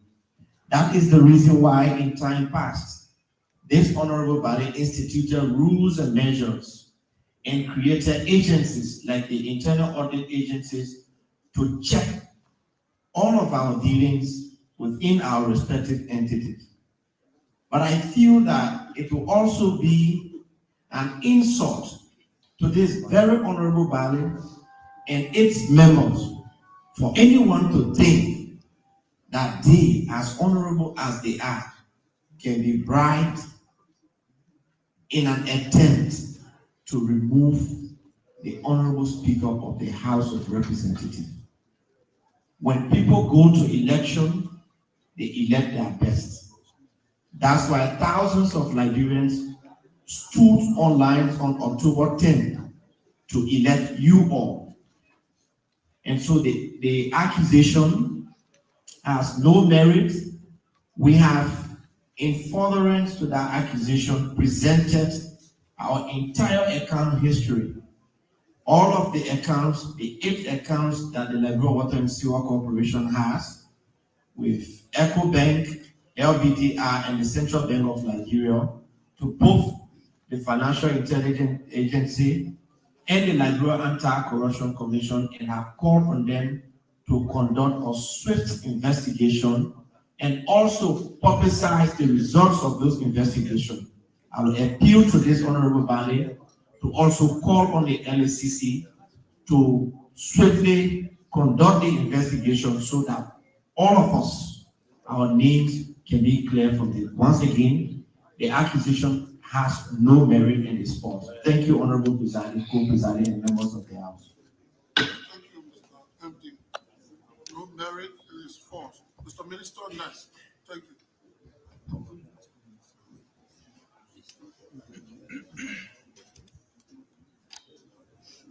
Honorable Deputy Speaker, Honorable Co-Presiding, Honorable members of the legislature, I received a letter from this body inquiring about alleged bribe to the legislature for the removal of the speaker. That allegation that was purported on social media I saw from the LACC is false, it's misleading, it's misinformation, and it's disinformation. The Ministry of Transport adhere to PFM laws, IAA audits and IAA operations, and we are supported by the Ministry of Finance. The ministry has 3 accounts, 1 USD and 2 Liberian dollars account. What we did was we wrote the LACC for a swift and expeditious investigation, and we want that investigation to go public. But it beats my imagination that people were accused, members of the executive branch, and also you honorable lawmakers, of bribes. when they don't have no facts, they don't have no evidence, it's not even true, and these wild allegations, which are deemed malicious, are made. To go beyond that, in the name of transparency, in the name of accountability, the Ministry of Transport knows nothing about what happened. What we do is that we work every day to create policies and regulations for all forms of transportation in the country. That is our responsibility. But what I want to say here, to be more clear for the record, I want to submit my WhatsApp number or my personal phone number, because to give people anything, there has to be some form of communication besides the LCC report. I would like to say my number. I can give it to anybody at the house, and I'm calling on the LCC, and I'm calling on all MTN, Lone Star, Orange. My numbers are there. It's free. They can give it to LCC. They don't need to subpoena those numbers. Let those numbers be given to LCC. Let them show a pattern of communication between me and any members of this body, because I know it's not true. My WhatsApp information, if there's any privacy on WhatsApp, I waive that privacy right now. So those can happen and people can see the facts.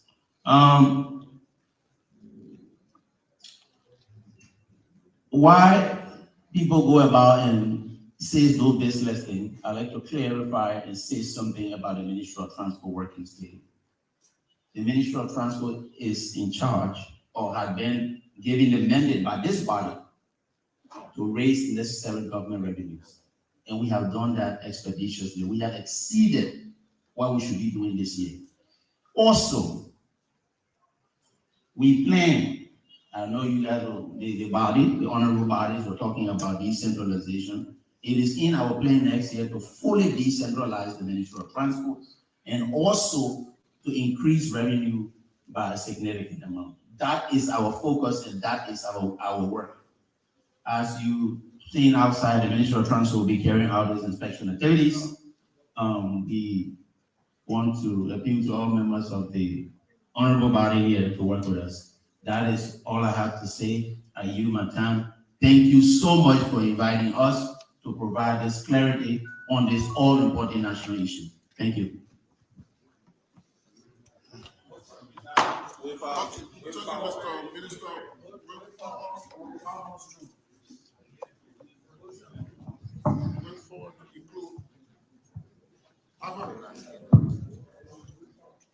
Thank you, Mr. Presiding, Mr. Co-Presiding, colleagues. The doyen of the house has the gavel. So I wanted to ask a question, but again, for the record, let the record state that our guests only informed this body of communication from the both entities to LACC regarding an alleged allegation of bribe. We did not hear in this testimony of our guests that any invitation was served then by LACC to conduct an investigation.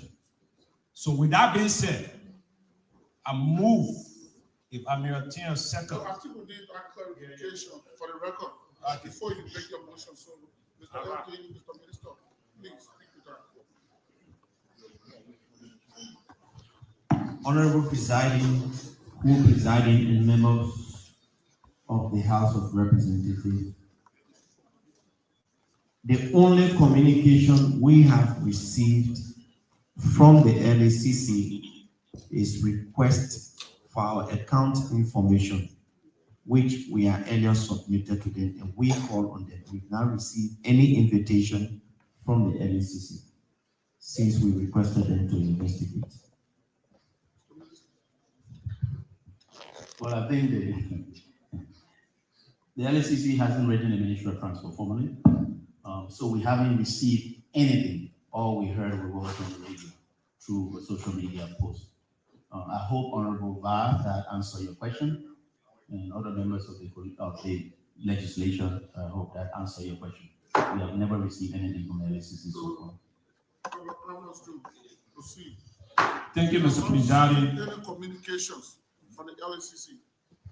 Thank you, Mr. Presiding, Mr. Co-Presiding, colleagues.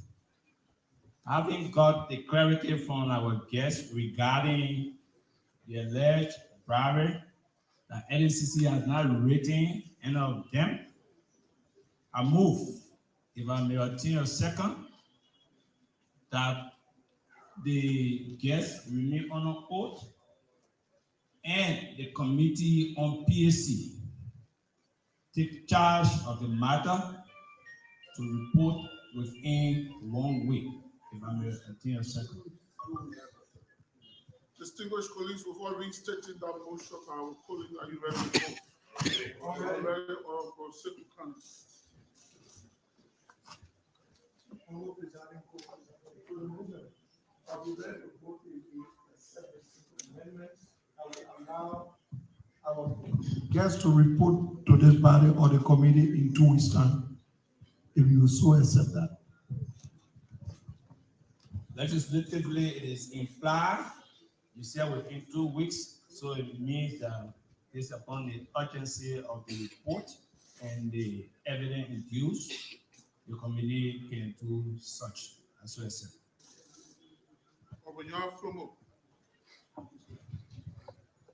Thank you so much, Honorable Presiding, Co-Presiding, distinguished colleagues. Our guests are invited here predicated upon the communication from Honorable Williams.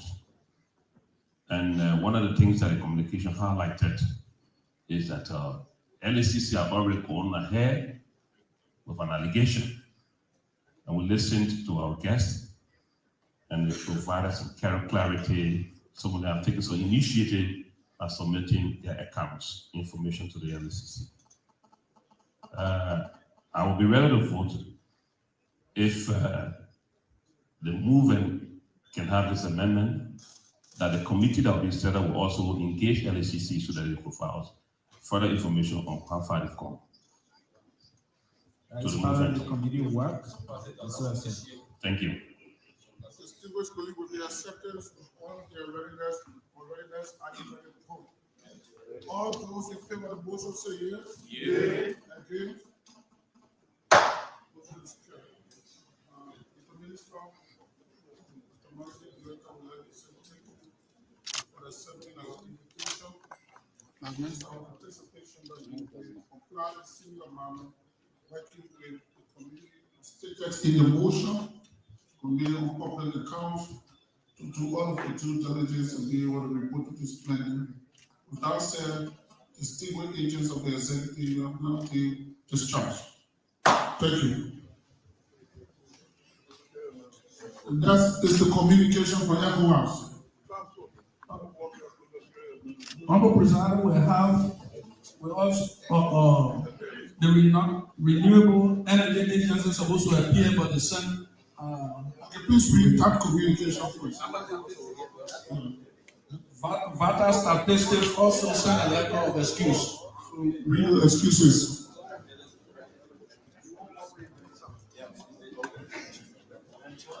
Honorable C. Congress Chair, Acting Chief Clerk, House of Representatives, Capitol Building, Monrovia, Liberia.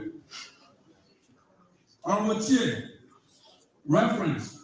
Request for rescheduling appearance before the Honorable House of Representatives.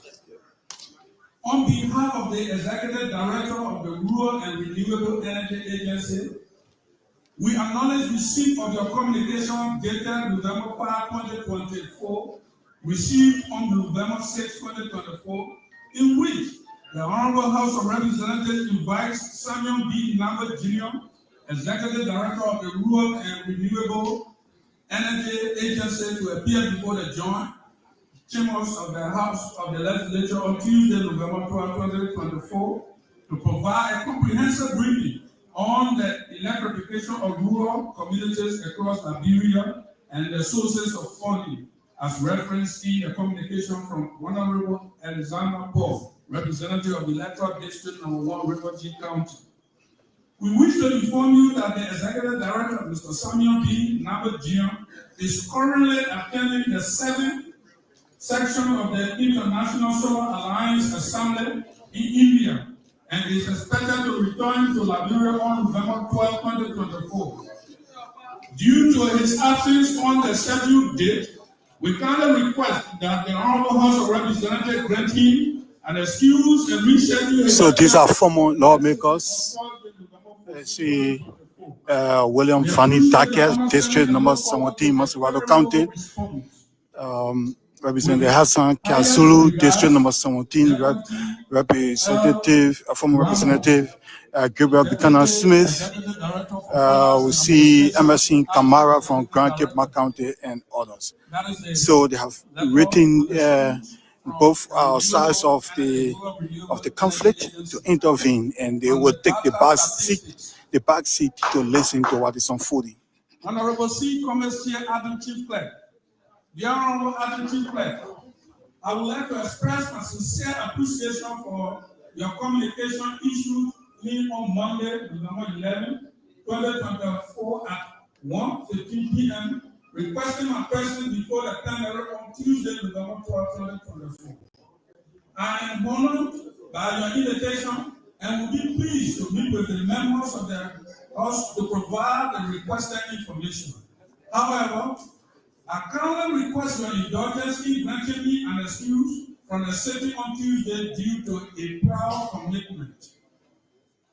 I will be attending my graduation ceremony at the AMEU Graduate School, which is scheduled for November 13, 2024 at 10 o'clock a.m. in Roxville.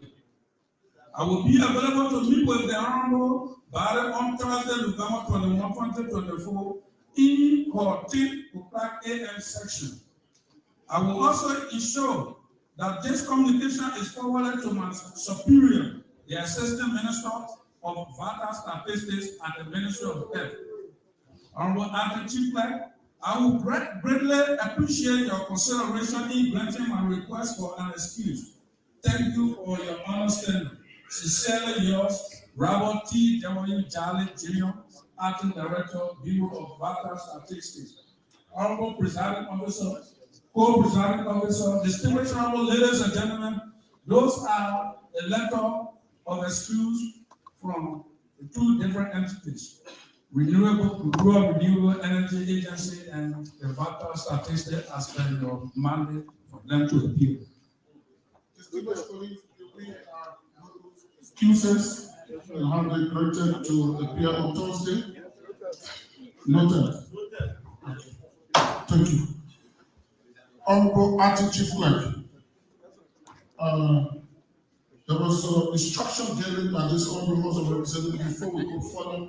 Let me recognize the presence of our distinguished former colleagues. I see John Chambers, Honorable Emerson Kamara, Honorable Gabriel Buchanan Smith, my old brother Dr. Fire, I see Hezekiah Zulu, Lester P. Distinguished colleagues, you are welcome. Thank you. With that said, Honorable Deputy Chief Clerk, we will observation.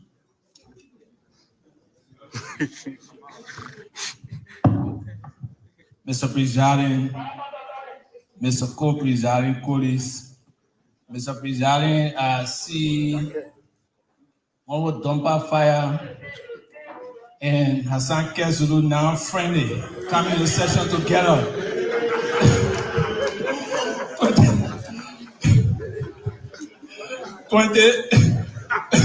2 former colleagues of district number 17. 2017, I don't know whether they were this friendly, but anyway, that's a period of democracy. Thank you. Good observation. Thank you, colleagues, at least. So, Honorable Deputy Chief Clerk. Yes, sir. The House of Representatives, we have to inform this body on the instruction that was given on last session day to have our distinguished colleagues of the last action to be present in this chamber to answer to allegations.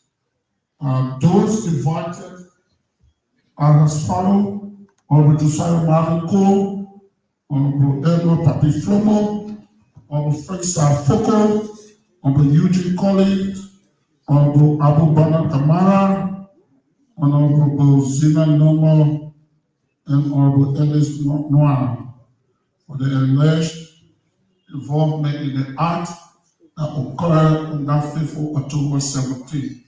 Could you please bring the body and the communication, verbal or written, for which they are not present today or are they on the way? Thank you. Honorable Presiding Officer, Co-Presiding Officer, distinguished honorable ladies and gentlemen, as per the mandate, letters were done to all of those you requested us to invite for hearing today. Unfortunately, those letters were carried by the dispatching officer, but those honorable involved mandated their staff not to receive any communication coming from the majority block, as they call it. And so what we also thought to do is that to be able to absorb all avenues, we decided to use emails and WhatsApp.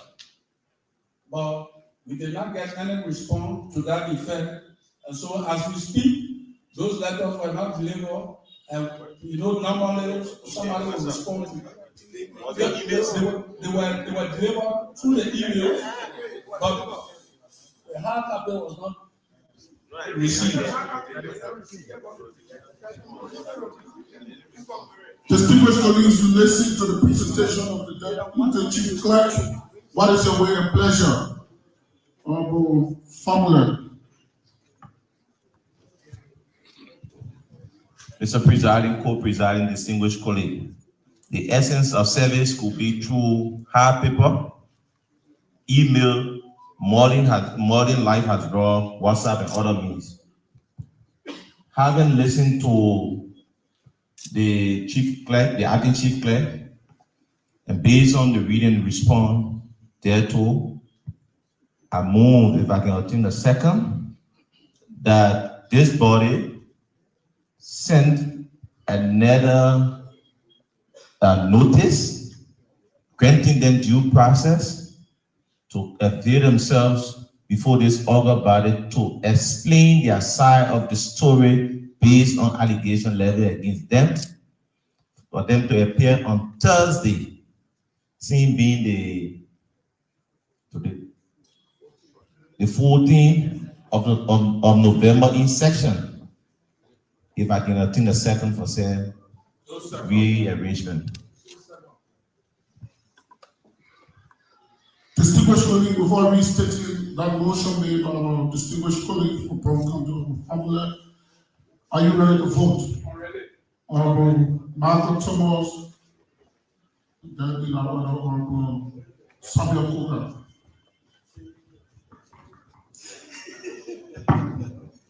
Mr. Speaker, presiding deputies, co-presiding fellow colleagues, having listened to the movement, having listened to that motion, and it's clear by our law, the civil procedure law, that service by process were executed to the extent that the last known email address and WhatsApp numbers were being used to convey the communication.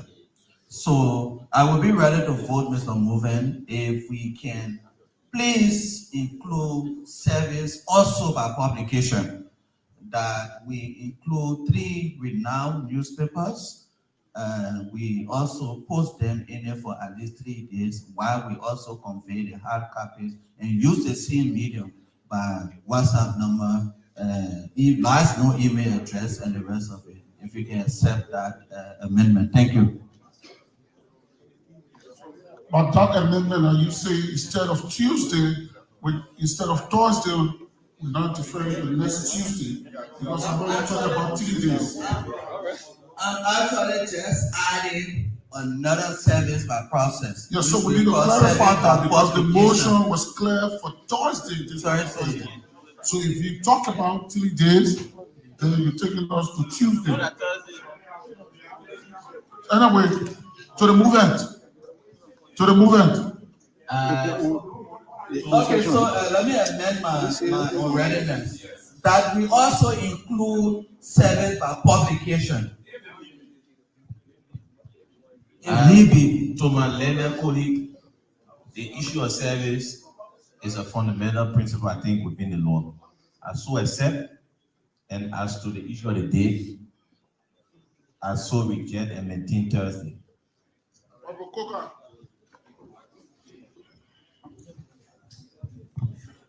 To remove it, once we are all cognizant of the fact that due process is a hallmark of every investigative proceeding, I will be ready to vote if the official departure of communication can formally reduce whatsoever transpired into writing.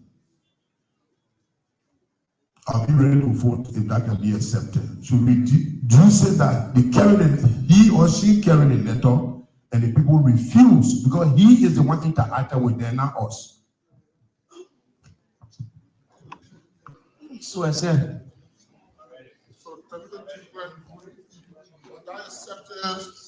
The procedure and channel should be from your office until the protocol officer, right, or the dispatching officer. The dispatcher should take those communications to the respective offices with return. All information should be sent to your office if rejected. On others, you. We put the motion to test. Mr. Presiding, co-presiding colleagues, to the Honorable Gentleman of District Number 7, Bond County, who is the mover, I will be ready to vote for you to consider the simple amendment that while the communication was served by electronic means, that the acting chief clerk, who is the deputy chief clerk, also post those communications in our leadership chat room in which these memos are, and then we will also take those information from the leadership chat room and post it in our various chat room. If you can. Yeah. So accept. The accepted distinguished colleagues already Honorable Deputy Speaker, co-presiding distinguished colleagues, I will be ready to vote, provided that the communication that will be said will be accompanied with a sergeant of arms to deliver those communications to them. I'm ready to vote and convert this amendment. From my labor colleague from Lofa, for security reason, so accept. I thought we did that to include the chairperson of defense or the co-chairman of national security. With that said, distinguished colleagues, are you ready to vote? Yeah. All those in favor of the motion say yeah. Against? Motion is carried. Honorable Deputy Chief Clerk, please act accordingly.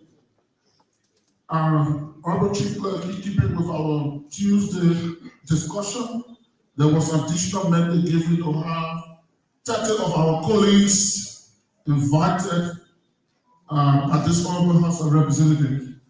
Do you care to inform us? Yes, sir. Thank you. Honorable Presiding Officer, co-presiding officer, distinguished honorable ladies and gentlemen. Yes, again, as per the mandate, those communications were done to the 30 lawmakers,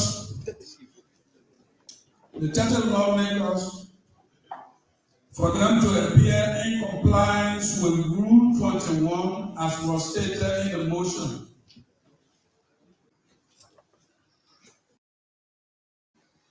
The 55th House of Representatives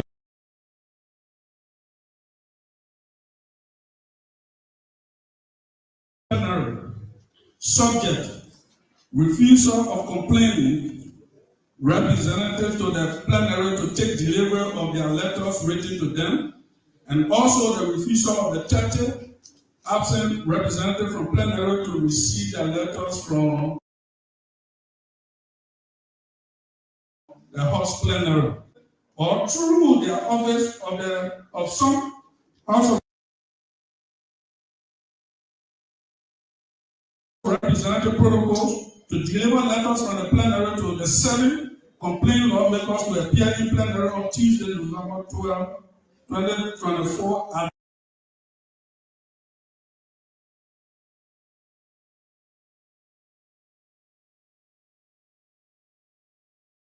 the hour of 10 a.m. in a joint chamber declared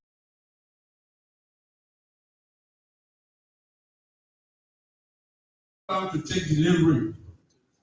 However, letters from the Honorable Councillor Funaki Kofa, Speaker of the House of Representatives, and ordered me to take all such communication back to the Deputy Chief Clerk after I was forcefully taken to his office by Mr. Patrick Moore, who is now serving as acting Chief Clerk for the minority members. I want to inform the plenary that Honorable Jason Civil order that all keys to the Deputy Chief Clerk office in my possession should be turned over to him after Mr. Patrick Moore suggested to him and so they took the keys from me. Honorable signed, Honorable George Chile, dispatcher. Honorable Presiding Officer, Co-Presiding Officer, distinguished honorable ladies and gentlemen, yes, those keys were taken. The letters were refused. Again, we use the email to be able to do delivery again. But what puzzles us is that my office, Salinas, were changed. As we speak, Mr. Patrick Moore is the one who is in hold of my key, of the keys of the new Salinas. And I was informed that anytime I enter the office, they are posted 2 persons there so that when I enter there, they can call to him, and I don't know what the next course of action will be. Most besides that, when the communication was sent on email, there was a threat also to the senior stenographer who email we used to be able to send those communications. A court action was also threatened and other verbal attacks. Honorable Presiding Officer, distinguished honorable ladies and gentlemen, for now, this is where we are. Thank you, sir. Distinguished colleague, listen to the presentation from the acting Chief Clerk and Deputy Chief Clerk of the Honorable House of Representatives. What is your will and pleasure? Inquiry. I want to find out from the Deputy Chief Clerk whether the email that you guys used to send.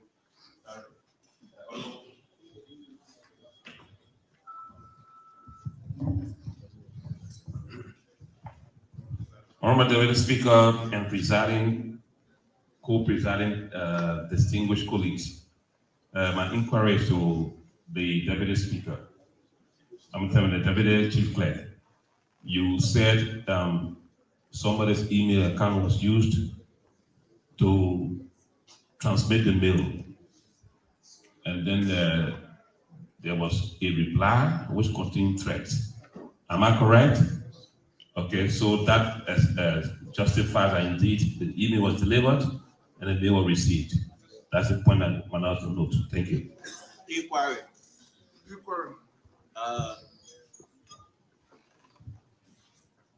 Presiding and co-presiding distinguished colleague, I would like to inquire from the Deputy Chief Clerk, Acting Chief Clerk, as to who specific placed that threatening statement or calls based on the name of the representative that were communicated with.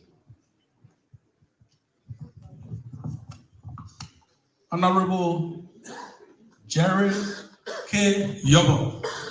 What did he say? He said, any attempt for any communication of that nature to be said to him again, I read it verbatim. Don't never send me such a document again. If you do, I will take legal action against you. Thanks, Jerry K. Yobo, BSc, MS.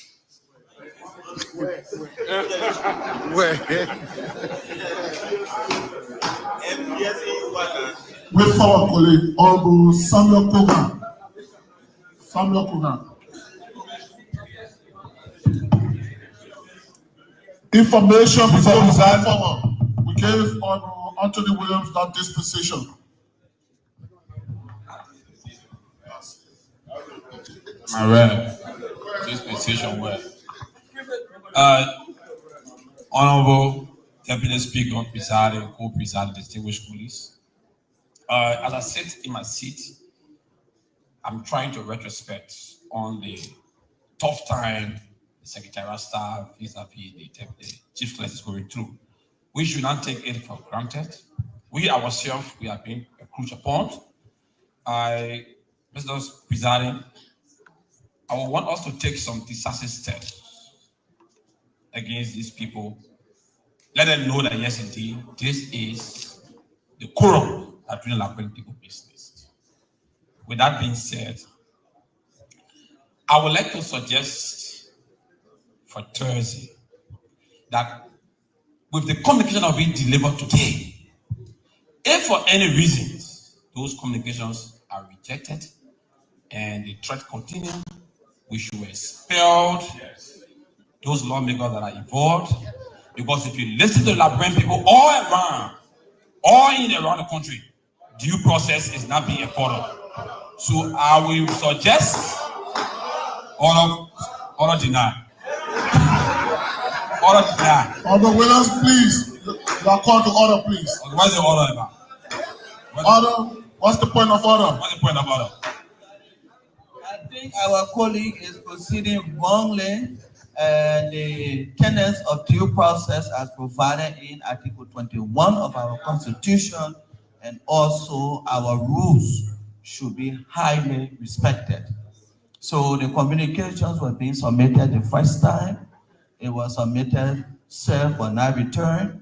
And then secondly, we have suggested as a decision from plenary to do a follow-up or second communication. So we wait for the service of the point of order is noted. We seek a way forward, Honorable Samuel Kogan. Thank you. Thank you.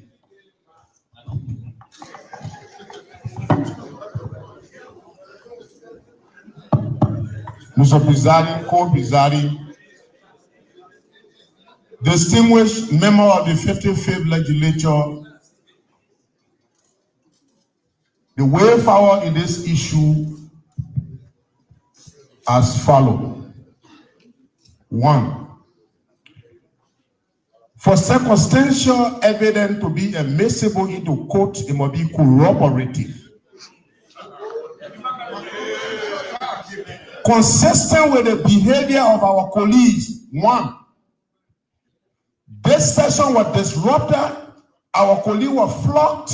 They were chased, humiliated, and brought to public disrepute. We left session.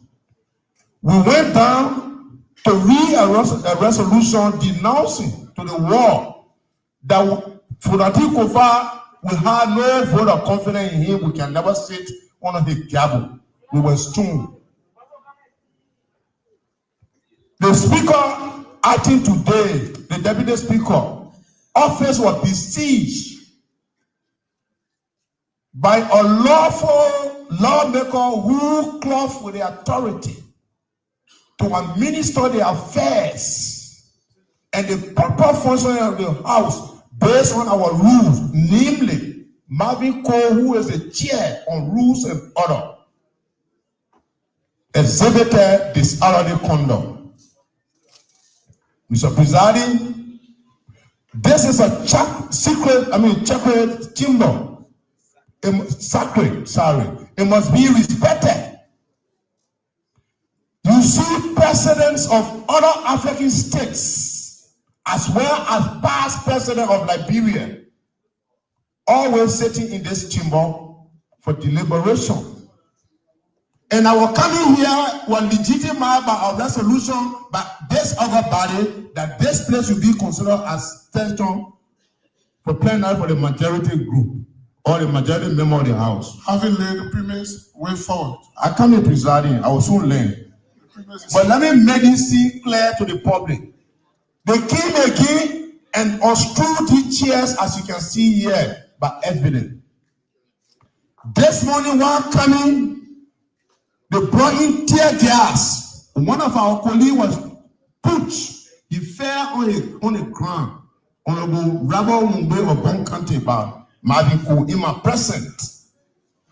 Consistent with this attitude and not compliant posture, having communicated with them, and every communication requires feedback, the refusal, we are constrained and left with no other option but to give an ultimatum that if these processes that we're going through and they don't agree and then comply to the rule of law which require due process, Mr. Presiding, there should be a final decision by this other body on Tuesday sitting. Thursday is the last opportunity given them by due process, and if you can permit me that Tuesday, this other body should take a resolution. Motion. So predicated upon it, I move and I'm guaranteeing a second that Thursday, when they are ready today to come Thursday, failure on your part, due process have been met, and the plenary should be left with no option but to take legal steps that require based on our rule. If I can obtain a second. Distinguished colleagues, before restating the motion made by our distinguished colleague, Honorable Samuel Koka, are you ready to vote? I'm ready, Honorable Bløggèr. Honorable presiding, co-presiding colleagues, I will be ready to vote if the movement can accept this simple amendment. The acting chief clerk made mention of his cylinder to his door being changed. I will be ready to vote if the motion can state clearly that he be made to inform the director of maintenance, he be made to inform the director of security through written communication. We know that in there we have classified information about this legislature. It's something that we need to take very seriously. I will be ready to vote if you can kindly accept that amendment that the motion carry as such. Thank you. To the movement. Mr. Presiding, I will partially accept and partially reject. So I accept it.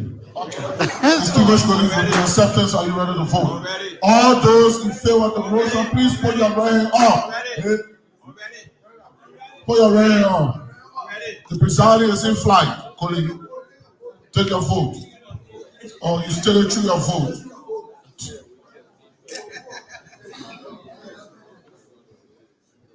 Result. Honorable presiding, co-presiding, there I follow 2-4, no against, no abstention, meaning the vote is unanimous. With for the 2-4 distinguished colleagues, motion is carried. Honorable Deputy Chief Clerk, please act in accordance. Thank you. Yes, communication from Honorable Jan Fomo.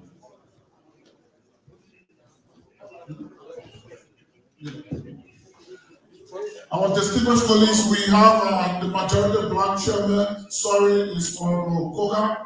We have been informed that you are here to do your delineation. So please contact Honorable Koga and then colleagues that can make and have some discussion. Thank you. We recognize your presence, colleagues. Thank you so much. Communication. Communication from Honorable Jan G. Flomo. So we see November 11, 2024. We see this from a district, some Honorable later we Thomas see Fanny Taket, we see Gabriel Smith, we see Lester P, we see Hassan Kazulu, we see Emerson Kamara. These are all former lawmakers of the 53rd and 54th legislature being escorted by the majority block chairman, taking them to a place to have their meeting. From January to September 2024 from the Ways, Means and Finance Committee. Honorable Deputy Speaker and distinguished colleagues, as we prepare to receive the 2025 fiscal year budget, it is prudent to have a general understanding of our outline for the 2024 fiscal year budget. Information from the requested report will better prepare us to realistically contribute to the budget preparation process. Kind regards, sincerely yours, Honorable Yan G. Flomo, Representative Electoral District Number 2, Nima County. Honorable Presiding Officer, Co-Presiding Officer, distinguished honorable ladies and gentlemen, that is the reading of the communication from Honorable Yan G. Flomo of Nima County, District Number 2. Thank you, sir. Distinguished colleagues, listen to the reading of the communication as being read. What is the waiting pleasure? Honorable Jeremiah Suka.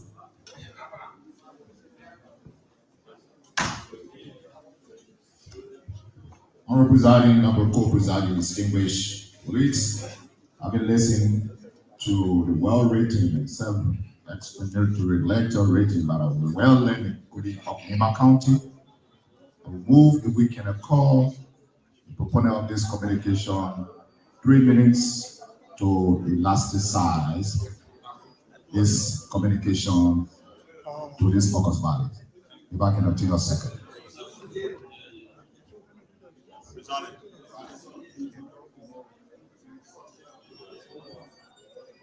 Distinguished colleagues, before we stating that motion, are you ready to vote? All those in favor of the motion say yeah. Against? Motion is carried and passed. Honorable Deputy Chief Clerk, please. Okay, sorry. Please, 3 minutes. Sorry. Thank you, Presiding. Honorable Presiding, Co-Presiding, distinguished colleagues. The communication is self-explanatory. It has a particular basis. For example, Section 8 of the approved budget law of 2024 provides the pertinent parts that each spending entity for which appropriation has been made in the budget shall submit a quarterly budget performance report with explanatory notes of the quantitative and qualitative results for spending and appropriation. Additionally, Chapter 14 provides that the chairman of the House Committee on Ways and Means and Finance and Development shall present to the House through plenary written financial report every 3 months, which constitutes income and expenditure. So based on these 3 provisions, and we've been poised to receive the budget, I think that report would serve as a useful purpose to prepare this honorable plenary in addressing some of the issues that we are facing. So this is the purpose of my communication. And so, honorable colleagues, I'm calling on you to support this call. Thank you.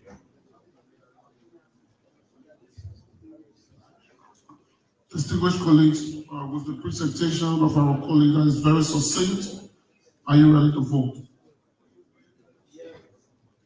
All those in favor?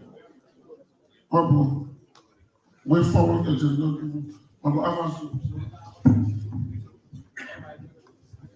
Mr. Presiding, Co-Presiding colleagues, I'm going to say thanks to the honorable gentleman from Nima County for that communication. And with the content of said communication, I move, if I may obtain a second, that the Committee on Ways, Means and Finance be written to submit a report, if possible in person, not later than Thursday before this committee, before this body. Thank you.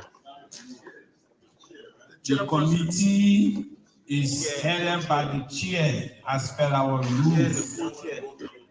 The chair and the co-chair. Distinguished colleagues, let's restate that motion so our colleagues know. Mr. Presiding, Co-Presiding.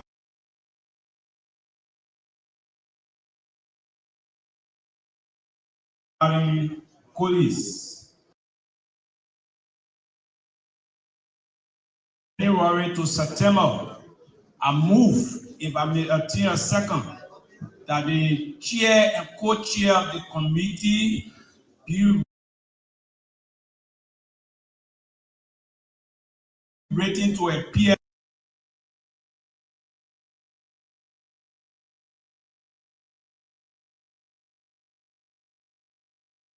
Are you ready to vote? Are you ready, Honorable Ernest? Mr. Presiding, Mr. Co-Presiding, and to my distinguished gentleman from Marka, I will be ready to vote if you can accept this simple amendment. Given the fact that our colleague had not been in session since the 17th of last month and wouldn't know this word about, I will be ready to vote if we can accept that we give our colleague up to Tuesday of next week to make that budget performance report to this body. So, other gentlemen, our colleagues are fully aware that they have to do the Liberian people business, and that is the reason why they were elected. So they are to be in session even today. So giving them up to Tuesday, it is better that the communication go. Again, they could come on Thursday. So with that, I humbly reject. With the rejection, colleague, are you ready to vote? All those in favor of the motion say yea. Against? Motion is carried. Deputy Chief Clerk, please act. Communication for ECOWAS. ECOWAS. Honorable Samuel Koga, Chair of the quote-unquote majority bloc, House of Representatives, Monrovia, Republic of Liberia. Honorable Member, Parliamentary Mediation Mission of the ECOWAS Parliament on the political impasse at the Liberian House of Representatives, Monrovia, 11 to 15 November 2024. On behalf of the membership of the Community Parliament, I have the honor to extend sincere greetings and well wishes to you and the good people of Liberia. Honorable Member, Liberia has recently recorded some impressive benchmarks in respect of consolidating the gains of the return of peace, security, and democratic system in the member state, particularly with the smooth transition of power in November 2023. However, the present political impact at play in the Liberian House of Representatives threatens to mar this collective community effort to maintain peace and security in a fragile region that is equally grappling with the aftermath of coups d'etat in 4 member states and the exit threats of 3 of the 4.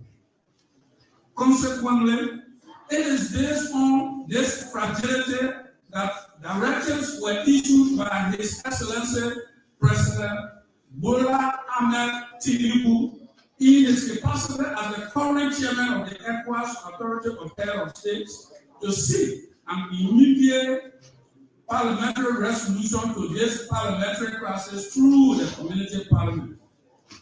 As head of the Community Parliament, I'm honored to inform you that by virtue of the supplementary act relating to the enhancement of the powers of the ECOWAS Parliament adopted on 17 December 2016 by the ECOWAS Authority, the institution is empowered, quote unquote, to contribute to the promotion of peace, security, and stability in the West African region.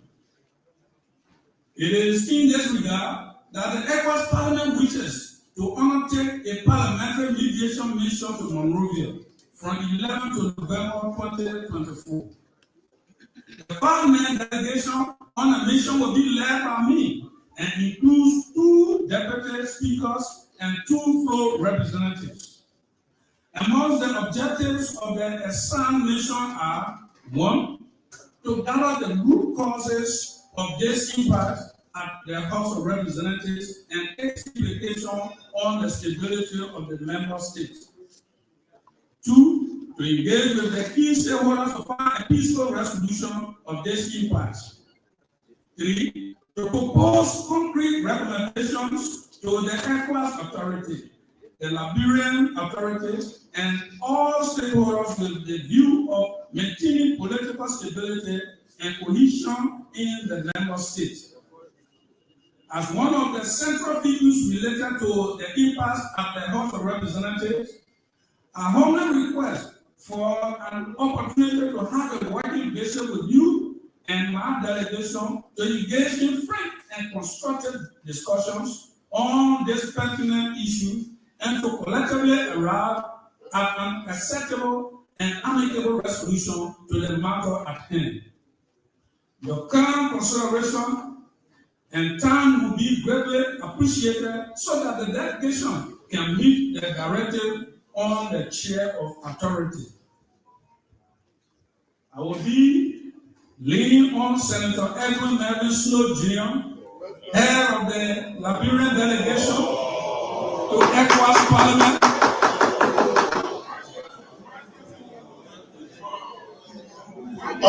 Please. Proceed. Please. Head of Liberian delegation to ECOWAS Parliament for support with all necessary arrangements in connection with the meeting.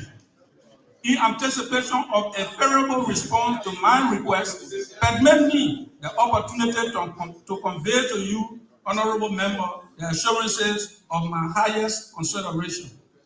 Right Honorable Haja Mimam Haja Abrahiman. Distinguished colleagues, listen to the reading of the communication from our colleague from ECOWAS seeking audience for this oil only. What is your great pleasure?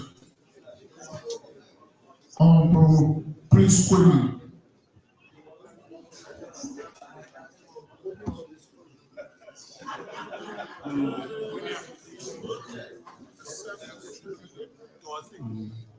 Honorable Presiding, Honorable Co-Presiding, distinguished colleagues, after you heard a comprehensive reading of the communication for ECOWAS, that we get that due respect to being our colleague. We are even glad to hear the content that has come forward.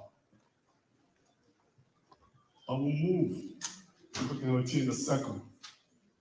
That the communication be noted, received, to be noted for further discussion in our next section on Thursday. If I can be seconded.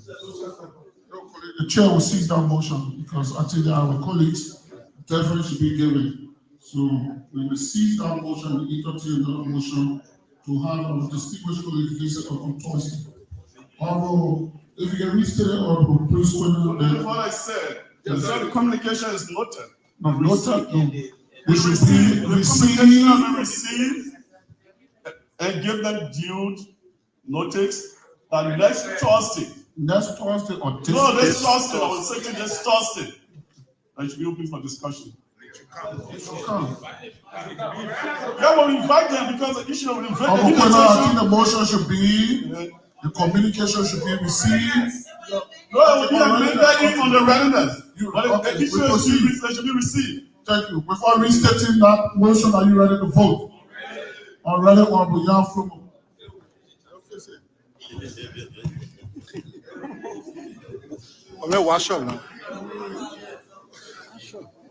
Honorable Deputy Speaker and Presiding Officer, Co-Presiding Officer, distinguished colleagues, to the movement, I will be ready to vote if we can be clear with this Thursday date so that our colleagues from ECOWAS can be present and have that working visit with us.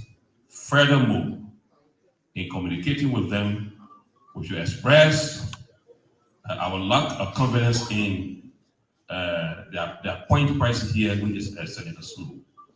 Because if it is a mediation purpose, neutrality is very important. He has demonstrated beyond reasonable doubt that he's not a neutral person in this situation. And so he can be the one to be leading a mediated delegation to meet the first. So the movement. Our land brothers from the Lima County Electoral District 1, District 2, as you have provided clarity regarding the presence of our police with their coercive. You got to control your body. So when you come in, you have to move from there. As you come out. Mr. Presiding, Okay, I will join Mr. Presiding colleagues to the movement. I will be ready to vote for you to consider the two amendments.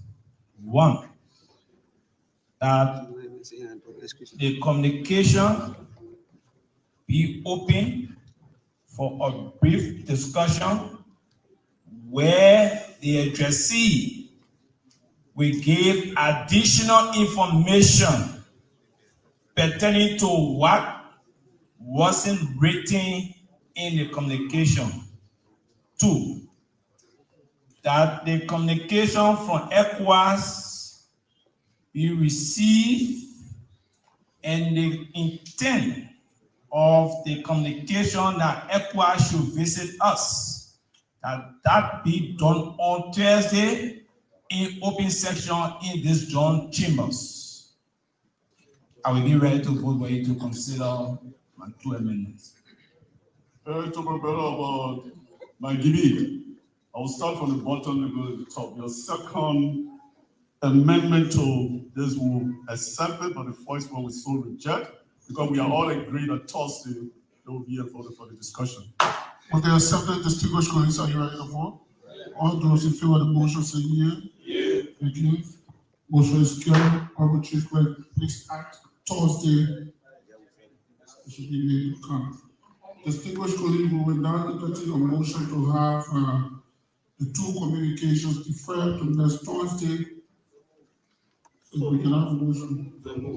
With the motion be made, we call the motion for adjournment. Thank you, colleagues.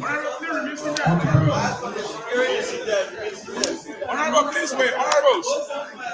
Lawmaker, please wait. Lawmaker, please wait.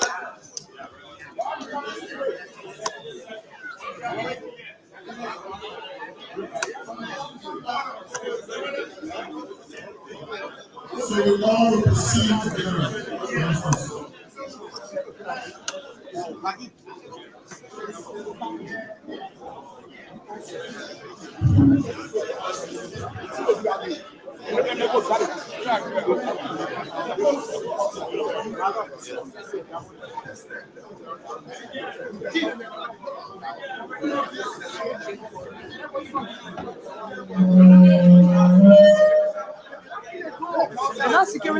So we've come to the end of this session. We expect to be here again on Thursday for Thursday session. The lawmakers have been advised to move in unison because of the ongoing security situation here. So they will march together. They won't go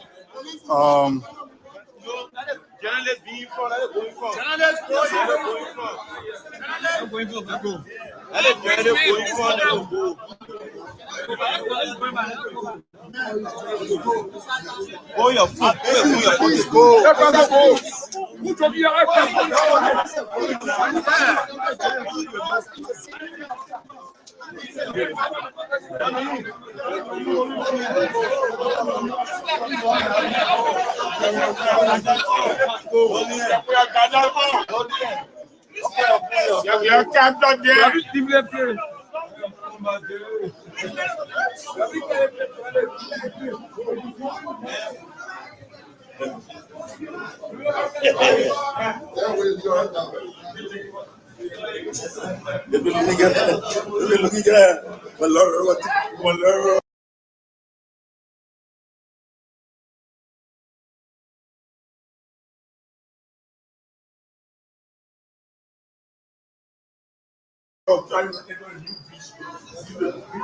Look out for more.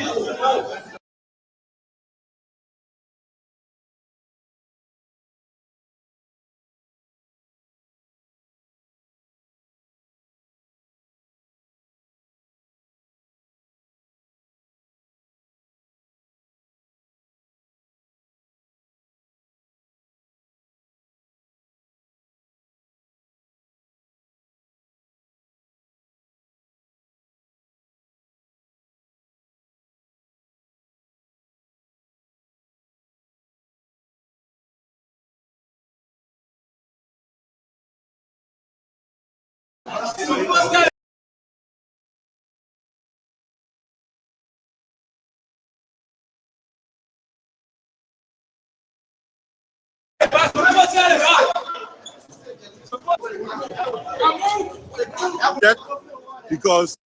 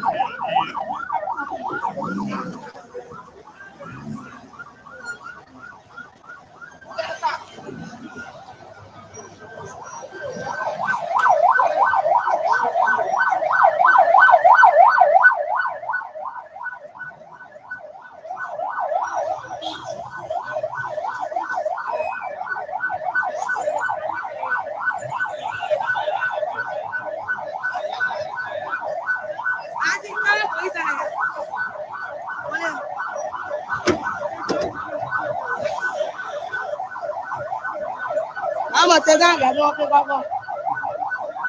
Laura, what is that? Oh, sorry. Sit down, you can't come in here. Please, that's it.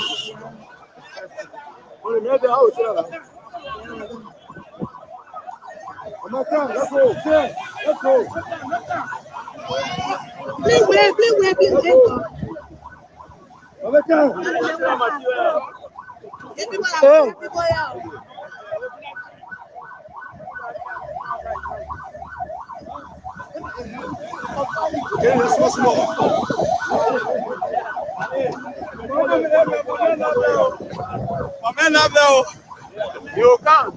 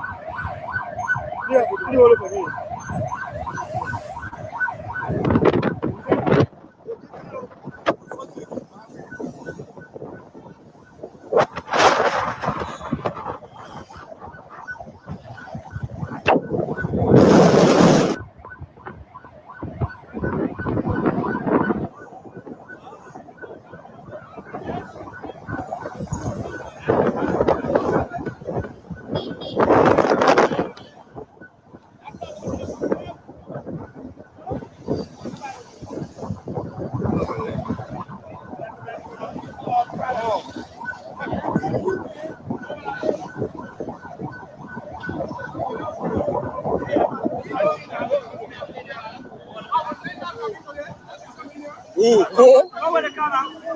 Go with the car. What are you waiting on? Where the car in the car? Where the main comes on?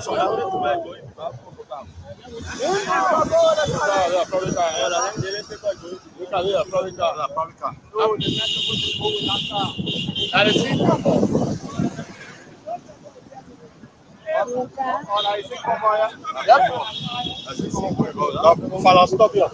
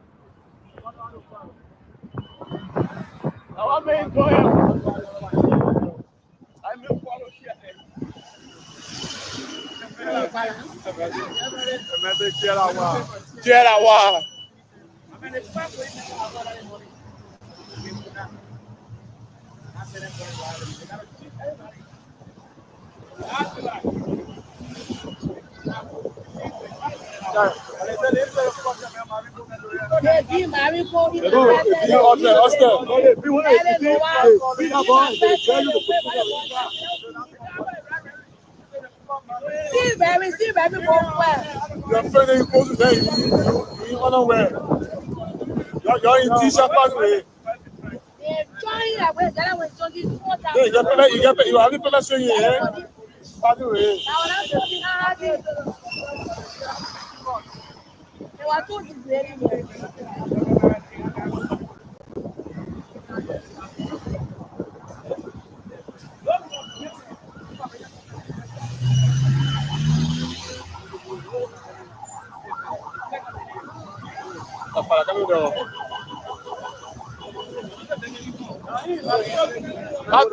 I already know.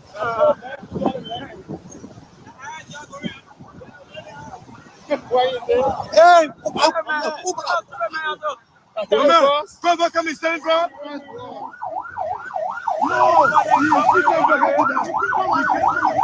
Let's go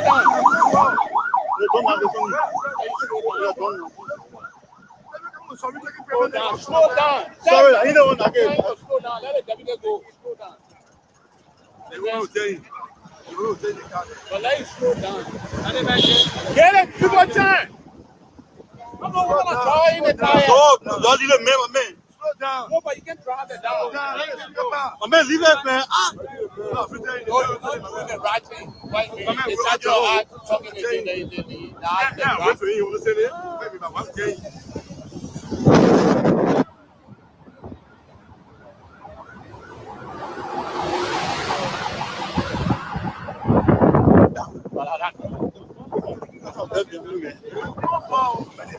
Step for the all right. Yeah.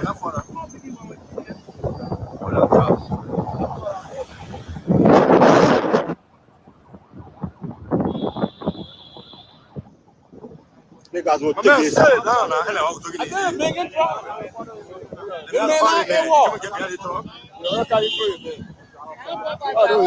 The truck will park. Follow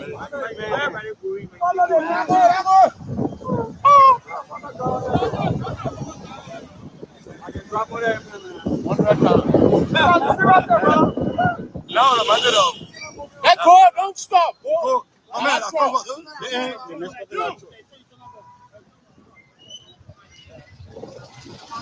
They want to try to be back in the stage. Now they walk on the